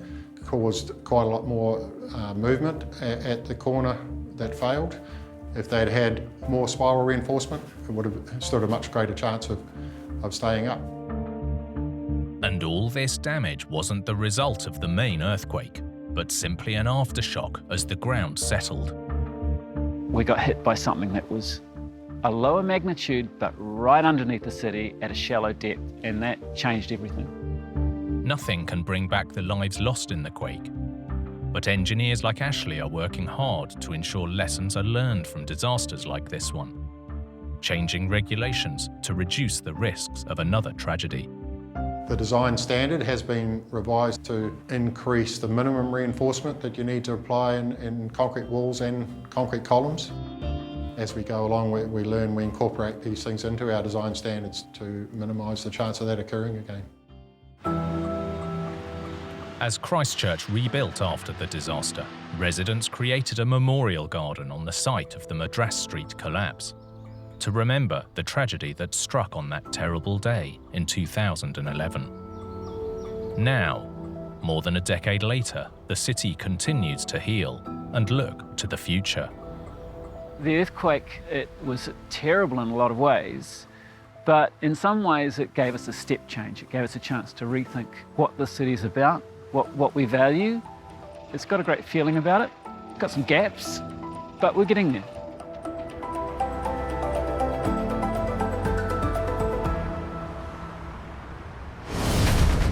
In engineering, problems can lie out of sight and out of mind for years. When they finally reveal themselves, we realize disaster was lurking all along. Like this collapse in Texas that caught everyone by surprise. This giant thing to just fly away, it was mind-boggling. An idyllic lakeside retreat turned into a dried-up wasteland. What the hell happened? It was crazy. And a community's determination to find a solution. People were very upset. They need to get it done.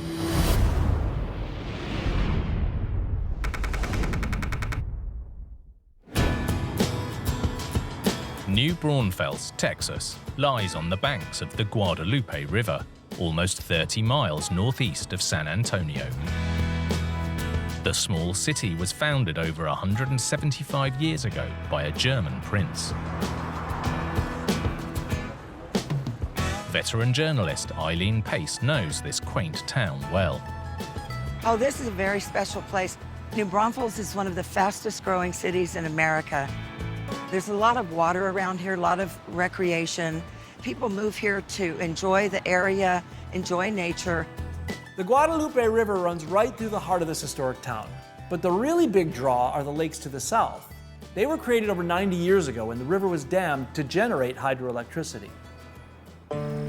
One of the area's most popular waterfront locations is Lake Dunlap.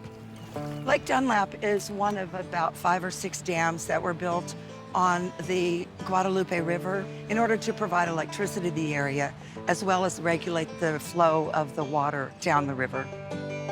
These days, the lake provides more recreation than it does power. People love to live on Lake Dunlap. I think there are about 250 different properties right on the lake.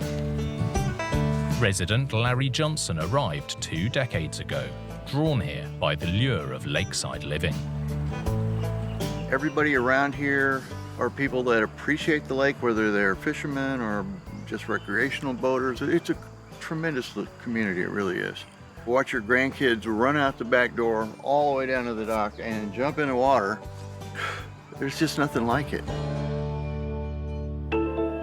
Built in 1928, the 11-kilometre-long lake covers an area about half the size of Central Park, with water levels controlled by the Lake Dunlap Dam. This is a river, so water is constantly coming down.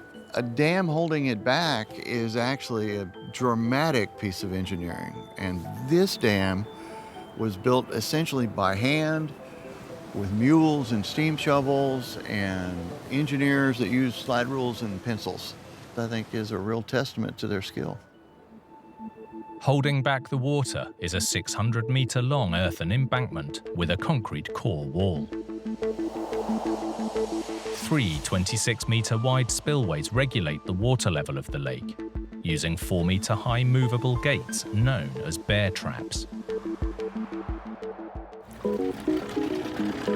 Resident and Lake Dunlap Water Control Board member Harry Muller knows the antiquated system well.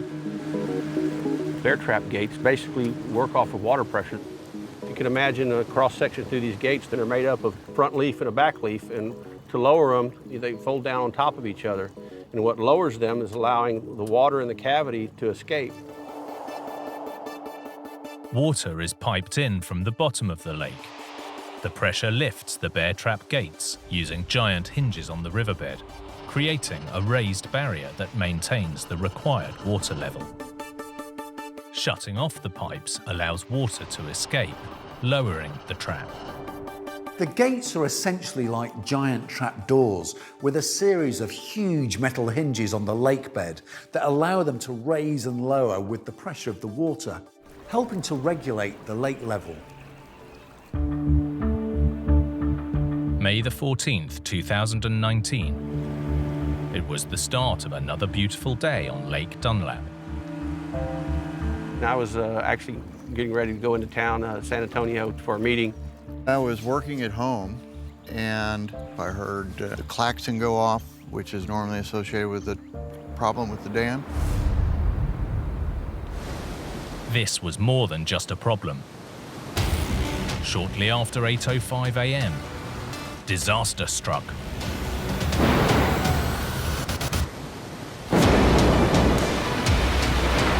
In just 4 seconds, the central bear trap gate had been completely destroyed. 85 feet long, this is not an insignificant thing. To just fly away, it was mind-boggling. We knew that there was a catastrophic issue. One of our gates had failed and had broken loose and went downstream. Lake Dunlap was emptying, fast. really was nothing you could do. It was gone. At that point, there was nothing to do but just watch the water go down. This was a huge disaster. The lake was losing water at the rate of an Olympic-sized swimming pool every 10 seconds. What residents experienced wasn't flooding, but instead a lack of water where there used to be a lot. In just a few hours, the lake level had fallen more than 2 meters. Larry's dream home, where his children came to play, had become unrecognizable. Normally, the water was just below that second deck. So it was really a dramatic difference. You and I would be underwater right now. Property owner Thor Mitskog heard the devastating news. It was just, oh God, we kind of were in shell shock. What the hell happened? You look around and all you saw was just mud and things standing out of the water. It was a mess. Luxury lakeside living had become a swampland junkyard. You could see all kinds of debris from over the years and floods. We saw an old boat that got caught up in some of the trees. You name it, we pulled it out of this lake. It's amazing over the years what had collected just in this particular area. Thankfully, despite the sudden and dramatic collapse, no one was injured. But the fallout left owners reeling. I couldn't believe that after 90 years of being here, that it could just fail on a perfectly calm morning. So why had this historic dam failed so catastrophically? Local journalist Eileen Pace knew that residents would demand answers. You have to understand, a lot of residents here have lakefront property because it's lakefront property. So naturally, people were very upset. People want their lake back. The first factor officials would investigate was the bear trap gate, designed to carefully control the release of water. But that was difficult, because most of it was now underwater. The River Authority sent a dive team down to evaluate what was left of the destroyed gate and also examine one of the gates next to it that was still intact, while paying particular attention to the hinges. Each oversized metal hinge consists of a casting attached to the concrete spillway and a hinge plate on the gate itself, both connected by a 10-centimeter diameter metal pin. If just one component fails, the report stated the result could be catastrophic. Examining the destroyed gate, the team found that the hinge plates were missing, most likely ripped from the pins. But when they raised an intact hinge from the gate next to it, they discovered something even more shocking. Hidden deep beneath the lake, the huge pin that held the hinge together had been wearing and getting weaker for almost a century, putting the whole trap at risk. As it turned out, one of the critical pieces was always underwater, and it was embedded in the concrete. So you have to destroy the gate to fix it. That was probably the only weakness in the overall design, is that once this lake was full with 3 spill gates up, those dams have never been out of the water. They've been underwater since the late 20s. It wasn't just corrosion that led to this tragedy, but water flowing continuously over the gates when the spillway was in use. When water runs over these gates, it creates a fair amount of vibration. And my guess is over time, the vibration of those pins, without being replaced, caused them to deteriorate to the point where they weakened and broke loose. And the result was catastrophic. With both remaining gates at risk, the only solution was to build a whole new spillway. The problem was, the local authorities didn't have the funds to replace it. But for Larry Johnson, this was personal. Immediately, my thoughts turned to my family. And I'll never forget when my granddaughter walked down and she stood on the deck up there and just looked around and started welling up in her eyes with tears. And she asked me, "Grandpa, you're gonna fix it, right?" For residents like Larry and Harry, raising around $40 million wasn't about to stand in the way of bringing their community back. I quickly threw my name in the hat because I had some construction and contracting experience. You know, we've got to do something to help ourselves and our neighbors get this lake back. Incredibly, Harry, Larry, and the others created their own local government authority, the Lake Dunlop Water Control and Improvement District. They then got themselves elected into office so they could raise the money through local taxes. It was a fun challenge. I'm so proud of the people I live on the lake with. With the necessary funds raised, work is now well underway. This time, the old-fashioned hinged bear trap gates will be gone. We're reconstructing the 3 spill gates using newer technology. We're installing what's called hydraulic crest gates, opened and lowered using large hydraulic rams from a hydraulic power unit located in the spill house. One of the most incredible things is how this community pulled together almost immediately. The fact that our dam is being replaced at all, I think, is kind of a miracle. While there's still a long way to go to restore the lake to its former glory, one thing's for sure. The residents of Lake Dunlap have the fighting spirit to get the job done. When the water comes back, I can guarantee you that there'll be a party at every single house down the lake, just like on the 4th of July. When engineers build big, every detail must be checked and double-checked. Miss one thing and the results can be catastrophic. Like this disaster in Canada that almost swallowed this massive structure. They thought it was just going to keep going, and that would have been the end of it. A hidden weakness that gave workers a sinking feeling. This was heavier than 4 Eiffel Towers. Sorting this mess out must have seemed impossible. Leaving engineers fighting against Mother Nature. They didn't give up on it. They said, no, we can fix this.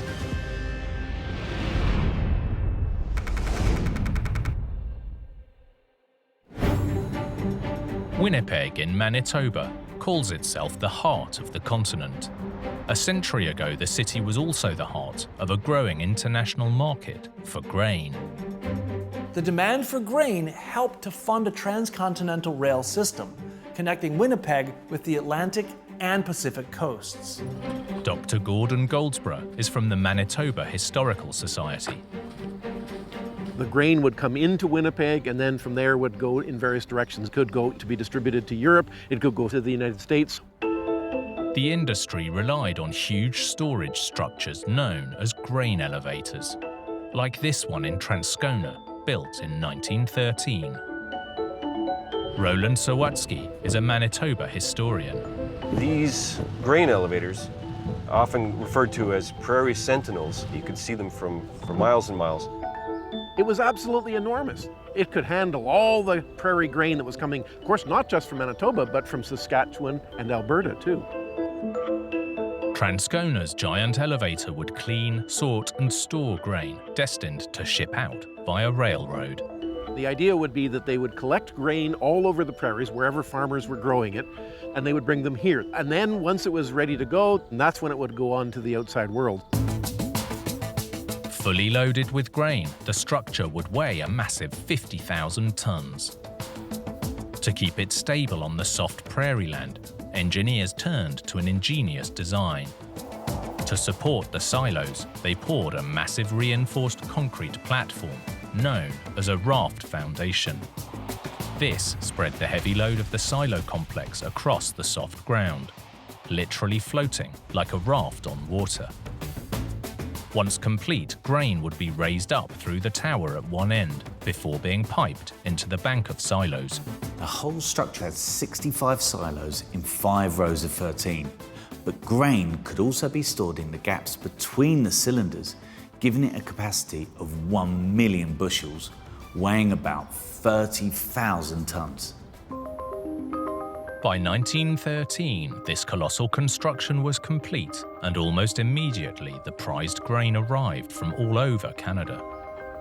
As workers eagerly began the inaugural filling of the new complex, they had no idea they were sowing the seeds of catastrophe. October the 18th, thousands of tons of grain from across the region were being loaded into Transcona's giant silos. They started filling, and they started filling on the west side. By noon, work was nearing completion when the day took a dramatic turn. When the silos were nearly 90% full, workers noticed that the entire structure was starting to lean to one side. Not only was the Titanic complex leaning, it was starting to sink along with its precious cargo. They must have just panicked. What do you do? There's nothing you could do. Within an hour, the whole structure had sunk by 30 centimeters. But this was only the beginning. I'm sure they thought it was just going to keep going right over, and that would have been the end of it. 12 nerve-wracking hours later, the complex finally stopped moving. But it was buried around 9 meters into the earth and tilting at a catastrophic angle. The angle was 28 degrees off-center, and that's where it stopped. Amazingly, despite sinking deep into the prairie, the structure had survived mostly intact. It's incredible that the main structure of the grain elevator didn't break. But it wasn't just the silos that were at risk. Thousands of tons of grain, vital to the nation's economy, was trapped inside. Engineers were swiftly called in to investigate the disaster and what has become a legend in the industry. Marolo Alfaro is a professor of geotechnical engineering. This case has been cited in many geotechnical engineering or civil engineering textbooks, famous for engineers. The big question was why a structure that was designed to handle heavy loads had failed on its first filling. The answer was simple. The soft prairie the grain elevator was built on wasn't as solid as builders believed. These days, engineers have an arsenal of advanced technology to examine the ground in forensic detail. But in the 1910s, even though tests and calculations were done, they were much more limited. At the time, the best technique known to engineers was the plate loading test, which used a scale model to gauge ground strength.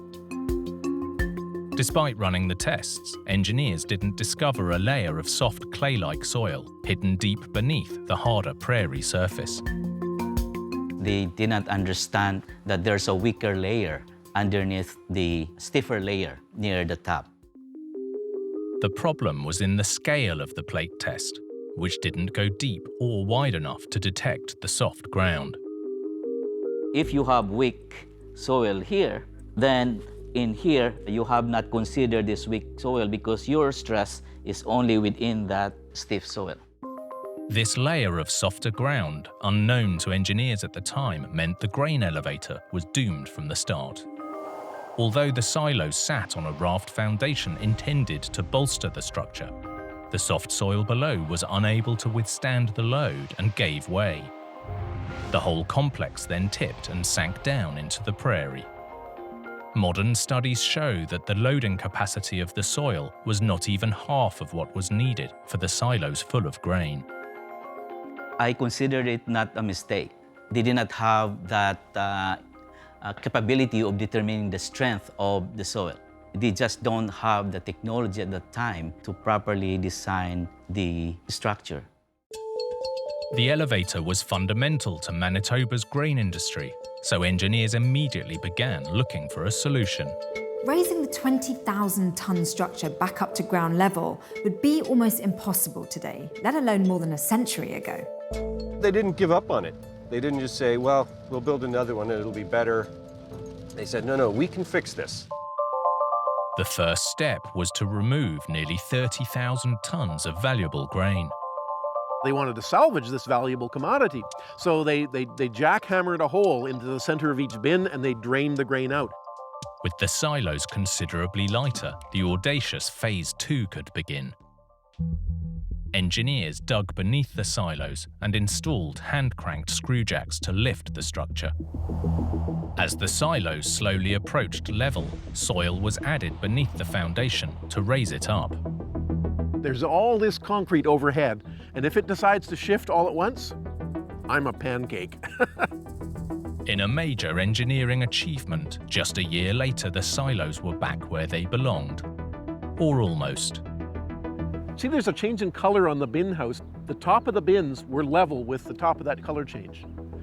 Well, of course, the whole thing went down as it was, and they jacked it back into place.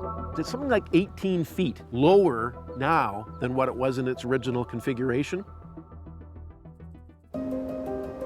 Despite this disastrous start, Transcona's grain elevator went on to have a long, distinguished career that spanned more than a century. And then it was used till 2021. Basically, they felt it didn't have enough capacity anymore. They needed actually something bigger. The Transcona elevator will long be remembered as a monument to engineering ambition and a testament to the power of a well-executed fix. That you can take an apparently insurmountable problem and make it right. That with ingenuity, with labor, backbreaking labor, you can fix even the worst problem. This is amazing to see. A structure that fell at the first hurdle and appeared to be doomed is still standing strong more than a century later.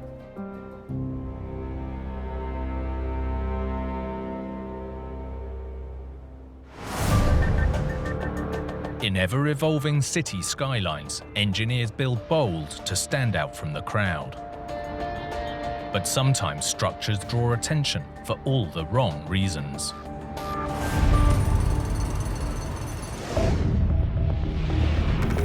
Like this story in the UK that sparked a citywide mystery. It just sounded like some aliens were going to come down and take us away. UFOs coming over the city, bizarre. An eerie noise causing a major disturbance. People losing hours of sleep, waking up and saying it's a nightmare. Revealing a surprising source of the strange sound. When this building started howling, people wanted to know why.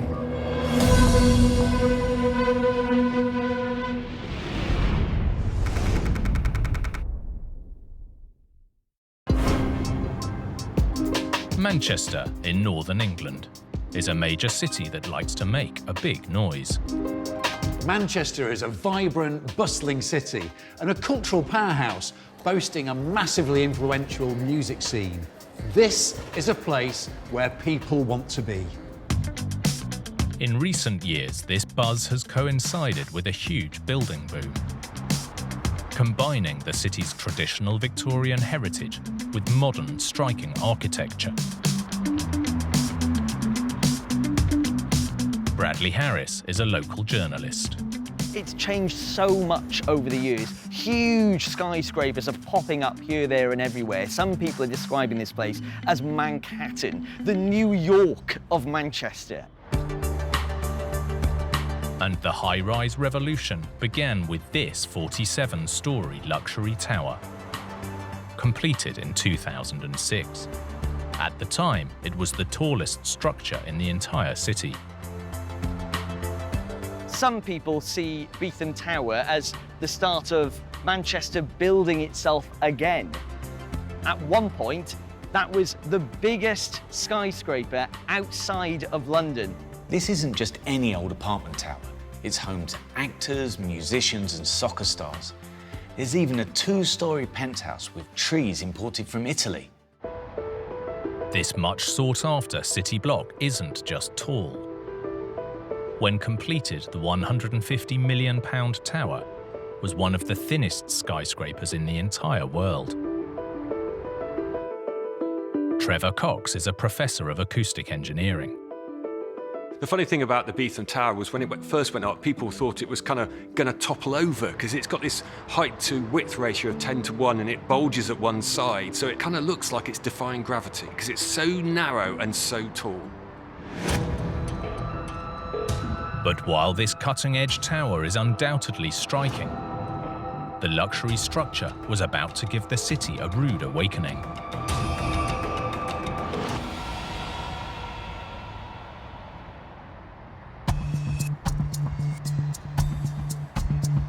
Manchester, 2006.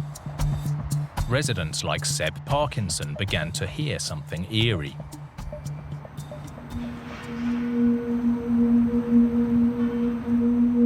I was sat on this balcony right here, and all of a sudden there was this real weird humming sound coming from somewhere. Caught on camera, a noise was reverberating across the city. It was an incredible noise.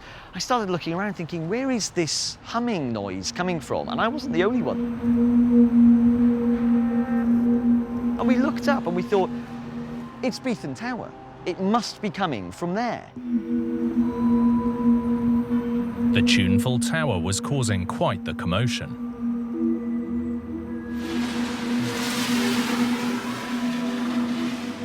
If you live in the city, imagine how you're feeling when you've got this howling sound piercing through for hours on end. It's proper loud, like just beyond, like deafeningly loud. People across the city can hear it, but it is that loud. In fact, the sound was reported to reach 80 decibels, equivalent to busy traffic, a car wash, or a food blender. One rock band sampled the howling on one of their tracks. There were also reports that it interrupted filming on the world's longest running soap opera. And residents soon grew tired of the drone. That humming, that howling sound, people honestly were losing hours of sleep, waking up disgruntled, looking up at the tower and saying, somebody just knock it down. With the complaints rolling in, people wanted answers. What was behind this skyscraper's spooky sound?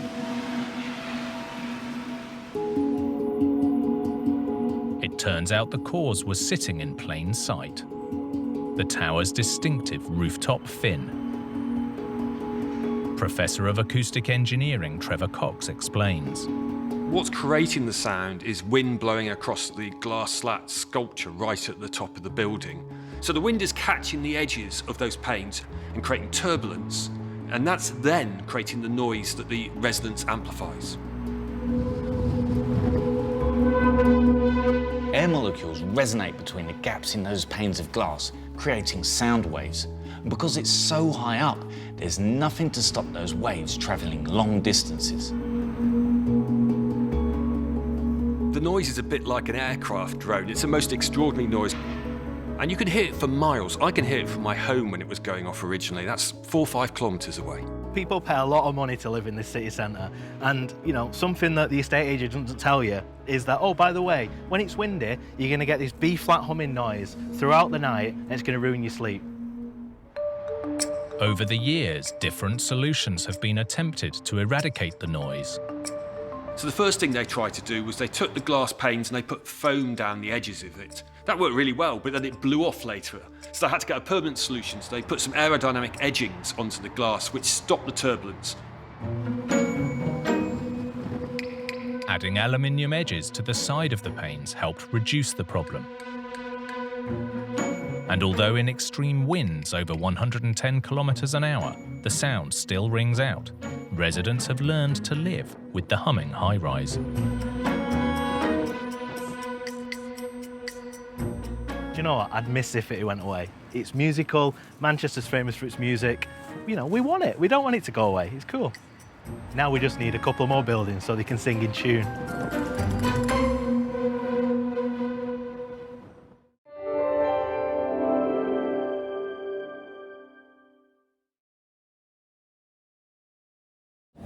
A deadly explosion strikes at the heart of a Texas community. The entire apartment complex was in pieces, and that is where my babies were. Disaster in Florida as a huge chasm devastates a neighborhood.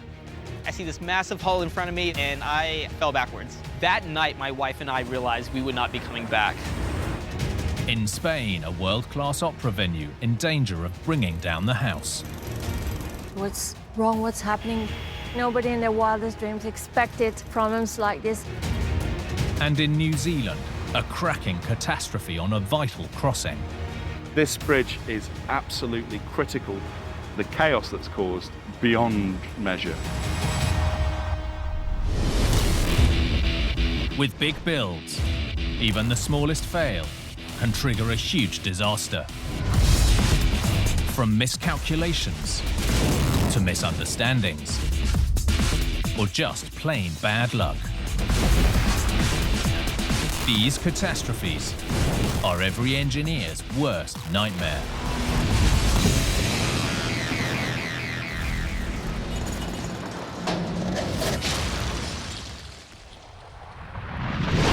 With engineering, robust design and construction are just the beginning.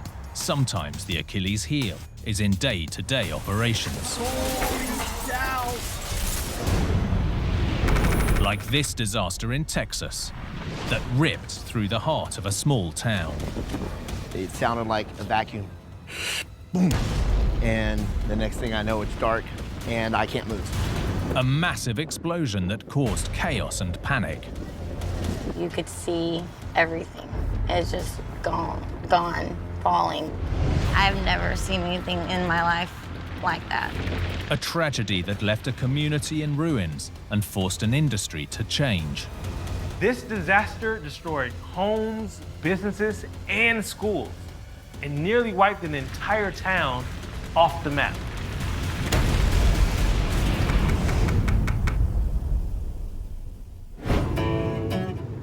West Texas is a town with a name that defies expectations. West is actually in north central Texas, about an hour's drive south of Dallas. In fact, the city got its name from Thomas West, a 19th century businessman and landowner.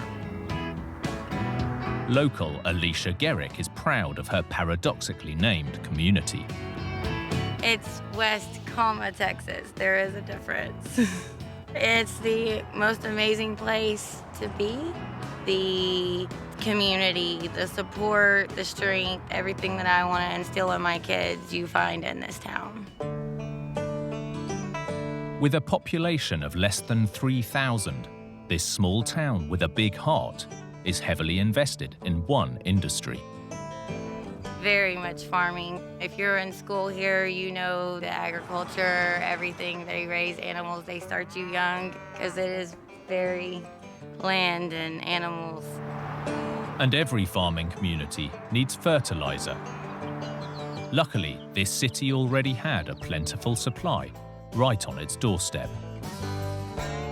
The West Fertilizer plant had been storing fertilizer, other chemicals, and grains since the early 60s. Over the years, the city essentially grew up around the plant, and it became a well-known feature. The large facility didn't just supply the surrounding area. Dr. Christy Says is an associate professor of environmental science. The West Fertilizer plant was a production and storage and distribution center for fertilizers throughout the Southwest and Middle East United States. They mostly carried ammonium nitrate, a very common fertilizer. Both the ammonium and the nitrate parts contain nitrogen, which is the single most important nutrient for promoting healthy plant growth. So it's the perfect combination for fertilizer. But the fertilizer plant that brought the community together would very nearly tear it apart. Wednesday, April the 17th, 2013, around 7:30 p.m. Emergency Medical Services instructor Rick Coleman was teaching in town.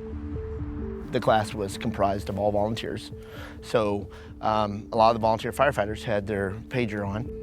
That was a pet peeve of mine. And we had just come back from a break and then the pager went off. And that's where we got wind that there was a fire. Firefighters, including 4 volunteers from Rick's class, rushed to the scene and began tackling the blaze. At 7:51 p.m.,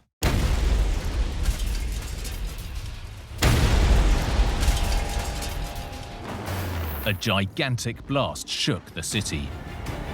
Rick was still inside the classroom building. The next thing I know, it's dark, sprinklers are going off, and I can't move. I reached for my phone and then kind of take a breath and figure out where the hell I am. Alicia Garrick was at work when she was rocked by the shockwaves. I was in the door frame and I went into the wall, and the other coworkers that were right here with me were screaming, "Oh my God," and all you could see was black.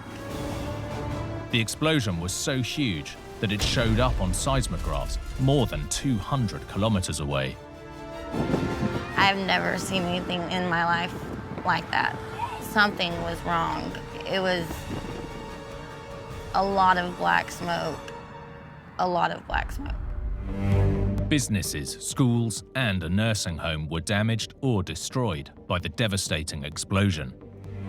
Paramedic and instructor Rick went to work. We found a nurse that was pinned under a wall that had collapsed. So that's when we start moving stuff, trying to get her out. We're just in instinct mode right now to help people. That instinctive reaction, that's what we do. Meanwhile, Alicia realized the blast came from near her home, where her 2 young children were with the babysitter. I lost all focus of everything other than them. I think my mom instinct just go. And that's what I did. I hopped in the car and took off. Alicia raced home and her heart sank. I took off running because I could see the entire apartment complex and it was in pieces. And that is where my babies were. What happened next was nothing short of a miracle. I looked up and I seen my 4-year-old dragging my 2-year-old by the arm down the stairs. And I screamed as loud as I could. It was just him, this little 4-year-old, and this 2-year-old at the bottom of these stairs. Everything's broke around him. He just wrapped his arms around his 2-year-old brother and froze. And I continued running across the parking lot through boards and trash and swooped them up. And when I was able to put my arms around them, and as bad as everything was, I knew I had them. Luckily, the 2 boys and their babysitter survived, although the babysitter had been trapped in the debris, one of more than 260 people injured in the blast. Tragically, 3 civilians and 12 emergency responders died in the explosion. Some of Rick's volunteers among them. So these 4 guys would carry a pager with them and run and help a complete stranger. That's just the way these people are. You know, it's just amazing what the volunteer does and how the community needs these people. With the city in mourning, state and federal officials launched an immediate investigation. What had caused such a destructive explosion?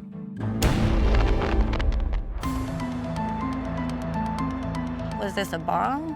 What was this? Everything was just a mess, but you couldn't tell what it was that made it do this. Investigators focused on the chemicals within the fertilizer plant, and one product in particular, ammonium nitrate. In the US, about 80% of ammonium nitrate is turned into fertilizer, but it's also a vital ingredient in industrial explosives used for mining and quarrying. Like a lot of dangerous chemicals, safe storage is key. The investigation discovered that on the day of the incident, around 50 tons of ammonium nitrate was stockpiled, next to other chemicals, in 2 open-ended wooden bins. Dr. Christy Says is an associate professor of environmental science. When you start to have contaminants added to the ammonium nitrate, for instance, dust, hay, grass, things like this, then you really start to increase its likelihood of it having a lower threshold for explosion. As a fire ignited and spread out of control, smoke and soot began to accumulate on the loose pile of ammonium nitrate, rapidly heating it. In normal storage conditions, fertilizer-grade ammonium nitrate is difficult to ignite, but intense heat and contamination can cause it to become increasingly unstable. There was one other very unlikely substance that could have lit the fuse, and that is water.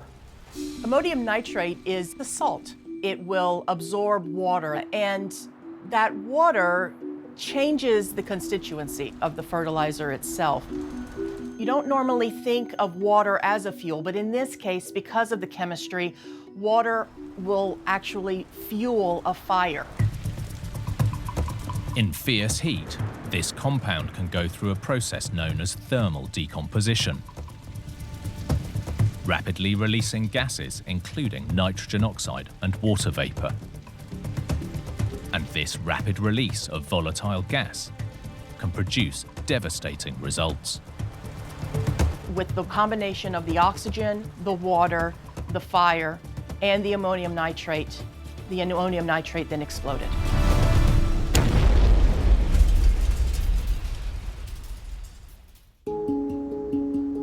That explained the cause of the blast. But with tons of potentially volatile and explosive chemicals in storage, why was the populated town of West so close by? We had a playground that kids played on daily, then an elementary school. So many things so close to a fertilizer plant that could even have the possibility of doing something like that. The investigation discovered that there were no state regulations related to zoning, which meant that over the years, the city and its citizens got closer and closer to the plant. As the town developed, it seems the potential danger posed by the plant had simply been overlooked. The investigation also revealed that when firefighters arrived on scene, they didn't have enough time to fully assess the potential danger of these hazardous chemicals before disaster struck. All of these factors added up to one of the most destructive explosions the National Chemical Safety Board had ever investigated. Following the tragedy, the investigation recommended new zoning guidelines near potentially hazardous facilities. In addition, President Barack Obama issued an executive order to improve chemical facility safety and security. With more than 1,300 facilities like this across the U.S. alone, the disaster was a massive wake-up call. In 2019, a memorial was erected to honor those who tragically lost their lives fighting to protect their town, including the volunteers from Rick's class. So these 4 guys, and every one of them here, they still ran to go help in any capacity. That's just the way they were. We have, as a community, an obligation to help one another all the time. With the fertilizer plant gone, the town looked to a new future. This is what's helped us find our joy again. And so now this is our West Fire playground for our kids. Our home's not here anymore. Our memories from the night of the explosion will always be front and center. We've processed things, we've grown. Now we can come here and our kids can just continue to play. Building big requires a balance between the needs of the environment and engineering. Upsetting that balance can trigger a catastrophe. Like this disaster in Florida, where a neighborhood began to disappear. This looks just like a bottomless pit opening up. A gaping sinkhole that kept growing, forcing people out of their homes. I could hear a hissing sound. I see this massive hole in front of me. Leaving residents asking, was this catastrophe the work of man or Mother Nature? Once they saw the police and the fire, a lot of them knew something serious was going on.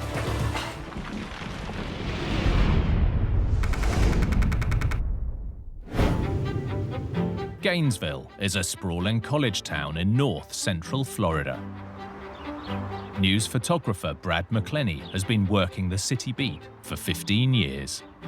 Gainesville is definitely the university city. The University of Florida dominates most things here in town. Medical research and agriculture, the two things that drive the University of Florida.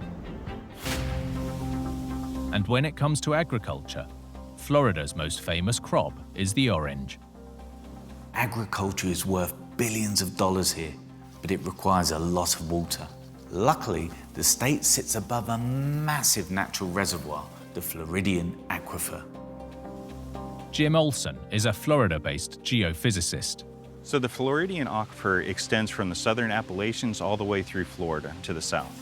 It is over 1,000 feet thick and supplies millions and millions of gallons of water per day. The water isn't just pumped for agriculture, but also for industry and residential use. Across the Sunshine State, nearly 3 billion liters of water a day are used just to keep lawns looking green. But the vast underground aquifer that supports so much life can also destroy it. In 2014, Matthew Sebastian and his wife Lucy relocated to Gainesville, where he was attending medical school. They decided to put down roots in the suburb of Westwood. The vibe in the Westwood neighborhood is super chill. It is one of community and friendship, and it's been fantastic. My wife was 7 months pregnant at the time. I was still in med school, and we envisioned a life here in Gainesville. But their dream would soon become a nightmare. October the 22nd, 2020. Matthew was returning from work. I came home and I smelled something like gas, and obviously I was very concerned. I went to go investigate what the smell could be coming from. On closer inspection, it was clear this was more than just a leaky pipe. I went into the backyard, then I could hear a hissing sound. So I follow the hissing sound. I see this massive hole in front of me. It's probably 15 feet across, and I fell backwards. As news of the disaster spread, photographer Brad McClenney arrived to witness the devastating scene. The police and fire rescue had cordoned off the whole area. They had tape up to make sure that no one was able to get back there. They really had no idea how big this sinkhole was going to get. Caught on camera by a local resident, this real-life drama was getting closer and closer to their homes. Some were really nervous that the sinkhole was coming towards their house. A lot of them knew something serious was going on. You see chunks of rock or soil just dropping through a hole in the earth. There's no way to know how deep it goes. Geophysicist Jim Olson and his team were called in to investigate. When I went up to it, I was really surprised by the diameter and depth, not to mention how close it was to multiple houses. It really made me nervous for the people that were right there. The craziest part about it was the house across the way had a swimming pool, and the swimming pool was hanging into the sinkhole. The pool took the plunge, but the hole wasn't done growing, as it filled with groundwater and expanded further.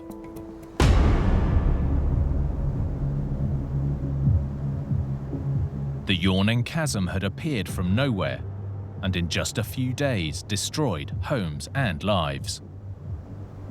In the middle of that is where it started, and it massively expanded to what you see right now. This was our property right here. And if we move over a little bit, we can actually see my other neighbor's former property as well. Luckily, no one was injured, but in all, 5 homes had to be demolished, as this nearly 40-meter sinkhole ripped apart the community. Some of the residents had been here 20, 30 years, and they had raised their kids here. Now your home was basically a waste. The neighborhood jokingly calls it the hell portal, and I think that's a very appropriate name. But what had caused this huge sinkhole to open up in a residential neighborhood? At first, the explanation seemed simple. So Florida as a state is very prone to sinkholes because we have karst topography, and those are characterized by the dissolution of limestone. Karst landscape can be found all over the world in layers of soluble limestone bedrock. Wherever it is, there's one key feature: underground caves. Limestone interacts with the acidic rainwater and groundwater, dissolving that calcium carbonate in the limestone, creating these large caverns and voids. In Florida, as those underground caves, cracks and fissures filled with water, they helped form the Floridian Aquifer. Caves hidden underground are generally no problem. The trouble starts when the roof gets too thin and collapses. When that happens, the soil above drops through into the cave below, and you have yourself a sinkhole. On the surface, the westward sinkhole may appear to be a freak act of Mother Nature. But it seems there was more at play, thanks to the insatiable thirst for water from the Floridian Aquifer. So as of 2015, Floridians were drawing over 15 billion gallons of water per day for a variety of uses. When we're pulling water from the aquifer near municipalities or these large agricultural lands, it's the spot location where we're drawing the water is really taxing on the system. The imbalance in water levels in specific locations caused a phenomenon known as the drawdown effect. The drawdown effect is when demand lowers the water table in certain locations. Cracks and fissures that are normally supported by water pressure are left empty, and the ground above becomes vulnerable to collapse. As more water is extracted, the aquifer can't keep the water table topped up everywhere, so sinkholes will become ever more common. Natural forces, industry and agriculture all combined to yield this nightmare sinkhole. But it was Matthew and his neighbors who were left to pay the price. That night, my wife and I realized we would not be coming back. And just for our safety, because honestly, we had no idea what was going to happen with this hole, we decided no matter what, it wasn't going to be safe to live here anymore. While Matthew has moved out and moved on, the sinkhole continues to linger. There's two ways to fill an existing sinkhole. It's either by putting fill material in there, such as soil, clays, sands, and just dumping it in there. The other way is pumping concrete grout into the ground. But with a chasm of this scale, the cost to fill it outweighs the benefits. Sometimes it can cost as little as $5,000 to $10,000 to repair sinkholes, and sometimes it can be over $500,000 to $1 million to repair a large sinkhole feature. The whole of Florida sits on this type of limestone landscape, and the cracks and caves are constantly growing. So there's really no getting away from this problem. Sinkholes are a fact of life. You never really know when they're gonna pop up. They don't happen every day. Matthew and his former neighbors still own the land. And with the chasm presenting a constant danger, they have taken on the responsibility of putting up a fence around the sinkhole to keep people safe. Luckily, they've got a little protection themselves. As a Florida homeowner, you have something called catastrophic ground collapse coverage. And so that's what kicked in for us.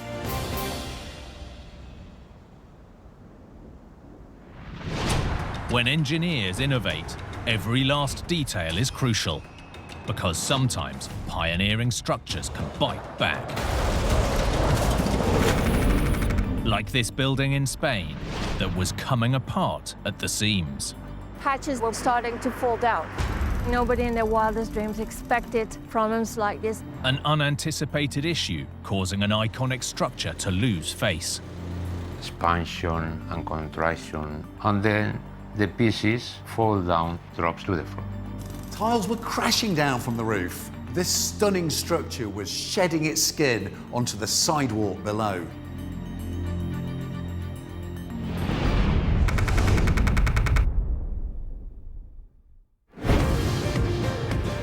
Valencia, on Spain's Mediterranean coast, is the nation's third largest city. Boasting hot, dry summers and mild winters, this bustling metropolis has a lot to offer. Valencia was founded by the Romans more than 2,000 years ago. As well as great weather, it has amazing culture and stunning architecture. long in the shadow of Barcelona and Madrid. In 1996, Valencia embarked on its most ambitious ever engineering project. 9 years and around €1 billion in the making. The City of Arts and Sciences. This complex was unlike anything Spain had ever seen, with 6 futuristic structures hosting everything from an aquarium to a cinema. The outside of the buildings was every bit as appealing as what was going on inside. The crowning glory was this, the tallest opera house in the world, known as the Queen Sofia Palace of the Arts. Tour guide Petronella van Mullicum was drawn to the city by the cutting-edge construction.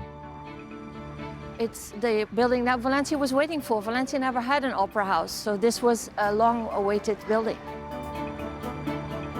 This masterpiece of modern architecture consists of 3 halls, the largest with a capacity for almost 2,000 opera-goers. But the standout feature was the striking steel and ceramic roof. People say it looks like a ship, other people say it looks like a shark, and third option is it looks like the helmet of a medieval warrior. So depending on where you stand, how you look at it, you see different things. So in that aspect, it's absolutely brilliant. In the final act of construction, the 2 shells of the opera house roof were covered with a delicate mosaic ceramic work known as trencadis. Trencadis literally means chopped. By using broken tile fragments, you can create a mosaic pattern on irregular or curved surfaces. With more than 20 years' experience, mosaic and trencadis craftsman Ruben Coronel knows the method well. ¿Qué es el trencadis? Es un tipo de mosaico, una técnica arquitectónica impulsada por Antonio Gaudí, un arquitecto modernista.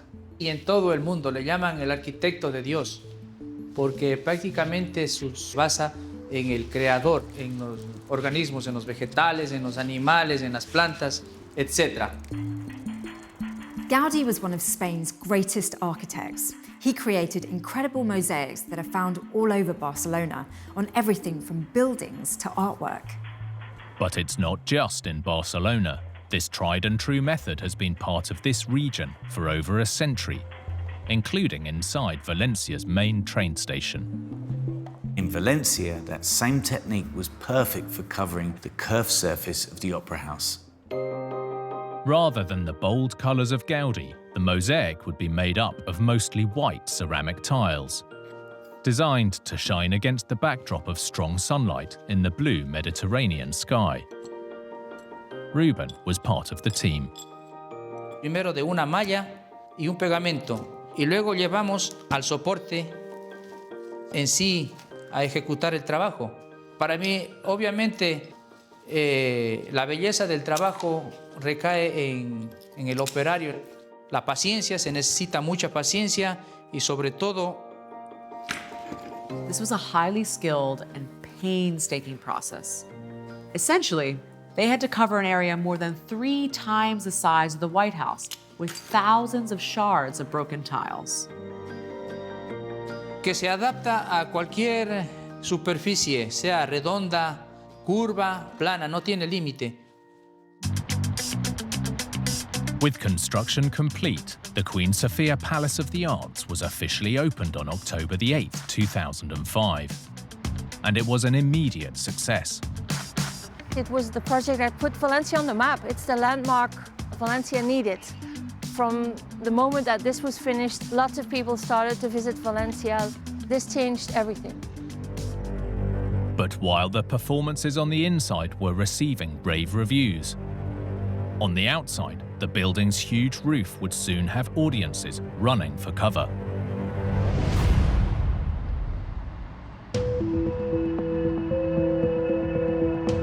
Late December 2013, and for tour guide Petronella van Mullicum, word was starting to spread that something was wrong with the stunning structure. People started to notice things on the outside of the buildings. They saw parts of the trencadis like bulging, and they would ask questions during the tours. What's wrong what's happening with the train caddies on the outside. Worse was to come. On December the 26th, 2013, as high winds swept across the city, sections of the signature mosaic began tumbling to the ground. We saw parts falling off. That was a bit of a shock. Nobody in their wildest dreams expected problems like this happening on a modern building that was only 8 years old. Authorities were left with no choice but to cancel performances and shut the entire building down. Valencia's Opera House was one of the hottest tickets in town, but it had been open for less than a decade. This was shocking. This is the world's tallest opera house. You wouldn't want to be underneath when one of these tiles came crashing down.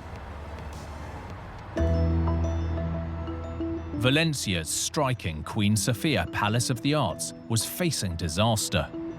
This being the most expensive building of the whole project, most iconic, was a scandal that after 8 years there were already things not working. The problem, it seems, stemmed from Valencia's hot, windy climate and how it interacted with the steel Trencadis-covered roof. Vicente Blasco Garcia is a professor of architecture. The surface is exposed to the climate conditions, expansion and contraction, expansion and contraction. The material covering the metallic surface begins to break, and that's the main problem, the incompatibility between both materials. The steel and the ceramic were expanding and contracting at different rates and in different directions, causing cracks to develop between the mosaic and the metal, making the problem worse. And then, through these little gaps, water penetrates between Trencadis and metallic surface. It can freeze, and then the ice expands and the Trencadis fall down to the floor. But this was a tried and true technique throughout this region. So why had it failed so spectacularly here? One theory is that the adhesive itself wasn't allowing the two surfaces to move relative to each other. An independent report concluded that about 60% of the surface was failing. So, in these conditions, it seemed the glue just wasn't working properly. In January 2014, less than a month after the first tiles fell, the city began working on a radical solution. They decided to take all the Trencadis off of both the facades. And while the estimated cost of repairs ran to around €3 million, it definitely had its upside for the tourist trade. That was especially good for the tours because we were able to pick up parts of Trencadis from the floor and say, well, this is a souvenir from Valencia. It was quite spectacular. With the structure stripped and lessons learned, the decision was taken to try the Trencadis mosaic again, this time using a more flexible and more watertight adhesive. Ruben was again part of the team.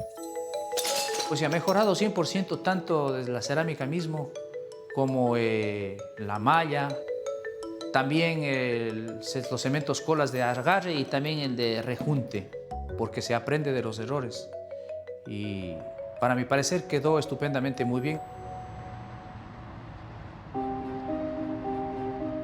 Fully reopened, Valencia's Opera House continues to wow audiences from all over the world, inside and out. Cada vez que veo estos edificios me lleno de emoción. Poder decirles a mis hijos, vuestro padre trabajó ahí, en ese edificio, eso me llena de alegría y es Valencia, una ciudad que amo muchísimo y me ha bendecido muchísimo. The opera that had to be cancelled back in 2013 was about two ill-fated lovers who couldn't be a happy couple. But in the real drama of the mosaic and the roof, hopefully now these two can stick together. With big structures, engineers try to prepare for any eventuality. But sometimes circumstances demand a radical change of plan. Like this story in New Zealand that threatened to close one of the nation's most vital crossings. This bridge is absolutely critical to the New Zealand economy. Shutting it down just isn't an option. A revolutionary engineering solution that triggered unexpected consequences. The chaos that's caused beyond measure. And left engineers in a never-ending battle to save the bridge. In a worst-case scenario, this bridge could have suffered catastrophic failure.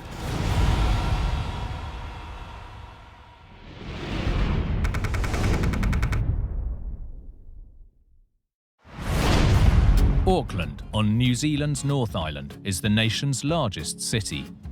Like the rest of this dynamic country, its geography is complicated.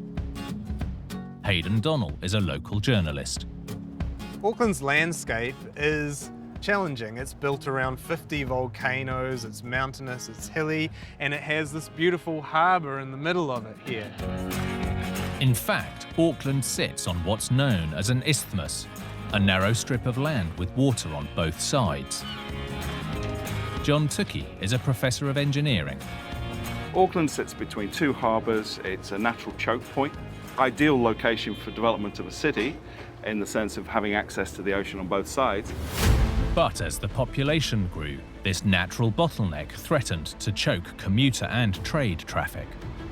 To release the pressure, plans were laid for this: a mammoth 1,020-metre crossing known as the Auckland Harbour Bridge. It's a box truss structure, which is it's a simple structure. It's very common in bridge building, has been for a long, long period of time. A box truss relies on a lattice of steel members arranged in a series of triangles, one of engineering's strongest shapes.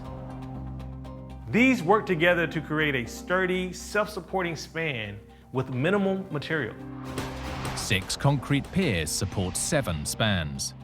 Towards the centre, the boxes arch upwards, creating an almost 200-metre wide, 40-metre high channel for shipping. Construction began in 1955. At the time, it was New Zealand's largest ever infrastructure project. It took 1,000 workers 4 years to complete the mammoth structure, using more than 40,000 tonnes of concrete and nearly 6,000 tonnes of steel. When it opened, the 4-lane bridge was the North Island's longest crossing, and it was quickly put to work. It became pretty much the only main road that links the north of New Zealand with the south of New Zealand. But within a decade, it was clear New Zealand's largest bridge wasn't big enough. The initial amount of traffic going over the bridge was about 15,000 vehicles per day, which was substantial. That having been said, the trajectory of growth was astronomical. One solution might have been a second bridge, but it would have been phenomenally expensive. So the engineers went for something much more radical. The plan was to attach 2 new bridges to the old bridge, one on each side, doubling its capacity from 4 to 8 lanes. These so-called clip-ons were a completely different type of bridge. Instead of the steel lattice of a truss, they're hollow steel boxes reinforced with internal ribs, known as orthotropic decks, supported from the piers below by giant steel wings. If you look at each wing, you can actually see 2 vertical columns coming up, and they connected to the bottom, or their main supports for the bottom of the clip-ons. And you can see the 2 working side by side at this point. These are clipped on 2 lanes on either side, and the bridge is now 8 lanes wide. The audacious expansion was a success at first. But by the 1980s, traffic had soared yet again, and the clip-ons were starting to feel the strain. The connection between the road deck and clip-ons was failing. There was recognition of the fact that we were starting to get metal fatigue and cracking taking place in some of the new clip-on members. In 1985, a detailed inspection revealed cracks in the reinforcing ribs just beneath the surface of the road. These aren't giant cracks for all to see. They're hidden on the welds, deep inside the clip-ons. These welds were effectively all that was holding the road deck in place. If the damage went unchecked, the decks could shift, in a worst-case scenario, falling into the harbour below. Engineers were so concerned that heavy trucks were banned from using the clip-on supported lanes, hoping that lightening the load would prevent disaster. One of the nation's most vital crossings was in jeopardy, and the public was looking for answers. What was causing the cracking? The answer was simple: too much traffic. Bridges are designed to handle two loads: the dead load, which is the weight of the structure itself, and the live load, which is the traffic. Here, the traffic was causing problems inside the new clip-ons. The vibrations from above were repeatedly flexing the welds holding the road deck in place, fatiguing the metal. This phenomenon is known as cyclic loading, and it threatens steel structures worldwide. Let's imagine you've got a small metal rod that you wanted to break. You flex it backwards and forwards in that same spot. As things get harder, it becomes more brittle and it's more prone to snap and crack. Despite showing signs of serious fatigue, closing the crossing altogether wasn't an option. This bridge is absolutely critical to the essential economic activity of New Zealand as a whole. The solution was as radical as the original design. The only way to protect the bridge and the New Zealand economy was by removing and re-welding the failed connections one by one. But removing too many at once would risk the structure falling under its own weight. They had to be individually taken off. About 2,000 of these splices all in all that were replaced and upgraded. Taking a full year, by 1986 the second bridge fix was complete. But it was more of a band-aid than a permanent solution. Every repair adds more weight, but add too much, and the fixes would start to overload the bridge, essentially making its problems worse. The latest fix alone involved 120 kilometres of new welds and 200,000 new bolts, adding unanticipated weight to a structure that's now 5 decades old. In 2021, authorities admitted the bridge couldn't withstand any more fixes and warned that long-term traffic restrictions could eventually be necessary to keep the bridge from total collapse. Up to 180,000 vehicles use the bridge every day. That's 50% more than when the clip-ons were first repaired. This problem will never go away. One answer could be a second crossing, this time under the water rather than over it. I can certainly see a scenario where we're likely to look at a tunnel solution, and that's what's been heavily pushed. Until a long-term solution is agreed on, New Zealand's engineers will continue to maintain the Auckland Harbour Bridge, keeping residents safe and mobile. The Auckland Harbour Bridge, I don't think it's near the end of its life. It's still going to be a critical link. When the bridge was first being planned, engineers simply had no idea how massively popular the crossing would become. In road building, there's this thing called induced demand. Basically, by making the roads better, more people want to use them. And here, this bridge seems to have proven that theory more than twice over.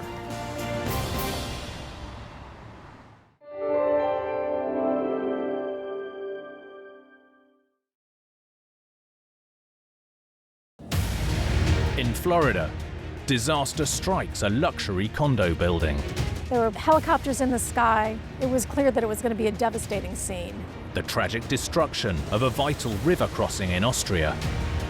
To encounter a disaster like that firsthand, it was gut-wrenching. Catastrophe in Spain, as the ground is ripped from beneath a community. It was the signal that something goes very, very, very wrong. And a US-Canada border crossing battles the elements and loses. This was a force of nature that was unheard of.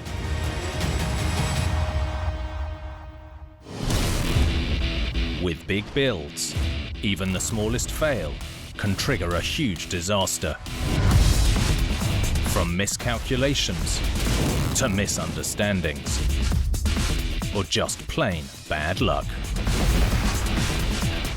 These catastrophes are every engineer's worst nightmare.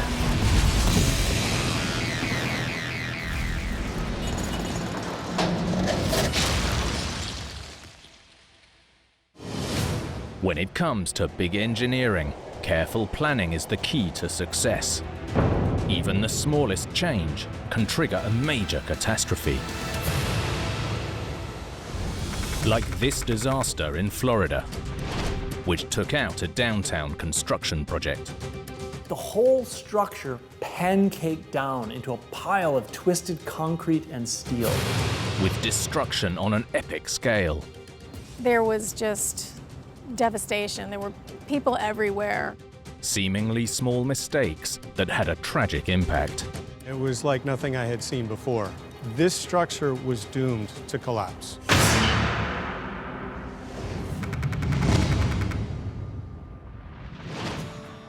Jacksonville, Florida enjoys more than 200 days of sunshine every year.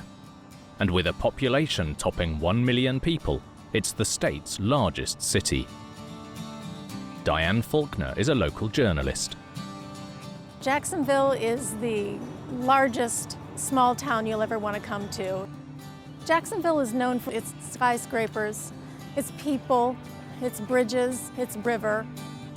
Jacksonville owes its success to water, from the nearby beaches to its deep water port, but mostly the St. Johns River that runs through it, earning it the nickname River City. Slicing through the heart of Jacksonville, the St. Johns River provides the backdrop to the city's prime real estate. Luxury condos are being built all the time in Jacksonville, especially on the river. There's a great need for them, or a great want for them. In 2002, construction began on a waterside development, which would include 2 nearly identical towers. Downtown has been revitalizing for some time, and people were very excited to be able to have another opportunity to live downtown. Residents would have access to a fitness center, tennis courts, and the most valuable luxury of all for downtown living, a place to park. By 2007, the second tower was underway with its own parking garage, which, once complete, was intended to be similar to this one next door. The garage was an all-reinforced concrete structure, 6 stories high with more than 50 private parking bays. While the car park's central location would be a draw for potential residents, it made construction more complicated. Structural engineer William Bracken witnessed the building's progress. We're in a downtown area, and getting equipment and materials and concrete to the site can be a challenge to avoid traffic and the congestion. To avoid the logistical nightmare of bringing enormous pre-made parts into the city, the plan was to cast the 6 stories of reinforced concrete floors, pillars and beams all on site. Standard practice when building multi-level concrete structures calls for the use of temporary supporting poles, called shores, to carry the load while the concrete is still solidifying. Only when the concrete is dry and cured are the temporary shores removed. Concrete takes about 28 days to fully cure, by which time it's reached its maximum structural strength. Depending on the thickness, it can be strong enough for work crews after about 7 days. By late 2007, construction was in full swing, while the city geared up for the holiday season. Christmas was coming, the construction was well underway. By December the 6th, all eyes were on the tower. The building, the skeletal frame, so the concrete and the framework was up, all the floors were up. Meanwhile, the prized city centre parking garage was in the final stages. 5 of the 6 floors had been completed and they were working on the 6th floor. To avoid potential delays from holiday traffic, the construction crews transitioned to a grueling schedule. There was a real risk of materials getting held up, so crews were working through the night when the roads were quiet. At 2 a.m., the crew was pouring the 6th and final floor of the parking garage. There were about 40 or 50 construction workers on site as they were placing the concrete. Over the next 4 hours, the slab slowly took shape.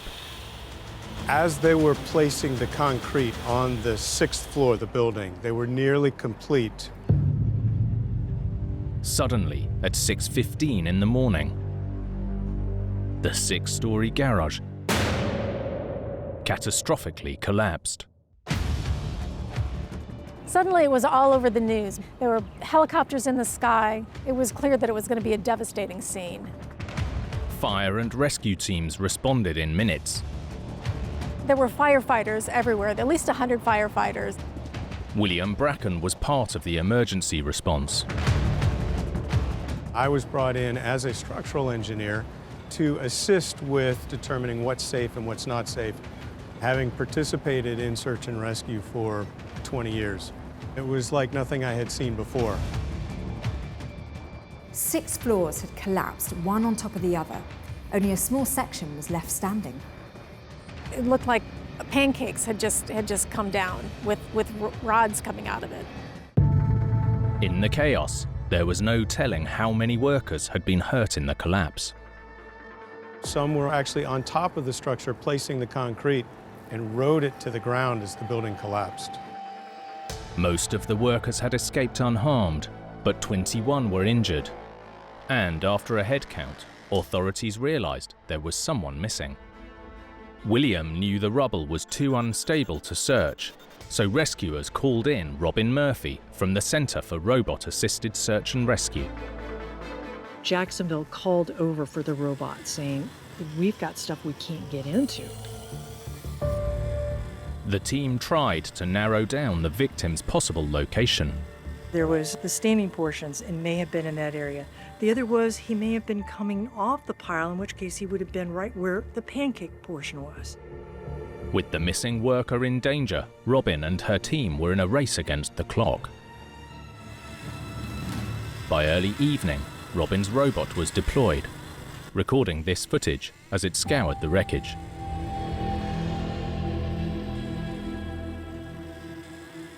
He might have been able to crawl, but insanely dangerous. It was totally unstable.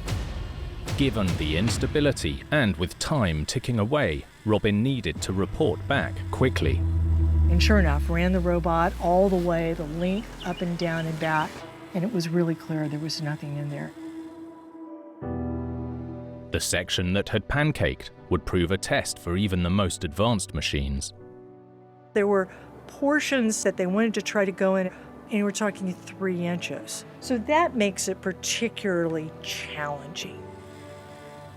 Nearly 48 hours after the collapse, rescue parties made a tragic discovery: the body of the missing worker. After an extensive rescue operation, it became apparent that the worker sadly died. Well, I was presented with people who were grief-stricken.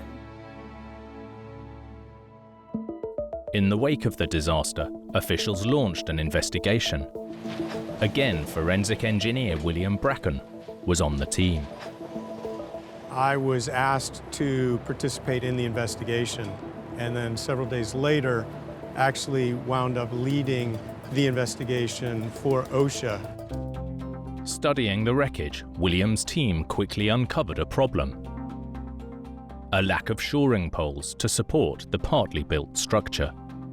Shoring was designed by the engineer to hold the entire structure, all 6 floors up. For some reason, the shoring on the first 2 floors was removed early. Under building code regulations, the shoring poles should be left in place until the structure achieves at least 90% of its structural stability. But here, shoring poles were removed before the lower levels were sufficiently cured, leaving the still hardening levels unable to support the weight of concrete being poured above. As the concrete was being placed, the weight of the structure exceeded the capacity of the shoring, the columns, and the beams. Within the rubble, investigators found other problems. The design flaws included columns that were half the size that they needed to be, that were so densely packed with reinforcing steel that the concrete couldn't even get down into them, and beams that were so densely packed with post-tensioning cables that the concrete couldn't even get in around the cables. The steel and the concrete play different roles, so it's crucial to have the right amount of both. Get it wrong, and the structure might not be able to support itself. And that's what happened here. As concrete was poured above, the unsupported lower levels failed first. The collapse initiated on the ground floor. The columns gave way, and the building gained momentum, crushing into the floor below, each one with more momentum and more power, in a pancake fashion, one story on top of the other. This structure was doomed to collapse. It took 8 months to clear the ruins of the garage. But for William and his team, the investigation was far from over.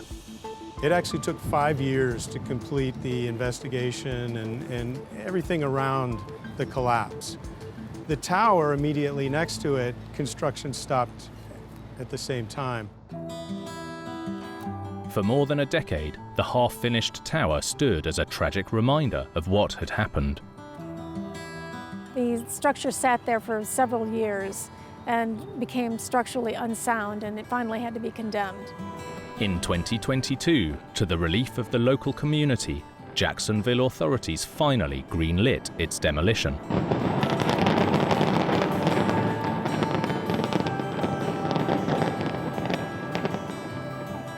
For many, the removal of the second tower will finally draw this chapter to a close. The accident was so tragic, and this tower standing for another 15 years must have been a painful reminder of that day. People were just glad to see it go.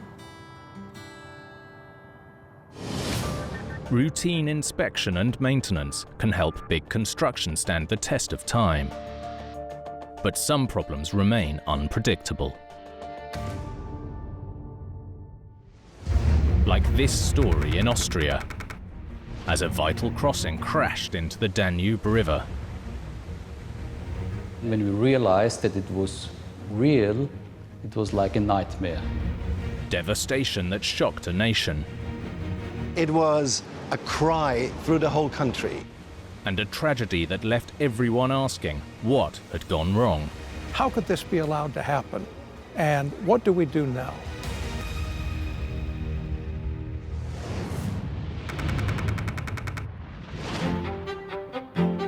Vienna. This ancient imperial city is known for its arts, architecture, and the mighty Danube River. The Danube is Europe's second longest river, flowing through 10 countries from southern Germany eastward to its delta on the Black Sea. In Austria, the river splits the capital, Vienna, down the middle. So Vienna has long relied on massive river crossings, one more than any other, the Reichsbrücke, or Imperial Bridge. Wolfgang Horak is a local tour guide. Reichsbrücke connects the old city to the new city, and it's one of the main traffic spots here in Vienna.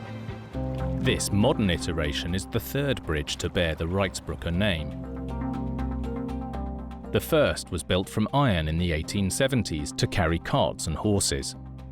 But by the 20th century, the bridge was too narrow for motorized traffic, and the city needed an upgrade.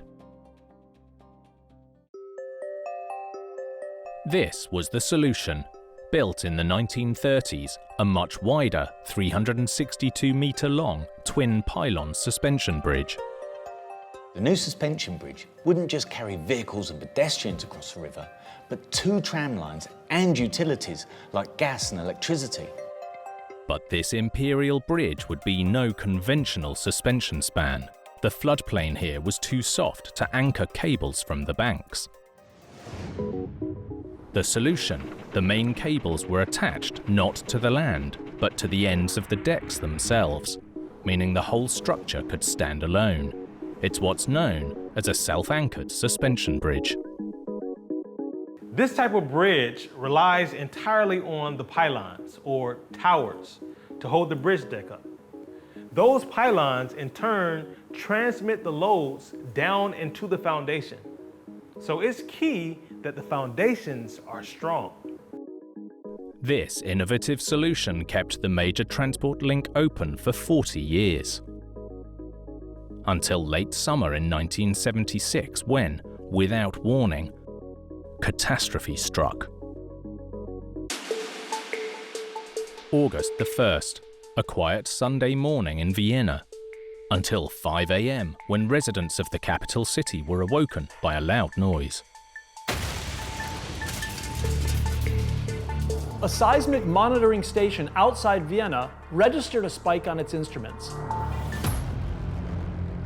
But this wasn't an earthquake.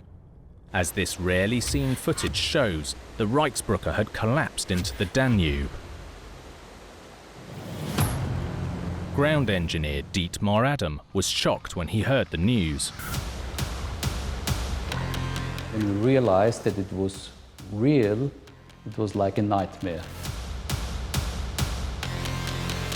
The most important bridge in Austria was down. At the time, Christopher DeSantis was visiting Vienna from the US.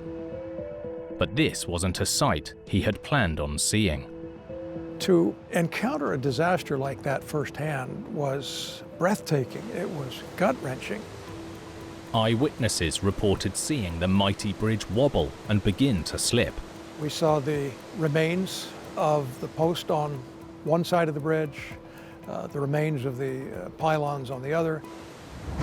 A city bus crossing the bridge dropped into the Danube. Fortunately, its only passenger, the driver, survived. But the driver of another vehicle wasn't so lucky and sadly died. The sole victim of this catastrophic tragedy.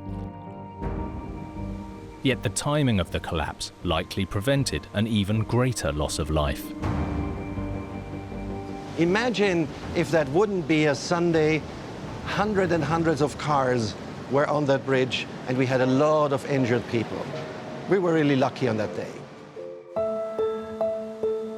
The tragedy sent shockwaves across the nation and left people in mourning and uncertain, including Christopher, who photographed the devastation. This was the one that actually seemed the most breathtaking to me, because here we were right next to this bridge that was supposed to be so solid. On this side you could see the remains of the trolley tracks because they had trams going back and forth over the bridge. Almost 18,000 people per hour were transported by public transportation over this bridge. It was one of the main roads and main bridges in the city. This was a crippling blow for the city. This major route that carried people, vehicles and streetcars was gone. An official commission was established to find out why a bridge with so few vehicles on it had failed so catastrophically. It was a cry through the whole country. The mood of the city, to me, felt like a combination of shock and outrage. How could this be allowed to happen? And what do we do now? The people wanted answers. Sifting through the wreckage, investigators identified where the collapse had begun. The foundation on the eastern end, where they discovered problems with the concrete itself. The quality of the concrete of the abutment was not so good as expected. There was the kind of shrinkage and creeping of the concrete, which was not so well known at this time. Concrete creep happens when the material sags under its own weight over a long period of time. The problem is that it changes how concrete behaves. While the creep weakened the connections to the steel pylons, there was another factor at play. A protective granite shell around the exterior of the foundations was also found to be faulty.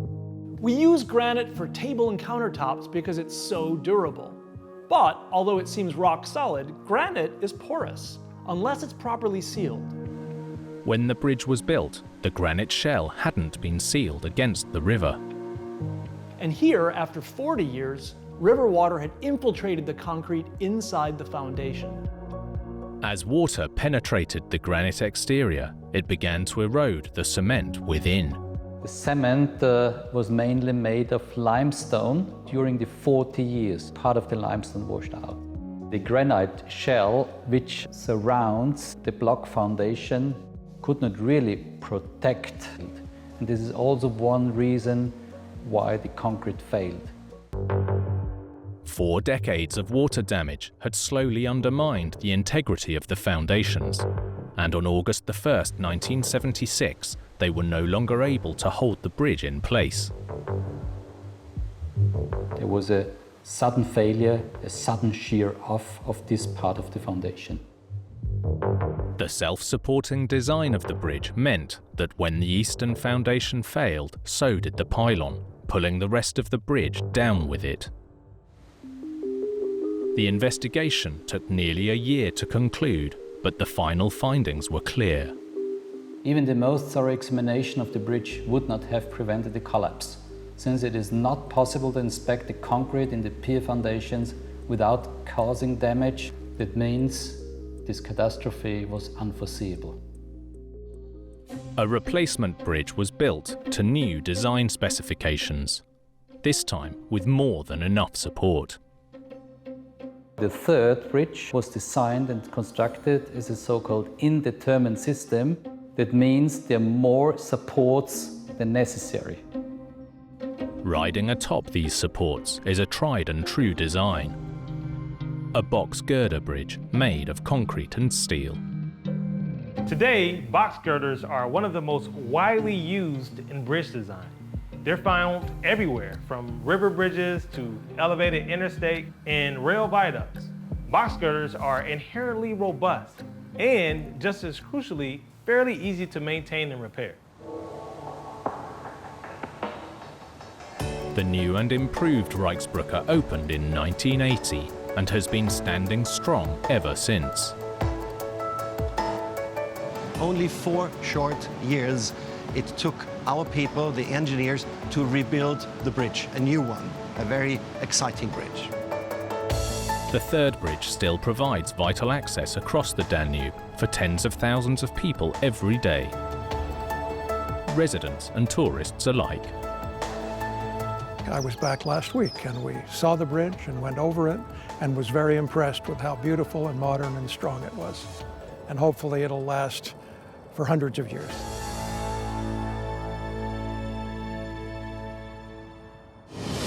With big infrastructure, projects can spend years in the planning and execution phase.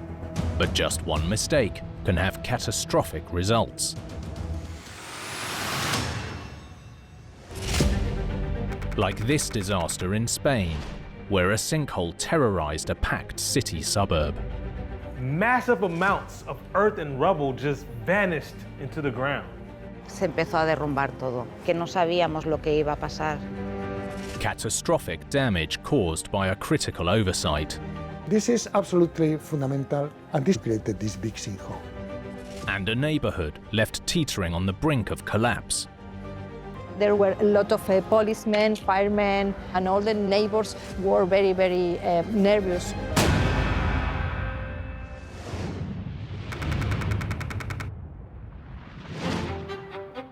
Barcelona, Spain's second largest city, is sandwiched between mountains and the Mediterranean Sea. People flock to call this historic and cultural hotspot home. Montse Español is a local journalist. Barcelona is very curious because it has 1.5 million people in 100 square kilometers. It's a very dense city. This tightly packed and growing city relies on a broad public transport network, including Barcelona's highly prized underground metro. With more than 140 kilometers of track, the Barcelona Metro has one of the longest networks in Europe. And yet, there are still parts of the city that aren't connected. One such area was the hilly Carmel district on the northern edge of the city. And in 2000, plans were in place to connect Carmel with Barcelona's extensive metro system. For locals like Yolanda Candelario, it was welcome news. Emocionados, sí, por tener una línea de metro que nos trajera hasta aquí, hasta el Carmelo. Porque veas que subir arriba del todo de la montaña para coger autobuses para ir al centro. The extension would run for nearly 3 kilometers, much of it in new tunnels that would link the city center with the hills of the Carmel district and beyond. By November 2002, work was underway. But for engineers, the city's geology was proving to be a major challenge. If you're tunneling through solid rock, you can just blast a hole, and you pretty much have your tunnel. But here, the ground wasn't strong enough. So they used a mixture of blasting and digging to create short sections of tunnel, which would be fully reinforced with concrete later. Crews hoped that the technique would deliver rock-solid results. Eduardo Alonso Perez de Agreda is a geophysical engineer. Typically what you do is first you excavate the upper part, then you apply shotcrete. As the top half is dug out, the exposed rock is covered with a thin layer of high-performance concrete, shot from a hose at high velocity, aptly named shotcrete. The thin layer of shotcrete quickly compacts and holds the earth in place as it settles. With this technique, engineers expect the ground to settle or deform a little. And when it stops, the tunnel is stable and can be permanently lined with concrete. When you have this part stabilized, then you excavate the lower part, and this is generally the procedure. Deformation has to be carefully monitored, so that extra shotcrete and steel bolts can be added to provide permanent support where needed. This is absolutely fundamental, and this should be done on a regular basis, and somebody has to look at this and this information almost daily. By early 2005, construction was progressing smoothly and had reached the Carmel district. But deep underground, a disaster threatened to stop the tunneling in its tracks. January the 27th, a store owner suddenly noticed cracks appearing on the buildings. Local resident Yolanda Candelario heard the news. Y el señor de la tienda entonces avisó a todos los vecinos de que salieran de la casa. The warning came just in time. Al momento de salir toda la gente, se empezó a derrumbar todo. The tunnel below had failed and the ground above was starting to crumble. As emergency responders raced to the scene, journalist Montse Español witnessed the drama unfolding. There were a lot of policemen, firemen, and all the neighbors were very, very nervous. Homes and businesses were at risk of total collapse. More than 1,000 people were urgently evacuated, but worse was still to come. 48 hours later, a 2-story parking garage was swallowed by a gaping hole. No sabíamos lo que iba a pasar. Se pasó miedo, yo. A massive sinkhole, nearly 30 meters wide and over 30 meters deep, had opened up in the heart of this Spanish neighborhood. Hundreds, even thousands of tons of rubble fell into the tunnel. Luckily, the workers escaped unharmed. And thankfully, no bystanders were injured either. It was a miracle that nobody injuries because it is a highly populated area. As the dust settled, everyone wanted to know, why had this happened? Was the metro or Mother Nature to blame?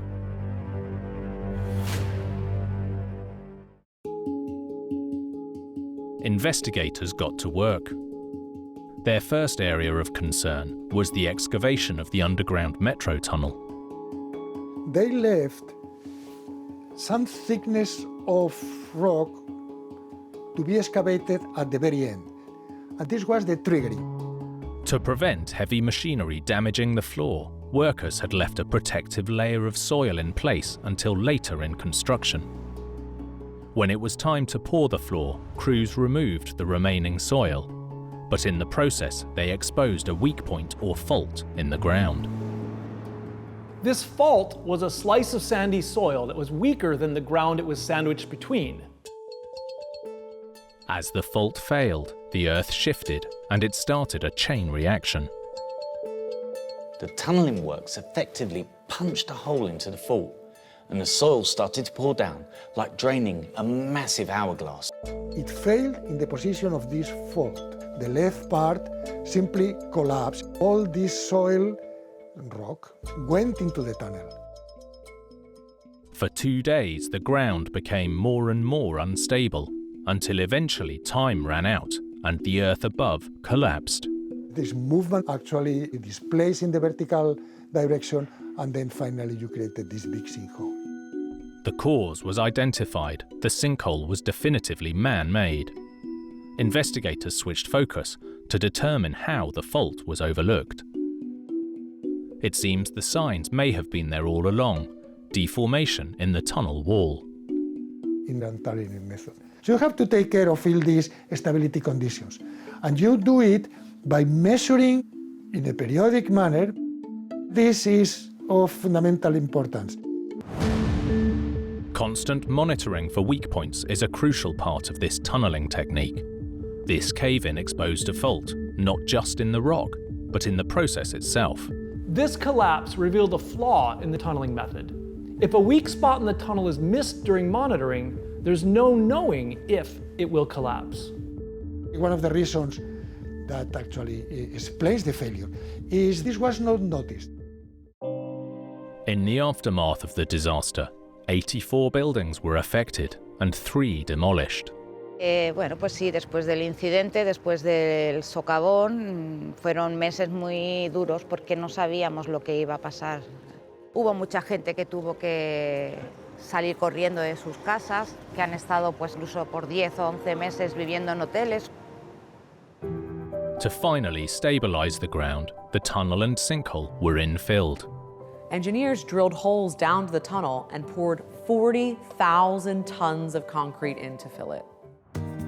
Eventually, the work on the tunnel extension resumed, and in 2010, the metro finally opened in Carmel, connecting thousands of people daily with the heart of Barcelona, where the ill-fated excavation is now just a distant memory. If there's a lesson to be learned from this sinkhole disaster, it's that the devil is always in the detail. With massive structures, engineers build to survive every eventuality. But sometimes they're blindsided by the unexpected.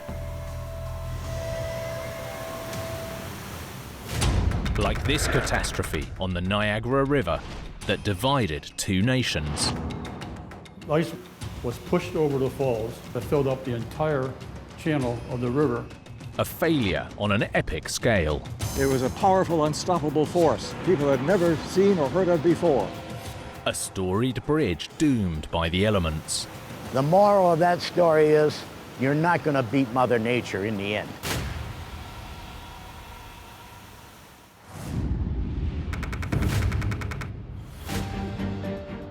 Niagara Falls, one of the world's most iconic locations, carved from rock by the mighty Niagara River, which divides the US and Canada. The falls are always spectacular, and at full flow, enough water tumbles over the crest to fill around 1 million bathtubs every minute. One of nature's grandest creations, the falls have enraptured locals and visitors for generations. Sherman Zavitz is a local historian. I've lived here, 62 years, I guess, most of my life. And I never get tired of seeing the falls. And I'm always thrilled to see all the people that have come to see them as well. In recent decades, journalist Patrick Siriani has seen a boom in popularity. Gone through a lot of changes in Niagara Falls over the years. When I drove tour buses in the 1980s out of the bus terminal, I'd get 40 people on the bus. And then today, we get so many visitors. I've even heard as high as 16 million people. Many come to see the falls close up, but there are others who have taken things a little bit further. This place has been the setting for some seriously dangerous stunts, from crossing the raging waters on a tightrope to riding a barrel over the falls. While a tightrope is one way of seeing the falls, one of the most spectacular views is found just downstream, the Rainbow Bridge. For the last 80 years, the bridge has served as a checkpoint on the US-Canada border. It's an entrance point, an important one for Niagara Falls, Ontario, and Canada for that matter, for American visitors. And likewise, of course, in the opposite direction. One of the busiest routes across the river, its predecessor was just as popular, but for more romantic reasons. Yeah, it was called the Honeymoon Bridge because many honeymooners came here. For many years, this was the honeymoon capital. So that kind of tradition eventually gave the bridge its nickname. Completed in 1897, the Honeymoon Bridge was created to replace an older crossing that was too weak for modern traffic. In the late 1800s, the horse and cart was starting to be replaced here by light railways and automobiles, heavy loads that the new bridge would have to be able to carry. A multi-purpose roadway spanned 250 metres across the river, supported from beneath by an arched truss. The design of the bridge was elegant but robust and relied on two incredibly strong shapes to support it: the arch itself and the triangles of steel within the truss. The material of choice was cutting edge for its time, riveted steel tubes, both lighter and stronger than solid steel. Structural engineer Frank Griggs Jr. explains. It was unique. Nobody had done this before. Large riveted tubes, bottom plates, top plates, diaphragm plates, so the whole thing is very, very rigid. Key to supporting that rigid arch would be strong foundations secured to solid rock on which the abutments would sit. They had to get to a rock that not only was high enough for his abutment supports, they tried to get rock that was sound. And engineers found it just 800 metres downstream from the falls. Now engineers had stable rock to build on. They poured concrete for the foundations, then built masonry abutments that would take the load of the bridge above. When the Honeymoon Bridge opened, it was the largest steel arch crossing in the world, and quickly proved popular with visitors. Local journalist Patrick Siriani explains. You could walk out in the middle of that bridge and get a spectacular view of both the American and Horseshoe Falls. For 4 decades, the bridge offered unparalleled views as well as a crossing point between the US and Canada. But high upstream, the end of the bridge's honeymoon period was already in motion.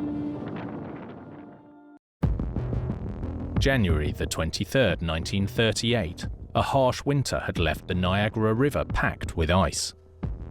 A winter gift from Lake Erie, the ice had fallen over the falls and was piling up in the gorge below.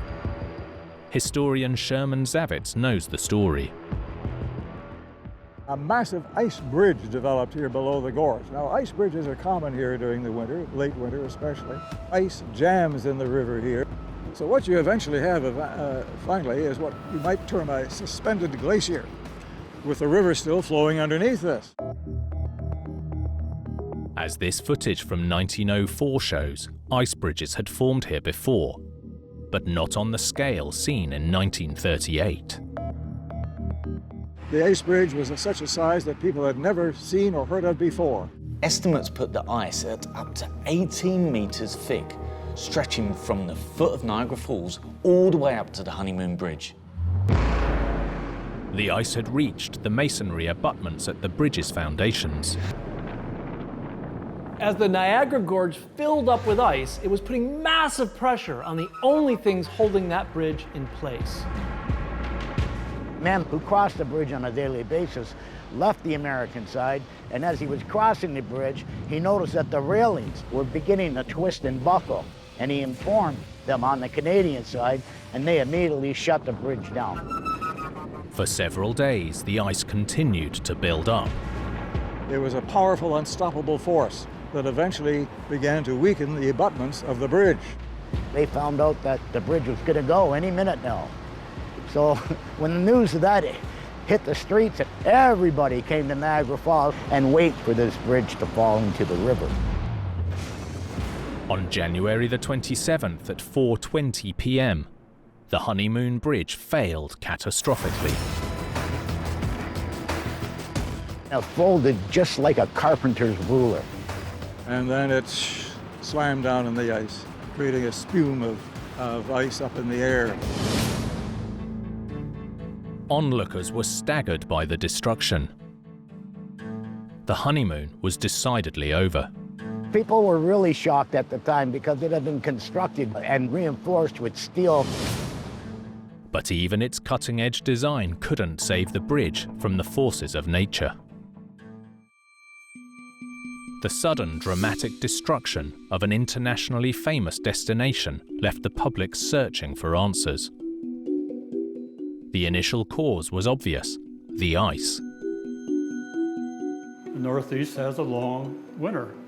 Rivers freeze, lakes freeze, ice comes out. Now, if ice would let loose gradually, it's not a problem because the river will just take it downstream. But this was no normal ice flow. It was a freak weather event in which high winds and normal winter ice combined upstream from the bridge to create the perfect storm. Ice was breaking up on Lake Erie. Wind was blowing out of the southwest. So ice, which would normally come down slowly, was pushed over the falls. So it keeps on coming and coming and coming, right? It had so much ice that it filled up the entire channel of the river. This ice was moving slowly, but with immense power, almost like a glacier, forcing everything in the gorge out of its way, which included the Honeymoon Bridge abutments. The mountain of ice was beyond the limits of anything the designers had foreseen.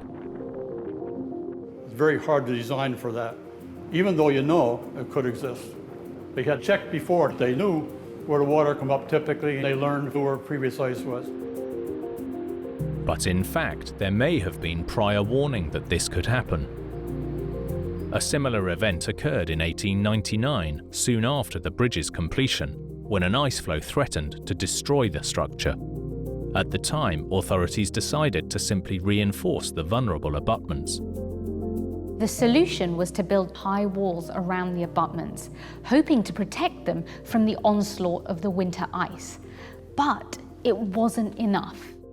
4 decades later, nature had other ideas, and the ice combined with freak winds brought the Honeymoon Bridge to its knees. Just months after the collapse, a commission was formed and plans for a new bridge drawn up, one that would be completely ice flow proof. When the new bridge was built, engineers stuck with a steel arch design. But the big difference is that the abutments are now around twice as high above the river, well out of reach of any moving ice. So even if there would be another ice jam of that significance, it shouldn't bother the abutments at all. 3 years after the catastrophe, the replacement Rainbow Bridge opened. And while visitors can confidently enjoy the revamped crossing, locals still remember the power of the elements. The moral of that story is, you're not going to beat Mother Nature in the end.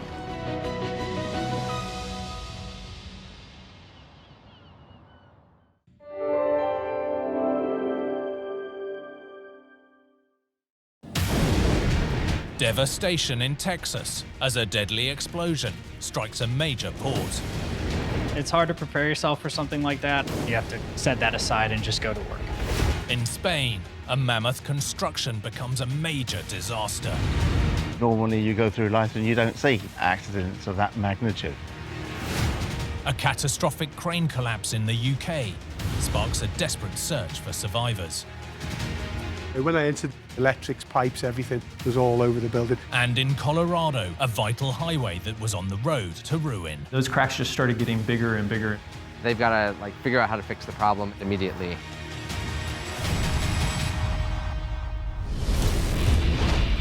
With big builds, even the smallest fail can trigger a huge disaster.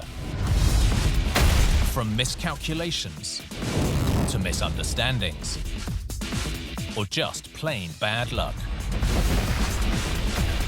These catastrophes are every engineer's worst nightmare.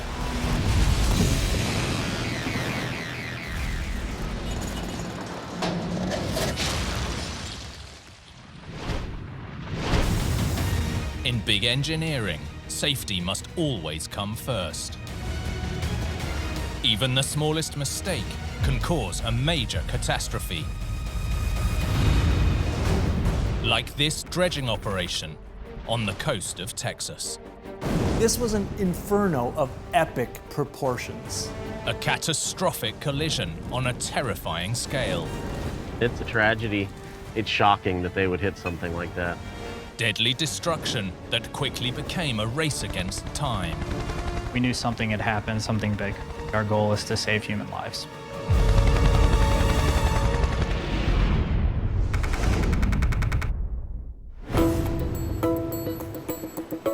Corpus Christi, Texas, a bustling beach destination on the Gulf of Mexico. It attracts around 11 million tourists a year. Fishing guide Captain Pierre Petrilla is proud of the town, now known as the Gulf Coast capital. I certainly think it's the best city on the coast in Texas. It's very laid back. You have hundreds of miles of bays, the Gulf of Mexico. There's just a million things to do. It just has everything you could want from a water standpoint.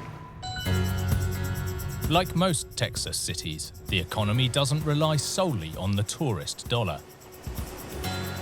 Corpus Christi has another major moneymaker: oil. The port of Corpus Christi is a major oil hub, shipping around 1.75 million barrels of crude a day. That's enough gas to fill the tanks of over 3 million automobiles.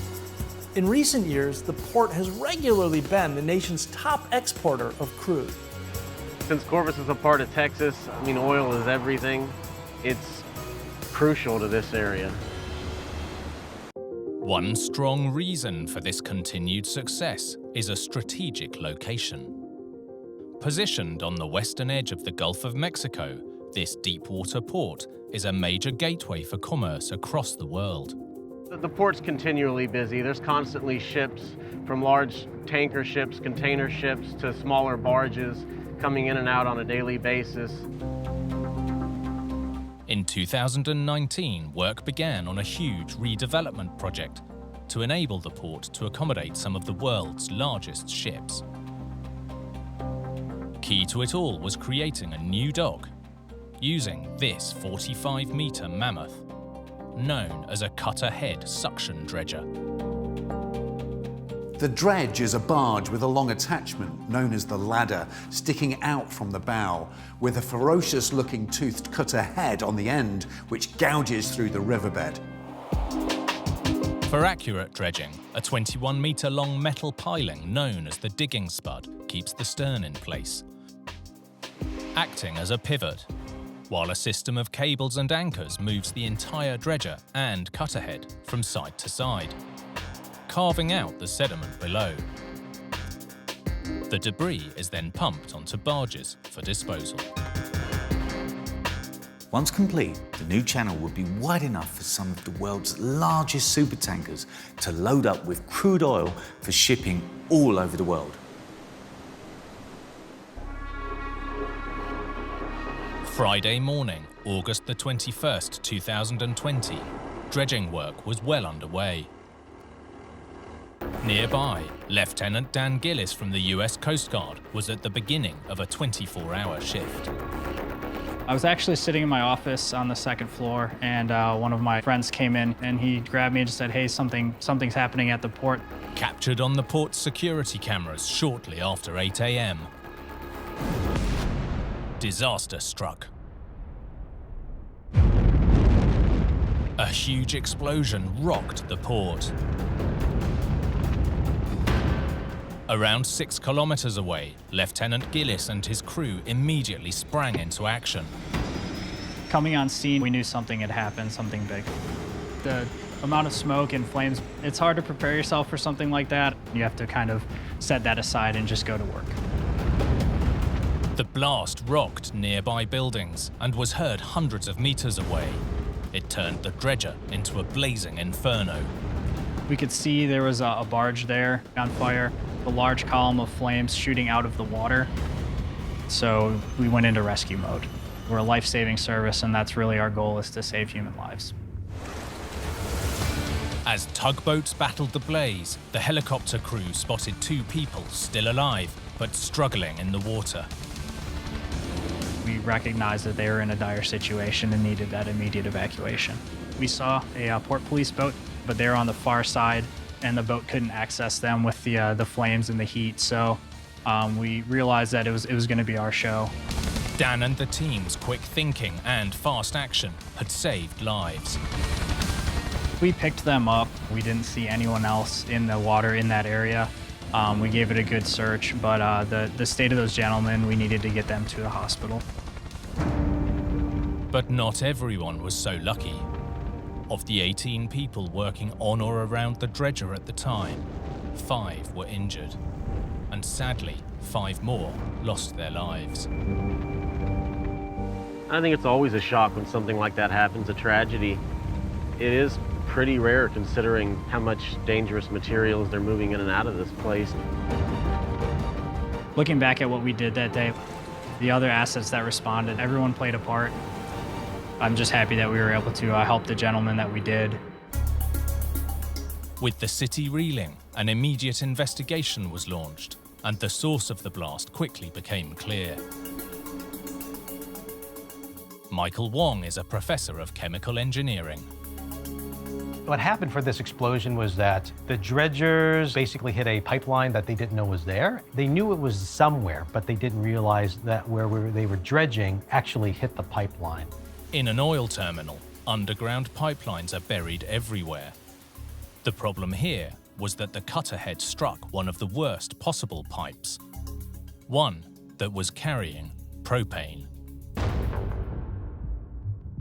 Propane is a highly volatile gas. Many of us will know it from camping stoves or barbecues, but it has hundreds of other uses for heating or as a fuel for machines. When it's stored or being transported under pressure, propane is a relatively safe liquid. But here, when the cutter head pierced the pipe, the liquid instantly vaporized, which is bad news. The amount that was released was about 6,000 barrels of liquid propane. As soon as the pipeline broke, it released the pressure, and then the liquid evaporated to form this gas. And the gas that was generated was about a couple of, you might say, symphony halls worth of gas. All you need is one spark to ignite that highly combustible mixture. In an attempt to swing away, the dredger increased its power. In the process, it began sucking the vapor cloud aboard. With the engines running, the highly volatile propane found an ignition source. That explained the horrific explosion and fire. But during a routine dredging operation, why was the cutter anywhere near a propane pipeline in the first place?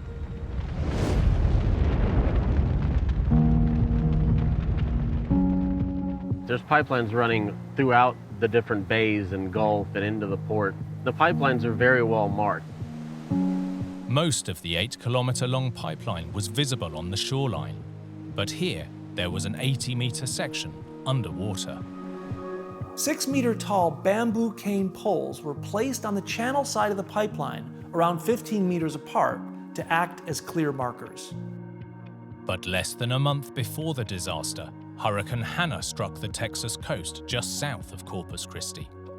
And while the impact on the markers is unknown, according to testimony from the investigation, crew on the dredger didn't recall seeing any poles in the area where they were working. It also turned out that the exact location of the pipe had been miscalculated in the original dredging plans. When you have a 3-ton toothed cutter head churning through the ground, any amount of drift or deviation could be catastrophic, as it was here. Accidents happen and people make mistakes, and obviously somebody made a major mistake that day and it cost people their life. Following the tragedy, the investigation recommended stringent checklists and rigorous safety protocols for both dredging companies and pipeline operators. The report called for clear dredging boundaries to be introduced, and crucially, all pipelines would need to be marked accurately and checked, both on the plans and in the water. It was also crucial for engineers to learn from the disaster. The most important lesson out of this tragic event is that we have to treat all chemicals and materials with respect. It's terrible that we have to wait for an event like this to remind us how dangerous chemicals are and how important safety is for all of us. A much larger exclusion zone around any submerged pipelines was also recommended, so that nothing like this could ever happen again. This was an all-hands-on-deck incident. Looking back on it, I'm just really proud of what my crew did that day. You know, they performed admirably. They were heroes, and everyone on the water and on land. It was definitely a big event and something that I'll remember for a long time. In big construction, every last detail must be checked and double-checked, because sometimes one small mistake can lead to tragedy. Like this catastrophe in Spain, where a major construction project came crashing down. This was sudden and deadly. A massive piece of structure dropped onto the valley floor below. A devastating bridge collapse that left a town reeling. Normally you go through life and you don't see accidents of that magnitude. And a disaster that quickly turned to tragedy. Empezaron la gente a dar gritos ahí, y yo y mi mujer con la mano en la cabeza diciendo, madre mía, señor mío, la pila gente arriba.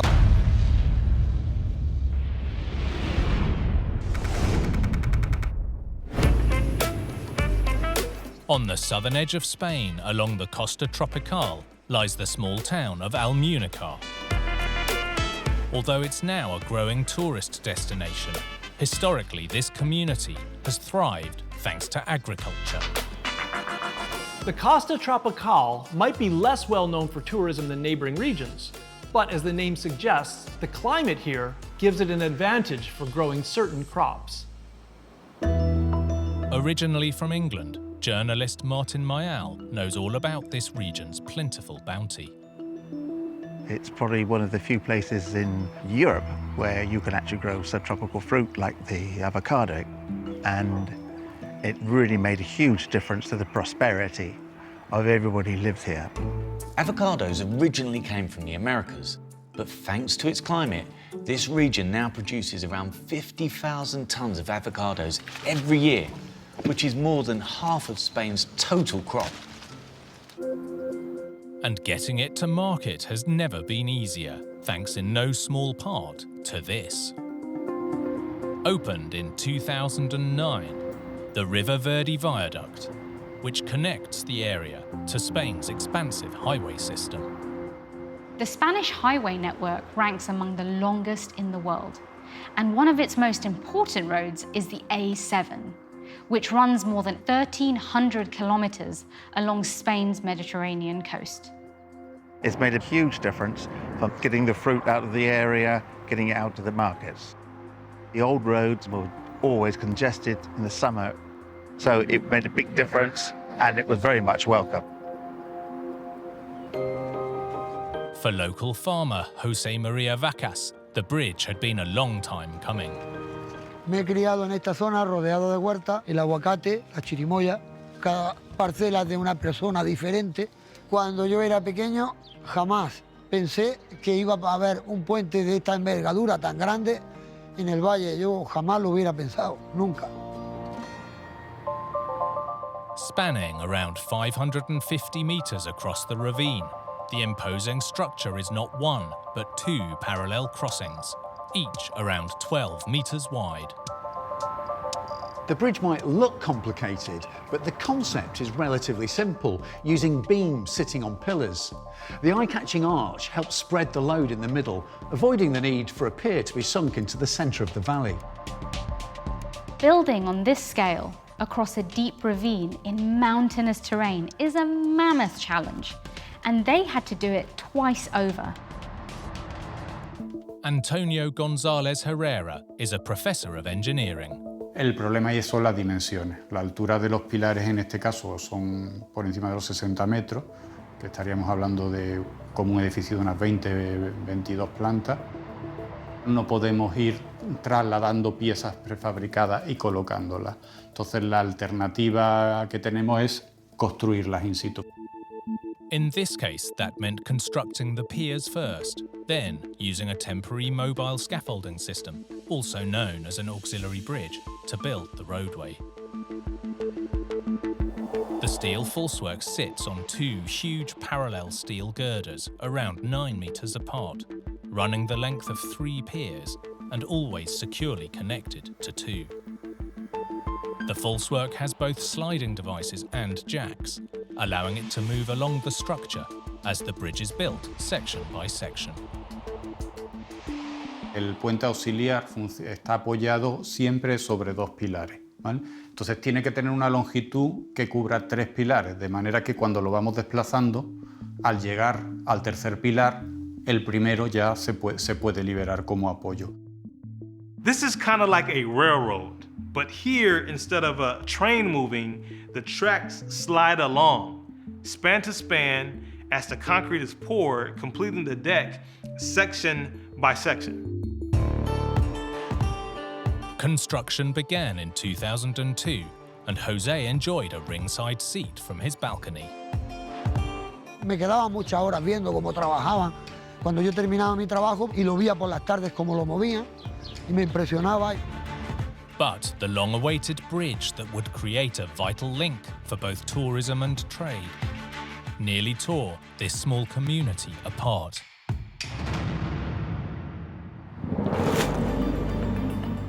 Monday, November the 7th, 2005, near Almunicar, construction on the vital crossing had reached the central span over the deepest part of the ravine.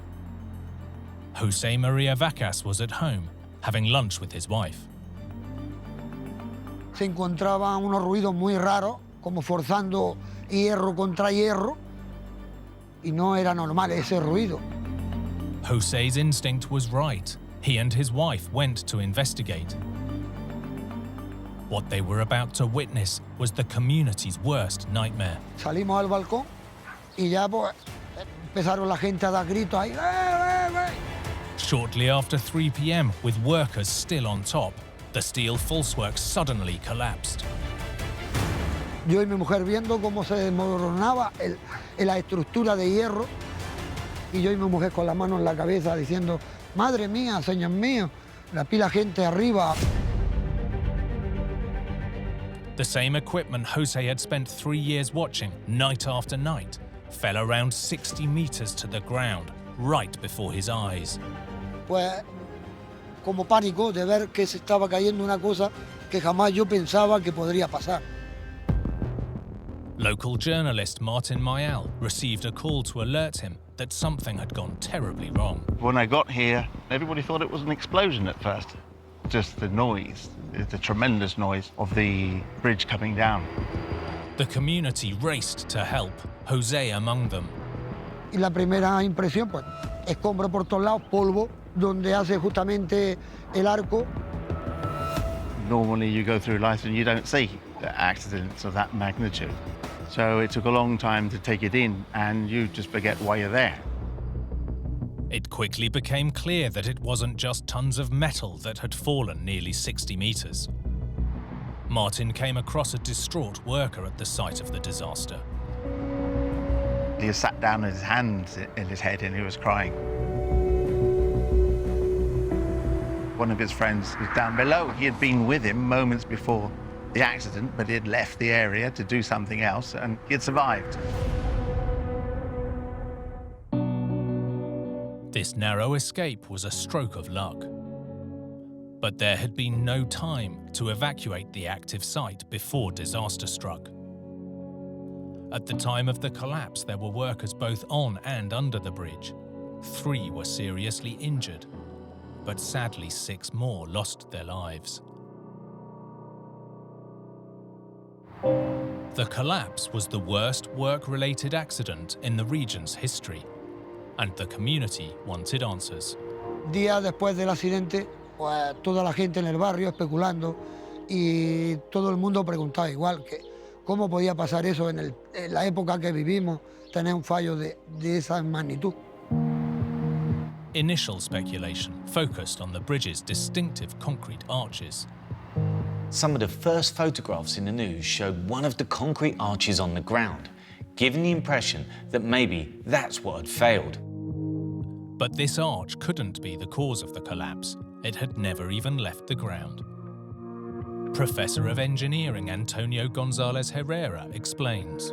Realmente el hormigón no cayó, lo que cayó fue toda la estructura de acero. Y eso fue suficiente para arrastrar pues, a los operarios que le afectaron. A judicial inquiry was launched and immediately focused on the temporary steel support known as a movable scaffolding system. While the central section carries the weight of the machinery and wet concrete, the two lighter side sections are connected using flexible bolts instead of welded joints, allowing the structure to be more maneuverable. En el caso del accidente del puente de Almuñécar, lo que ha identificado el informe con bastante claridad es que el origen del fallo se produjo precisamente en una de las uniones entre la parte central del puente auxiliar y uno de los laterales. Unos tornillos fallaron, se produjo el fallo inicial y eso desencadenó un fallo en cadena. But how had a tried and true method used around the world failed so catastrophically here?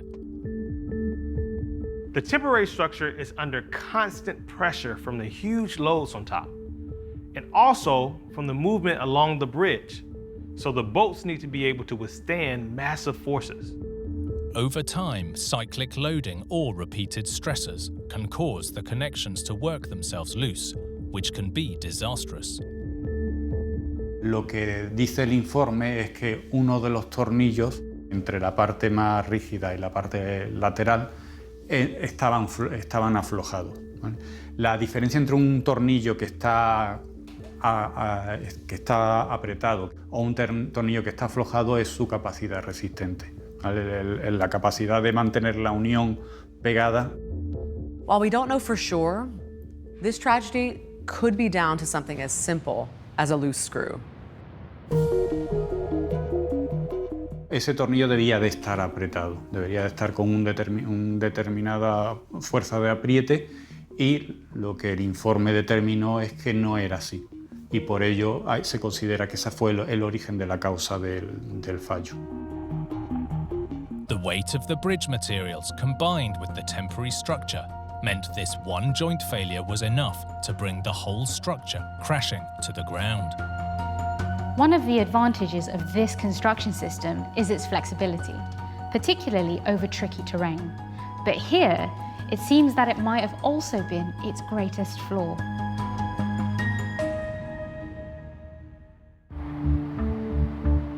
In the months that followed, the rubble was cleared, and the job of rebuilding not just the bridge, but the community commenced. 4 years after the disaster, with lessons learned, the crossing was finally complete. Siempre que mira uno al puente, siempre se acuerda uno del día de la catástrofe diciendo cómo pudo suceder una cosa así. Claro, como hace muchos años, pues lo recuerdan menos, pero siempre cuando nos reunimos, siempre alguna vez sale la conversación del puente. In 2006, a plaque was erected to serve as a memorial to the workers who died that day. This tragedy is a powerful reminder that even the mightiest structures can be brought down by the tiniest of flaws.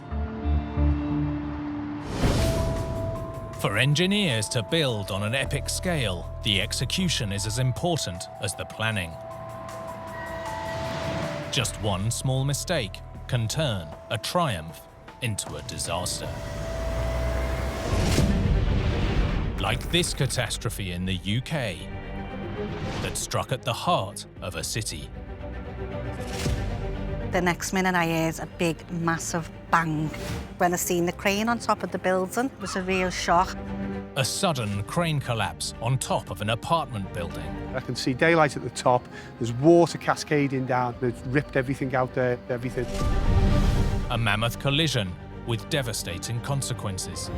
He started shouting, "Stop, don't move, don't move. Oh my God, he's fallen." And then the phone went dead.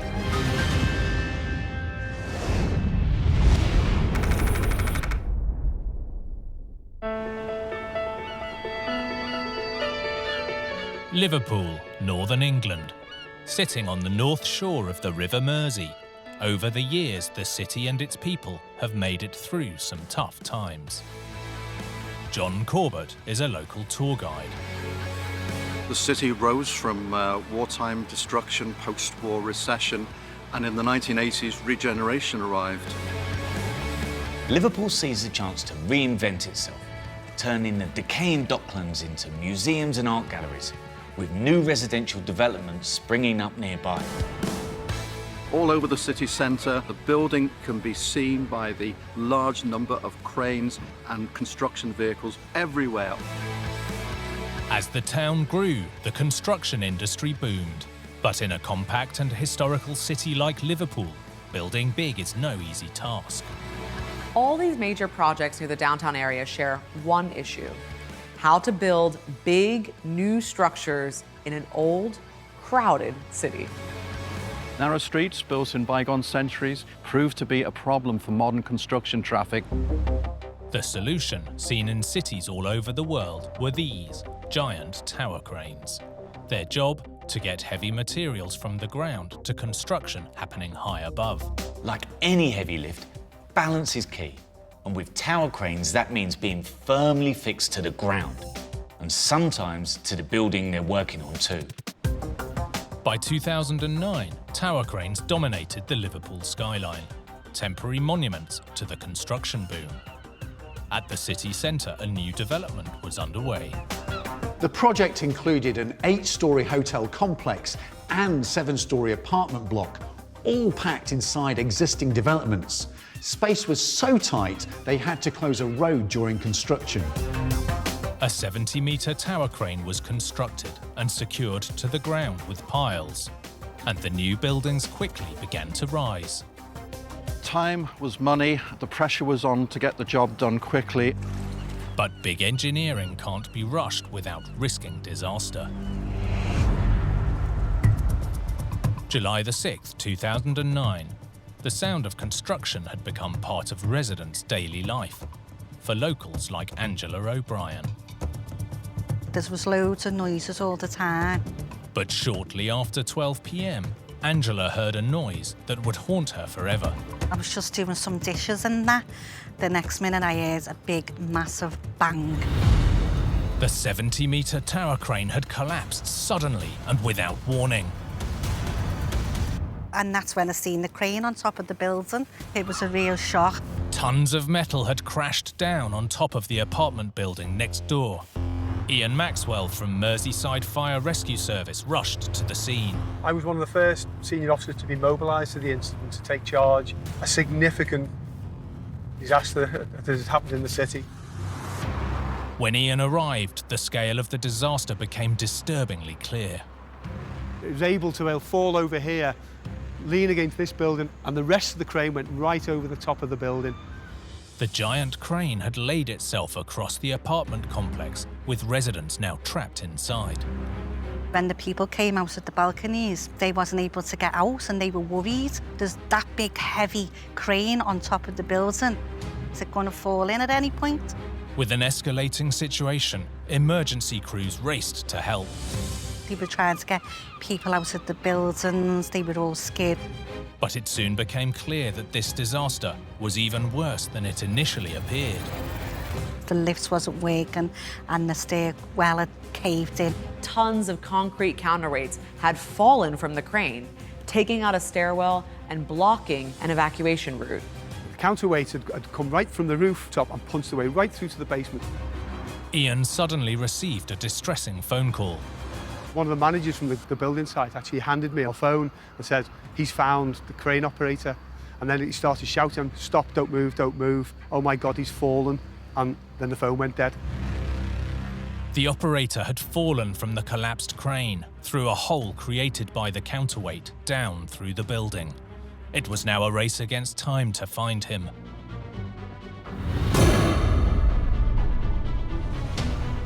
Search and rescue teams had to scour the building for a way in while evacuating residents who were trapped in their apartments. When I entered the window, I can see daylight at the top, there's water cascading down, then it ripped everything out there, electrics, pipes, everything was all over the building. Searching through the devastation, Ian and the team located the crane operator. He was still alive, just barely. One of the paramedics was a doctor, and his simple message to us was get him out as quick as possible. They got the man from the crane and took him out onto the ambulance, and the people also in the apartments got them out. 100 residents were evacuated from their homes. Incredibly, none were hurt. Sadly, while the operator survived the event, he suffered life-changing injuries.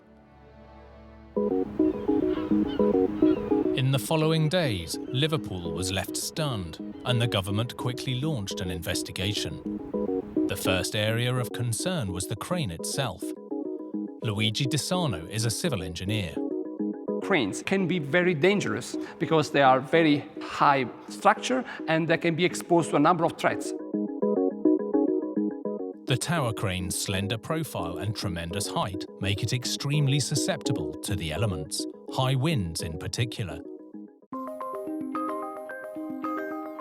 Although environmental factors like high winds are known causes of crane collapse, almost twice as many are due to structural flaws or human error.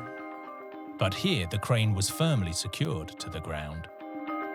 It was initially a very safe design because it was stabilized by the pile that were used to connect the foundation of the crane with the soil. Driven deep into the ground, steel-reinforced concrete piles are connected to the base of the crane, in theory giving it a solid foundation. And this steel reinforcement goes through up to the base of the foundation of the crane and connects the pile itself with the foundation of crane. But investigators found that for unknown reasons, the steel inside the foundation piles had been cut and replaced with shorter steel rods, as Luigi demonstrates. If you start to cut or replace these rebars and you insert new element from top, then the strength became insufficient to connect the foundation with the base of the crane. With its foundations compromised, as the crane lifted around 5 tons of building material, the shorter steel rods sheared, and the crane toppled onto the apartments next door. So there was no continuity between the pile itself and the foundation of the crane, so which of course created instability of the crane when you start to move large weight. Whatever the reason for the change, the result was a tower crane that wasn't held firmly enough to the ground to do its job. Ultimately, the investigation cited failure of the tower crane's foundation as a cause. In the aftermath of the catastrophe, some engineers believe that a simple solution could have prevented this disaster. The lesson that we have learned from this collapse is that you need 2 different practices of connecting the crane to the soil. In this case, we are using extra weight to make it more stable. And you see that during operation, there is no problem. Heavy weights and strong pile connections is one key way to ensure that a tower crane is solid and stable enough to lift its maximum design load. In the years since, Liverpool has bounced back, and the scars of the crane collapse are almost unnoticeable. The buildings have been repaired, they're now high-end accommodation, and although the lessons have not been forgotten, life goes on.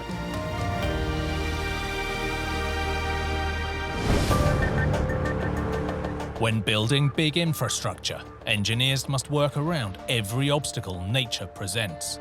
But sometimes a problem runs deeper than it first appears. Like this disaster in Colorado, where a major roadway began to fall apart. Once the road started to go, nothing was going to stop it. A highway on a collision course with catastrophe. Those cracks just started getting bigger and bigger. And a race against time to find a solution. They've got to figure out how to fix the problem almost immediately.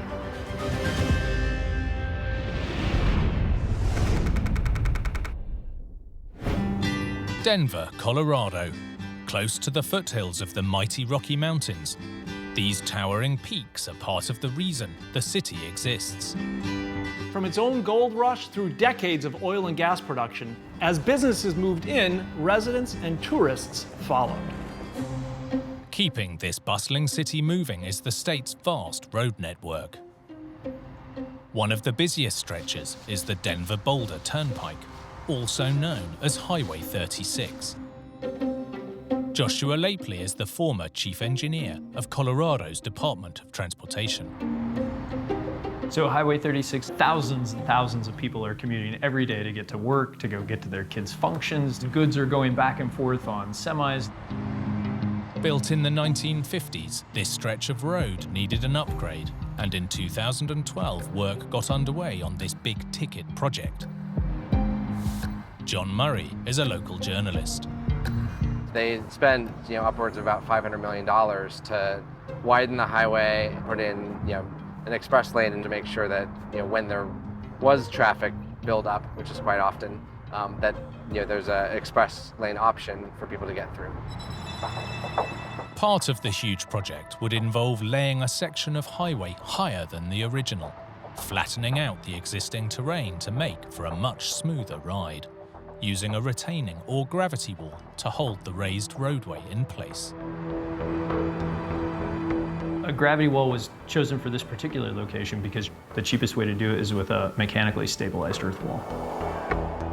The wall would be made of layers of compacted soil and fabric, building up around 7 meters in a box, like a giant dirt layer cake.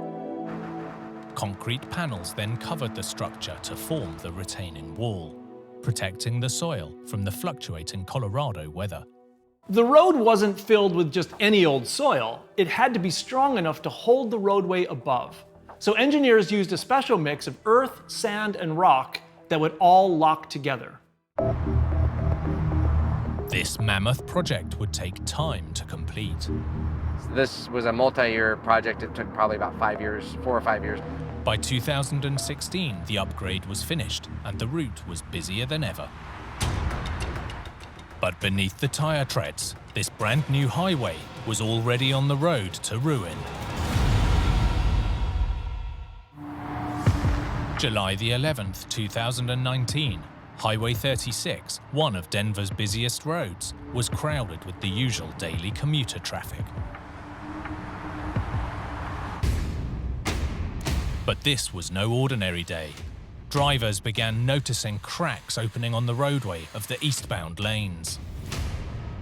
Road crews raced to the site to investigate, but the news they delivered wasn't good.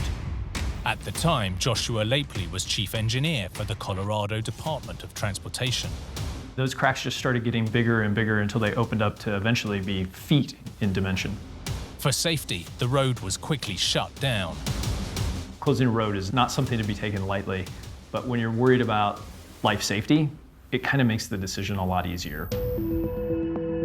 Over the next 2 days, the roadway continued to degrade, and now it seemed to be sinking too. We just started seeing the road get lower and lower, and those cracks opened up. 5 days later, the retaining wall supporting the road gave way, dumping tons of concrete and earth. For local journalist John Murray, this was major news.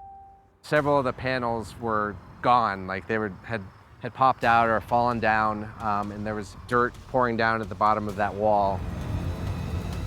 Witnesses reported that seeing the collapse was like watching a slow-motion disaster movie.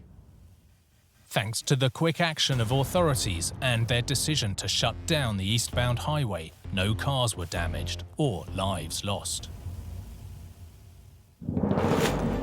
More than 100,000 vehicles a day in both directions were forced from 6 lanes to just 2. We realized this was going to be It's a really big disruption for the area. It's something that is just a backbone of the commuting system. With Denver's traffic in a jam, authorities needed to uncover exactly what went wrong, fast. They're in a pressure cooker because they've got to figure out how to fix the problem and then get started on it almost immediately. The piles of shattered concrete and exposed earth quickly revealed a probable cause. There seemed to be a problem with the compacted soil used inside the gravity wall, causing what's known as a slope failure. Slope failures usually happen when the soil isn't sufficiently stiff or stable to maintain its structure. There can be multiple triggers. One of the most common is excess water.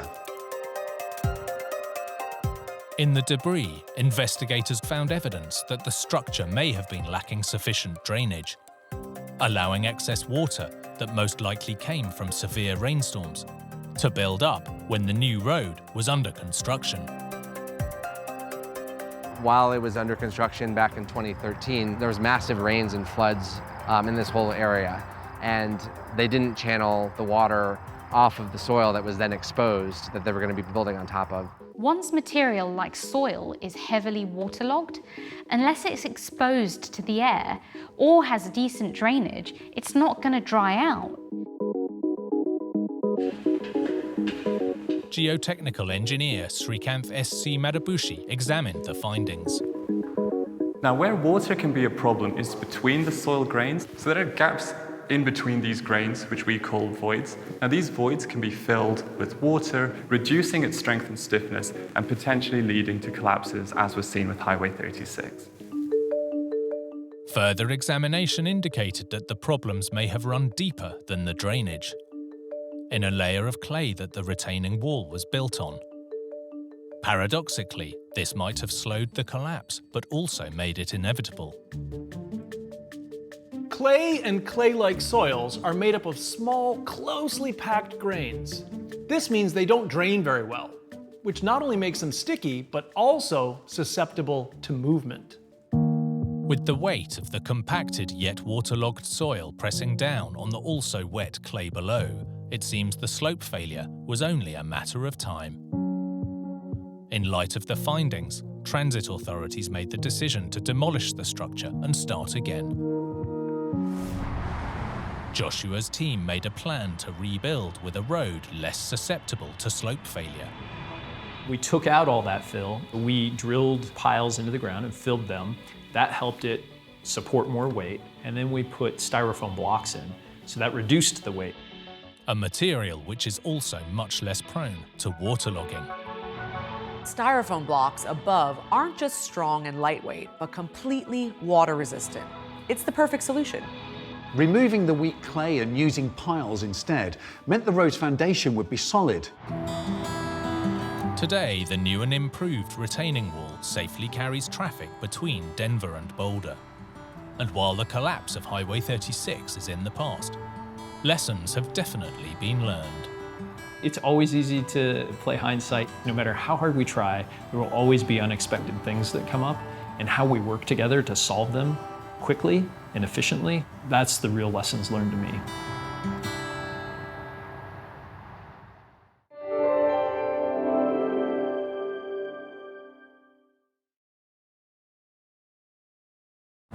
In California, tragedy as a major highway crossing collapses. The cars just drove by and she watched them drive right off. Catastrophe strikes a college construction project in Miami. We had 5 stories of reinforced concrete that was now in a pancake collapse. Disaster in the Rockies as a dam failure nearly wipes out a town.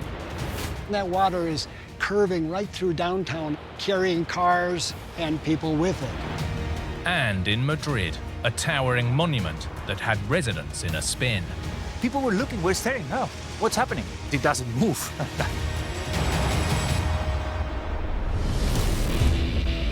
With big builds, even the smallest fail can trigger a huge disaster. From miscalculations to misunderstandings, or just plain bad luck. These catastrophes are every engineer's worst nightmare.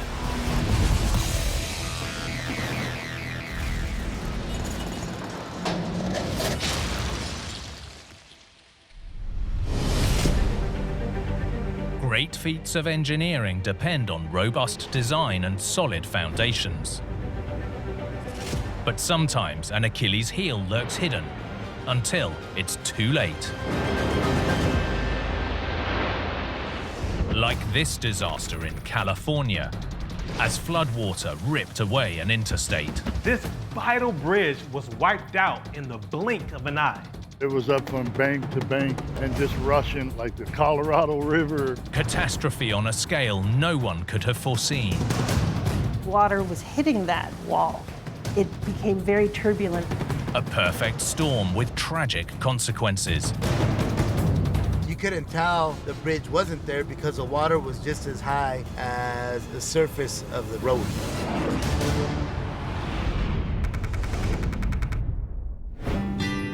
California's San Joaquin Valley is cradled between the Sierra Nevada and the coastal mountain ranges, and home to some of the most fertile land in America. Farms here grow everything from apricots to rice and grapevines, producing around 1/4 of the nation's food. Farming communities like Huron thrive in this so-called breadbasket of the world.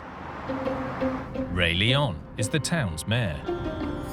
Farming is the basis of the local economy. Huron's always been that cornucopia in the center of this region that continues to do a lot of agricultural work. It's all thanks to the ultra-rich soil, which has been washed down from the surrounding mountains over thousands of years. And key to moving this great bounty is the nearby Interstate 5, which stretches from the Mexican to Canadian borders. I-5 is one of the nation's most vital interstates, and it has deep roots in the rich farmland here. Urban legend says that engineers were told to look for mustard plants to know where the road should be built. All the produce that we harvest in the Huron area gets transported on the I-5. On a daily basis, over 2,000 trucks travel the I-5 here on the west side. Although the valley is fertile, it's also hot and dry. So when rain comes, flash floods can be a serious threat. The valley might look relatively flat, but it's carved up by canals and creeks designed to help irrigate the land and to channel away excess rainfall. With so many creeks to cross, bridges are a fact of life. And since 1967, I-5 has been carried over the Arroyo Pasillero here by twin spans. These are the second pair of bridges here, but like their predecessors, they get their strength from reinforced concrete. Tracy Abbott is a professor of civil engineering. Under loads, concrete cracks. That's okay. It's okay if our concrete cracks. We actually design it for that. What we do is we embed steel rods in the concrete, and we also wrap steel around the concrete to hold it all together. That's what I'm showing here, is we've got, again, what would be cracked concrete, but just with some wire wrapping around it, it holds it all together. So even if this concrete is cracked, I can still push on it, and it takes a lot of axial loads. There's also steel bars that are running through the concrete that increases the strength dramatically compared to what it would be if it was just the concrete alone. Reinforced concrete bridges are commonplace all over the world. The reason is simple. They are strong, cheap to build, and relatively low maintenance. For almost 30 years, the original bridges faithfully carried thousands of vehicles a day over the creek. Until one night in 1995.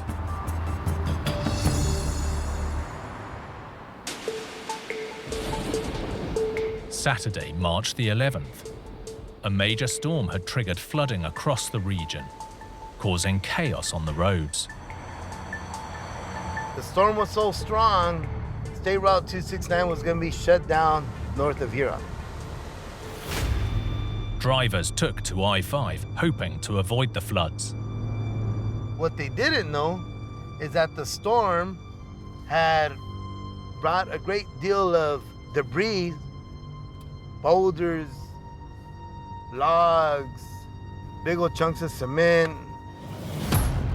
The debris had destroyed the bridge spans, but drivers were unaware, and vehicles continued heading towards them. Paul Higgs lives nearby. A couple people, they seen the bridge collapse and they got out. They kind of parked their car sideways and they got out and were trying to wave people and stop them. Some drivers didn't understand the warning. They said that the cars just looked at her as they drove by and she watched them drive right off. The storm was so strong that they say that you couldn't tell the bridge wasn't there. Eventually, locals and emergency vehicles blocked off the road, while search and rescue teams were scouring the flooded creek for survivors. That day, 7 people died.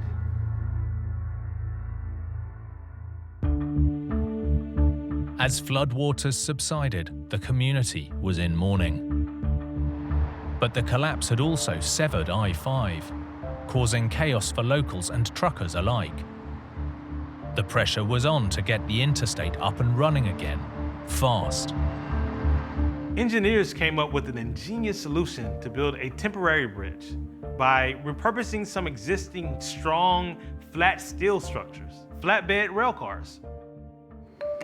Professor Tracy Abbott explains. The railroad car itself actually makes for a pretty good bridge. It has a deck, it has steel girders, and it can span a pretty long distance. So they were able to just remove the wheels of these rail cars, and then you can build new supports for them, and that can now span your gap. Paul Higgs was on the welding team. I believe it took us 5 or 6 days, something like that, but we worked 24 hours around the clock on it. So they got it done pretty quick. We wanted to be there and work as hard as we can to get everything back to normal. While the temporary bridge was being built, an investigation began to uncover what had brought the original spans to their knees.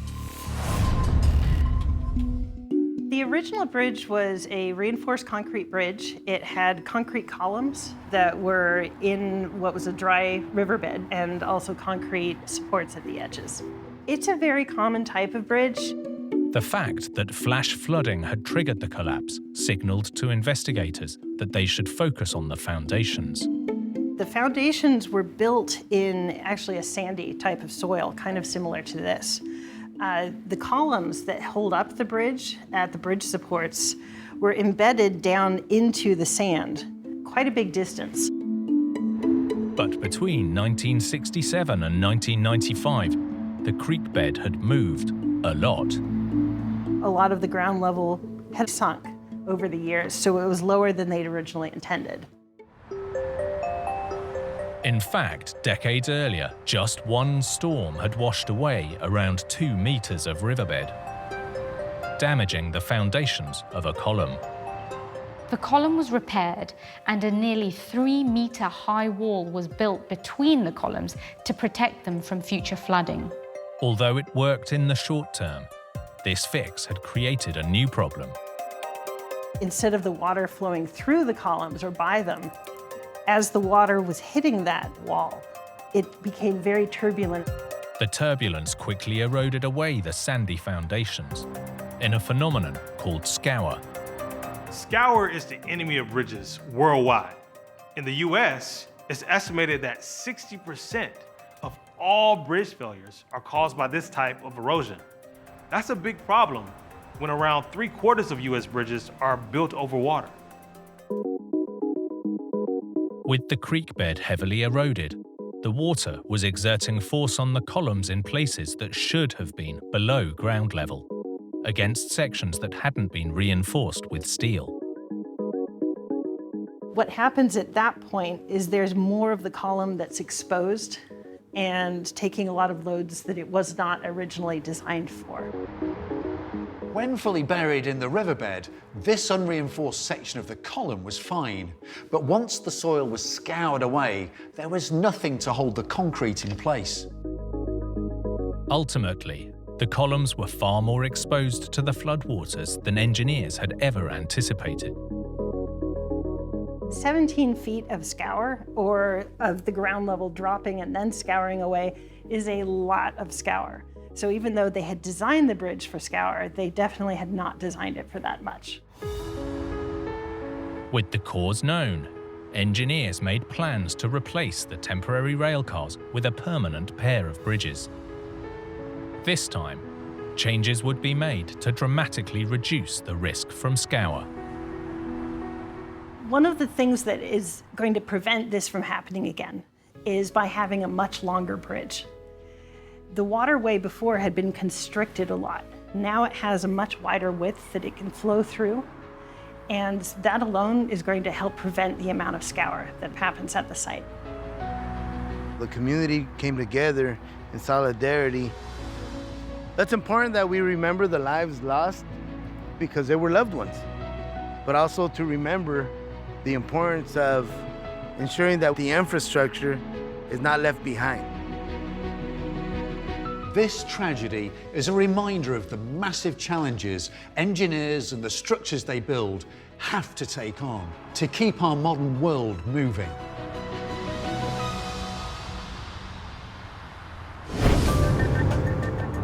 In big engineering, every last piece of the puzzle plays a crucial role. Miss just one thing, and the results can be devastating. Like this disaster in Florida that took down a college parking garage. Thousands of tons of steel and concrete pancaked to the ground. It looked like somebody just dropped a bomb and like everything was just caved in. This catastrophe triggered an urgent search for survivors. We knew that we were going to need heavy resources to make sure we could break and breach the concrete. And sent shockwaves across the community. I pick up the phone because I know that's where my husband is working.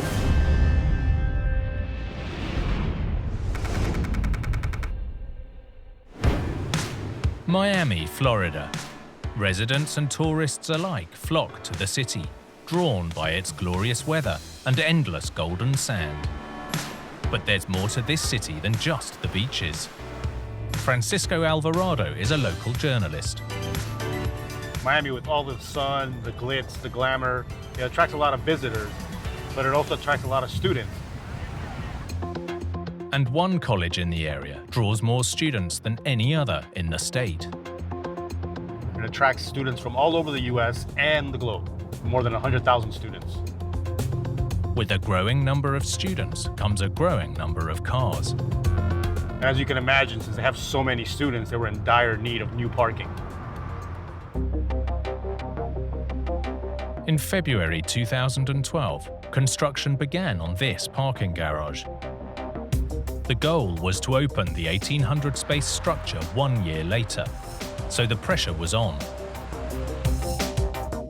Once the foundations were poured, the plan was to ship in ready-made structural elements. Nestor Cueto is a civil engineer. The construction involved cast-in-place concrete foundations and precast columns and beams to accelerate the construction process.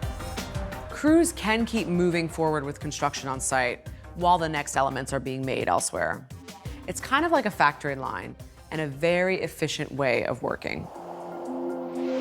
The parking garage was made of more than 100 columns, rising up to 6 stories high, which would then support ready-made floor slabs.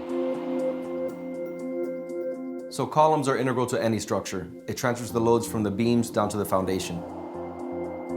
Where the columns joined, steel plates would temporarily hold things in place until grout was injected. When it hardened, each stack of columns would act like one solid structure. That grout is integral to be able to transfer that load. Without that, the steel plate of the shim plate is taking all of the force from the column. This method of construction is typical for this type of structure. By the fall of 2012, progress was good, and the team was on track for their end-of-year deadline. But this build was about to go badly wrong. October the 10th, workers were focused on the northeast section of the structure. There was a lot of construction crews here just working around the clock trying to get this project done.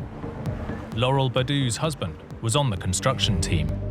He loves what he does. He loves his work, take a lot of interest, and make sure that what he does, he do it the right way. Everything was normal. It's a hot day, bright and sunny, beautiful day. 11:30 a.m., a crane was lifting a floor-supporting beam towards the 6th level when things went terribly wrong. More than 3,000 tons of parking garage pancaked to the ground. It was really apparent that the situation was really dire. It looked like somebody just dropped a bomb and like everything was just caved in. Jeff Strickland was the fire chief at the time. I was in my office doing a briefing, talking to my staff, and planning the activities for the day. At 11:41, we were notified via 911 of a significant event.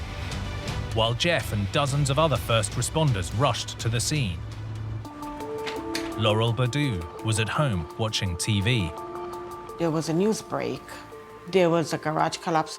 And right away I pick up the phone because I know that's where my husband is working. I call his phone, it go to voice message, it ring, go to voice messages. I left like dozens of messages. Meanwhile, a rescue team was combing the wreckage for 7 missing workers, including Laurel's husband, Robert. So we had 5 stories of reinforced concrete that was now in a pancake collapse on the ground. That made it extremely difficult for the rescuers to detect, locate, and extricate the survivors. The team needed to start moving the debris. We knew that we were going to need heavy resources to make sure we could break and breach the concrete and lift it. Friends and families of the missing workers gathered at the scene.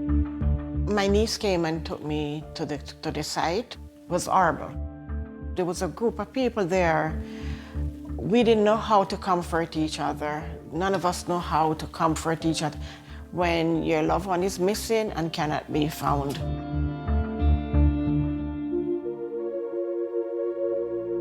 The team combed the rubble for 5 days, miraculously rescuing 3 survivors.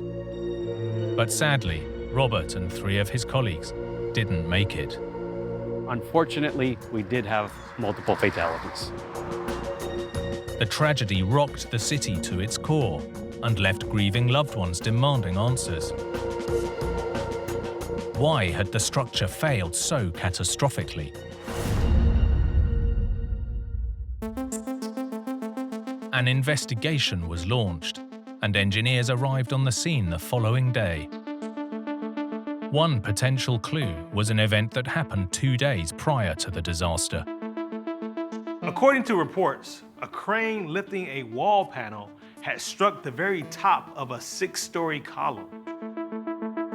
Civil engineer Nestor Cueto followed the case. This impact could have caused a shift in the column, which would have had a progressive impact on the rest of the structure. Although it was impossible to confirm from the wreckage, reports said the damage had been fixed. Records show that although the damaged column was out of alignment, that was corrected with shims and wedges. The crane's impact may or may not have played a role in the disaster, but investigators made another discovery that definitively explained the collapse.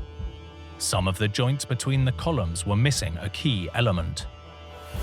The grouts were not properly installed below the shim plates, so you don't adequately transfer the compressive load from the columns to the foundation. The grout intended for these joints was crucial to maintaining alignment. Without it, the tower of columns would become unstable, dooming the structure. And as the levels kept going up, the load was being added to the columns. Without grout, the stresses on that shim plate were exceeding the allowable capacity of the steel. The entire column shifts down from its intended position. Once that column shifted from its intended position, it had a cascading effect, also known as progressive collapse. This essentially causes the entire building to stack upon itself. Another term for it is pancaking. The unstable column failed in seconds, leaving the beams unsupported. As they collapsed, 3,000 tons of steel and concrete fell with them.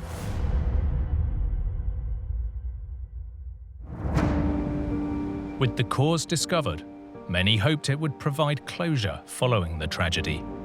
Until you are in those people's shoes, you don't know what it's really like, the pain, the agony, the distress that it puts you in, and knowing you're never going to see your loved one again. After the disaster, the decision was made to demolish the entire structure and start over. But the second garage suffered setbacks of its own. There was another partial collapse, and this one wasn't as deadly or as tragic. A beam collapsed. This was partially due to missing welded connections from the beams that were not done prior to release of the load from the cranes. Although 2 workers were injured, luckily there was no loss of life. By 2017, the new garage was complete, where it stands to this day.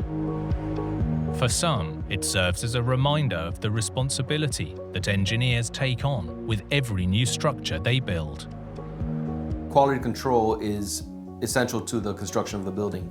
Any issues that are not addressed during construction can pose a potential issue for the actual structure. Failures like this are a reminder that every construction project has different challenges. The key is to identify them and prevent them turning into a catastrophe.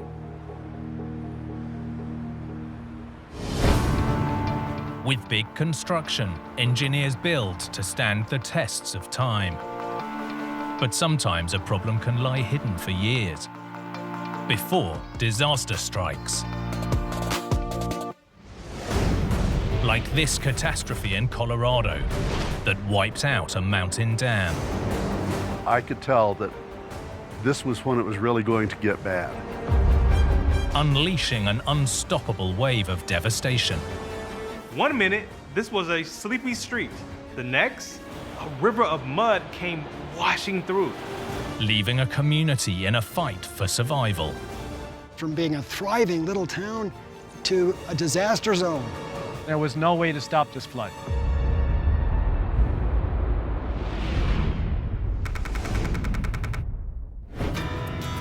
Colorado, home to one of the biggest natural attractions in the world, Rocky Mountain National Park.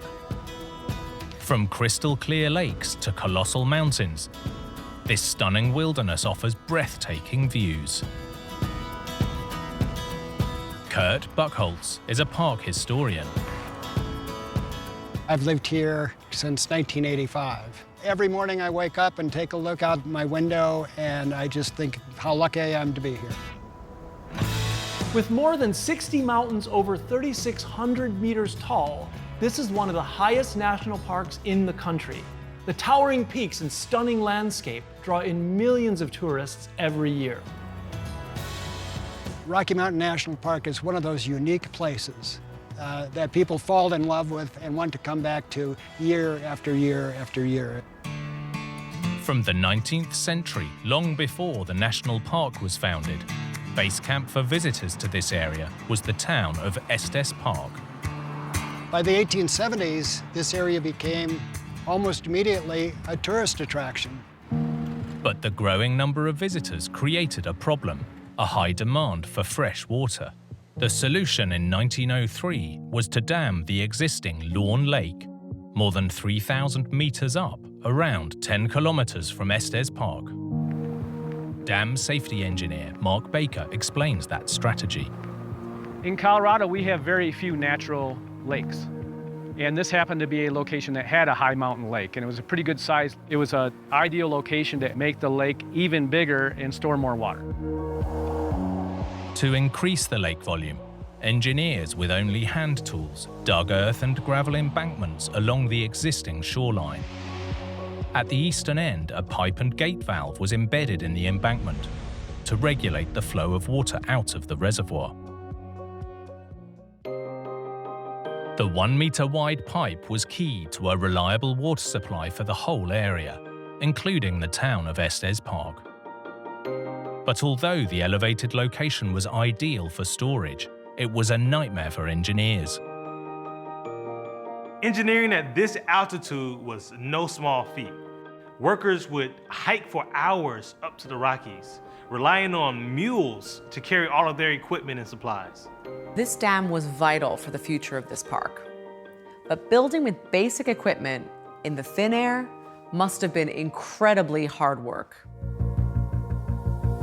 The vast earthworks took just a year to complete, and for nearly 8 decades, the reservoir supplied Estes Park with fresh flowing water. Until the summer of 1982, when a disaster ripped through the Rockies.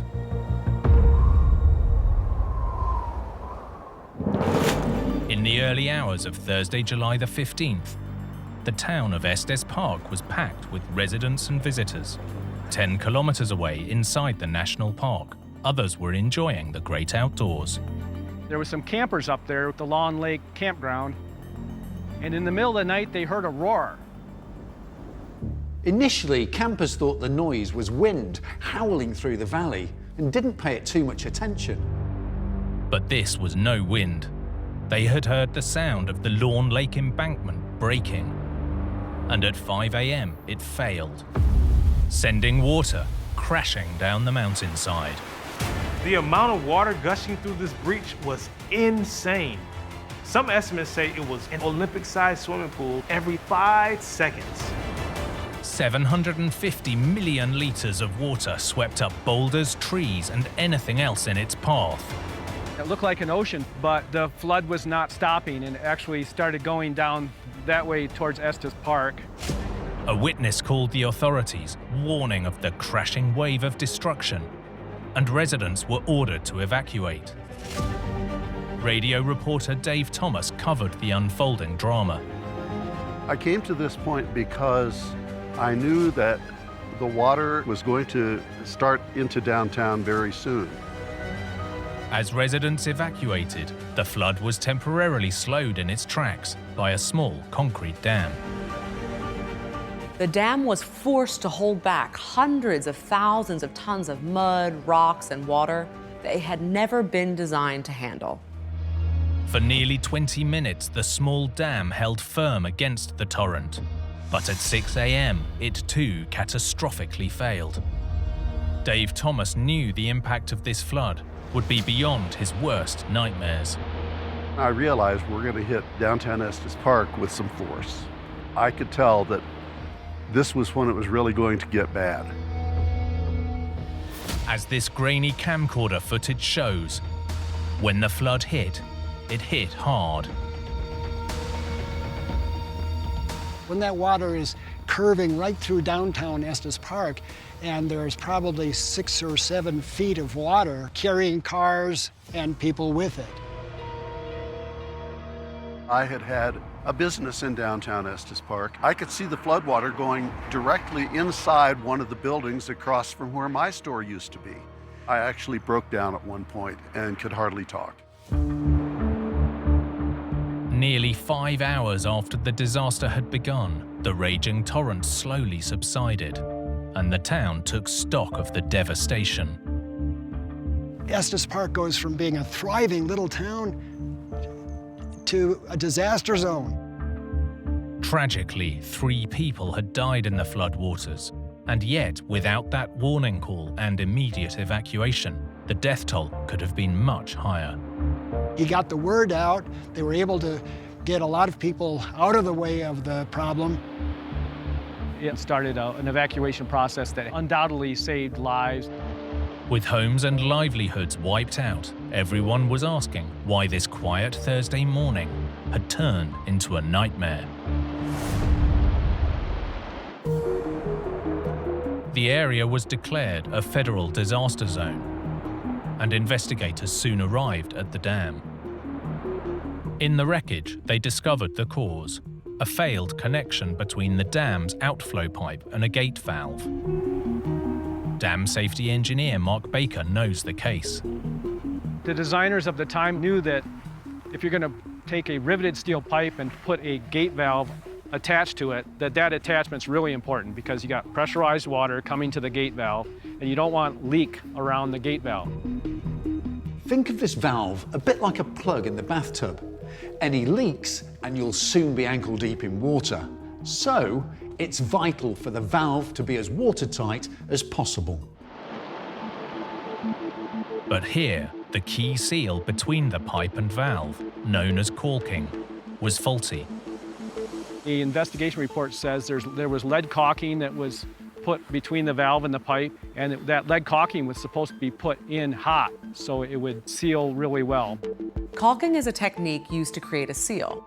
They lined the joints or seams with molten lead, and as it cooled and hardened, it should have created a watertight barrier. They hired a metallurgist who said that lead caulking was not put in there hot. According to the investigation report, they don't think they heated the lead, they just hammered it in there between the pipe and the valve. Not only was the connection vulnerable, but if a leak did start, there was nothing to prevent the water from eroding away the inside of the embankment, rendering the dam structurally unsound. But that valve was supposed to be encased in concrete, so if that valve ever leaked, that leaking water would not erode the soil in the dam. But for some reason, it might have had to do with how much elevation and the difficulty it would have taken to get concrete all the way up there. They did not encase the valve in concrete. The faulty seal and lack of protective concrete were compounded by a third problem. The location of the valve on the outflow pipe subjected it to exceptionally high water pressure. So in embankment dams, best practice of engineers is to put the valve on the upstream of the dam. And that way, when you open the valve, all the water that's coming through the pipe is not pressurized. They didn't realize that back in 1903. So what they did is the valve is essentially under the center of the dam. That means all the pipe going upstream to the reservoir was under pressure. And it's also under pressure where it met the valve. And that's where we had the leak occur and internal erosion began and ended up failing the dam. The reservoir created a huge pressure in the pipe. If any gaps appeared, water would have spurted like a fire hose. And it was only a matter of time until the whole thing would have failed. When water flows downhill, it creates power. And that energy is going to go somewhere, and what it goes into is erosion. Ultimately, the high altitude and remote location meant that, however long it had been growing, the leak had gone unnoticed.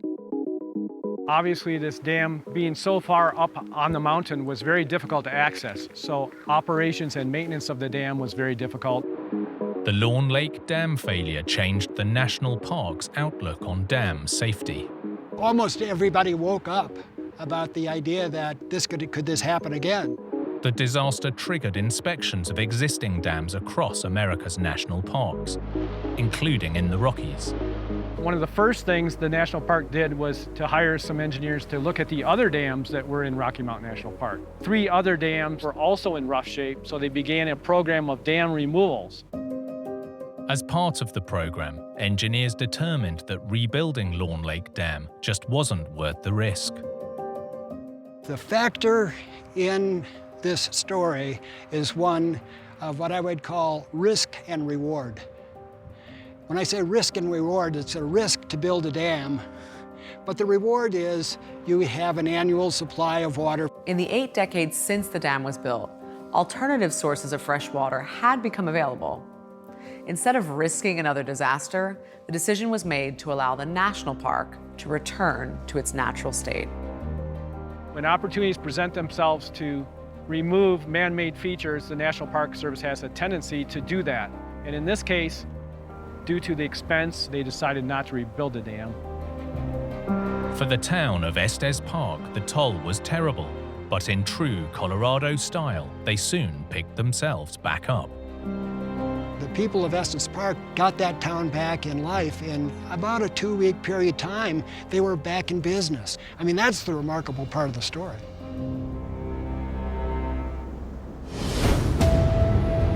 With iconic structures, architects and engineers strive to make a mark on the skyline.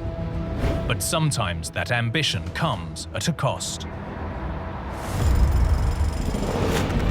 Like this story in Madrid that brought the crowds to a standstill.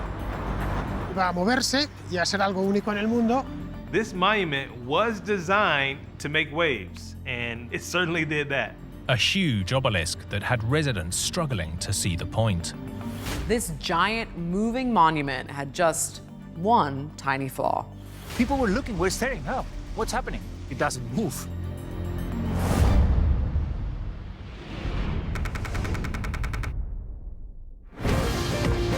Madrid, Spain's capital, is home to more than 3 million people. This city with a rich history is constantly evolving. Antonio Chesel is a lifelong resident. Madrid is always doing different things. So Madrid is never finished. There's a joke that Danny DeVito, the actor, came to Madrid and he was just amazed. He said, this is a wonderful city. I love it. It's incredible. But I want to come back once they find the treasure. Because they're digging holes all over the place. In the late 20th century, that digging began to the north of the city centre, in what has become the financial district, starting with these two iconic leaning towers. Fernando Diaz Villanueva is a local journalist. Y en esta plaza, la Plaza de Castilla, una plaza muy céntrica en Madrid y a la vez muy simbólica porque es el punto más alto de la ciudad, se han venido haciendo todo tipo de experimentos arquitectónicos durante las últimas décadas. Lo tenemos en esas dos torres que están inclinadas, que se hicieron entre los años 80 y 90. They built these towers, the entrance to Europe, as the start of a financial district, and everything below here was redone because it was very old and in order to update this area of Madrid, so that was a good thing. In 2009, this more than 90-metre-tall obelisk became the plaza's centrepiece and a monument to Spain's oldest savings bank. Madrid citizens, we heard about the construction of this obelisk. Maybe 15 years ago, it was meant to be something very nice and very spectacular. The obelisk was going to be like the top of the cake of this square. And there was more to the obelisk than meets the eye. The outside would feature 42 vertical stripes, made up of more than 400 individual bars or ribs. What made this monument so special was that all 462 bronze ribs would be coated in gold leaf. Not only that, they would move, designed to look like a golden wave in the middle of the city. Iba a moverse y a ser algo único en el mundo. We didn't know if it was going to move 24/7, but I mean, from time to time, the machinery was going to be turned on and it was going to move. It's going to be like the place to be. But long before the unique obelisk could move, engineers would have to overcome some unique challenges, starting from the ground up.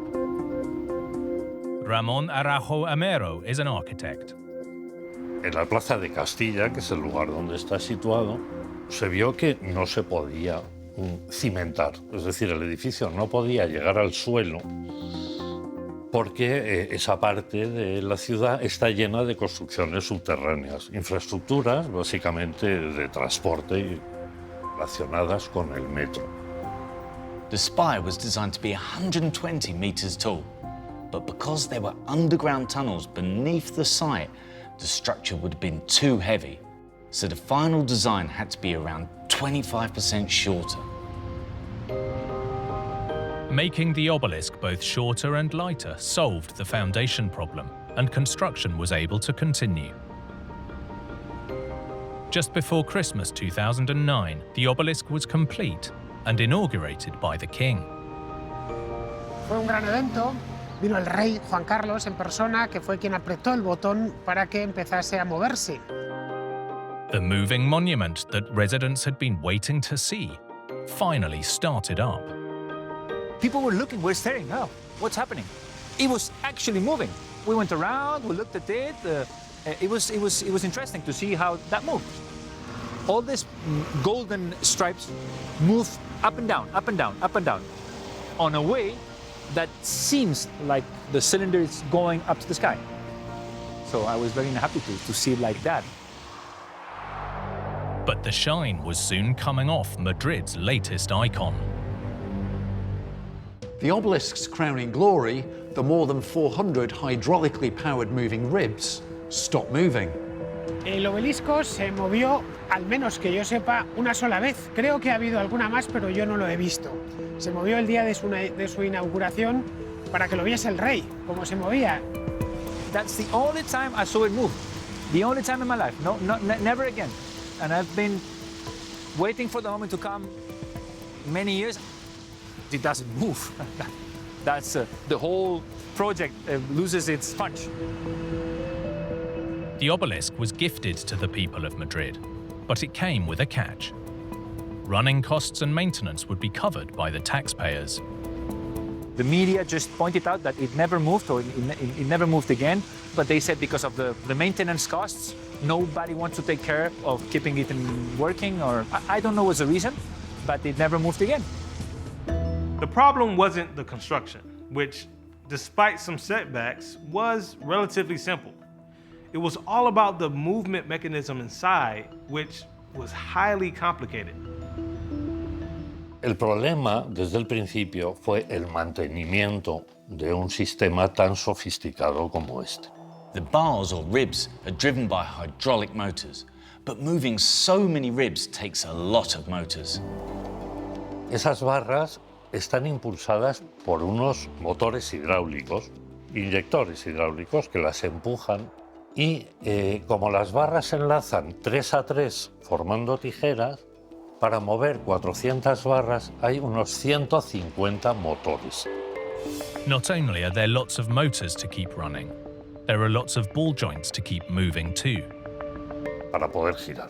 Todas las barras tienen esta rótula. Y ahora en vertical todas las barras tienen una segunda rótula. Entonces hay que mantener todas esas uniones. A ball joint is a critical element for construction, just like your shoulder or hip is for your body.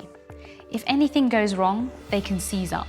400 barras, con 400 y pico articulaciones entre ellas, más las articulaciones al fuste para permitir el giro, más los actuadores que generan ese movimiento horizontal. Todo eso hace que, para nuestra concepción habitual de lo que es un monumento, todo esto pueda ser quizás demasiado complejo. Ultimately, the problem seems to be that this complex mechanism is just too expensive to maintain. Mechanically, this has similarities with a car, and anyone who's ever owned a car will know that from time to time, they need a little bit of TLC. Probably the systems now are already broken or just worn down or everything. It's just, there's no way it can move again. Quizá el mecanismo de movimiento es demasiado ambicioso y demasiado caro de mantener. El hecho es que donde está no funciona. For now, the centerpiece of this square isn't going anywhere. Personally, I don't think that this is ever going to move again, to be super honest with you. Even though I tried and I looked at it again and again, in the end, I just lost faith. Whatever anyone might think of it, this monument was designed to make waves, and there's no denying it certainly did that.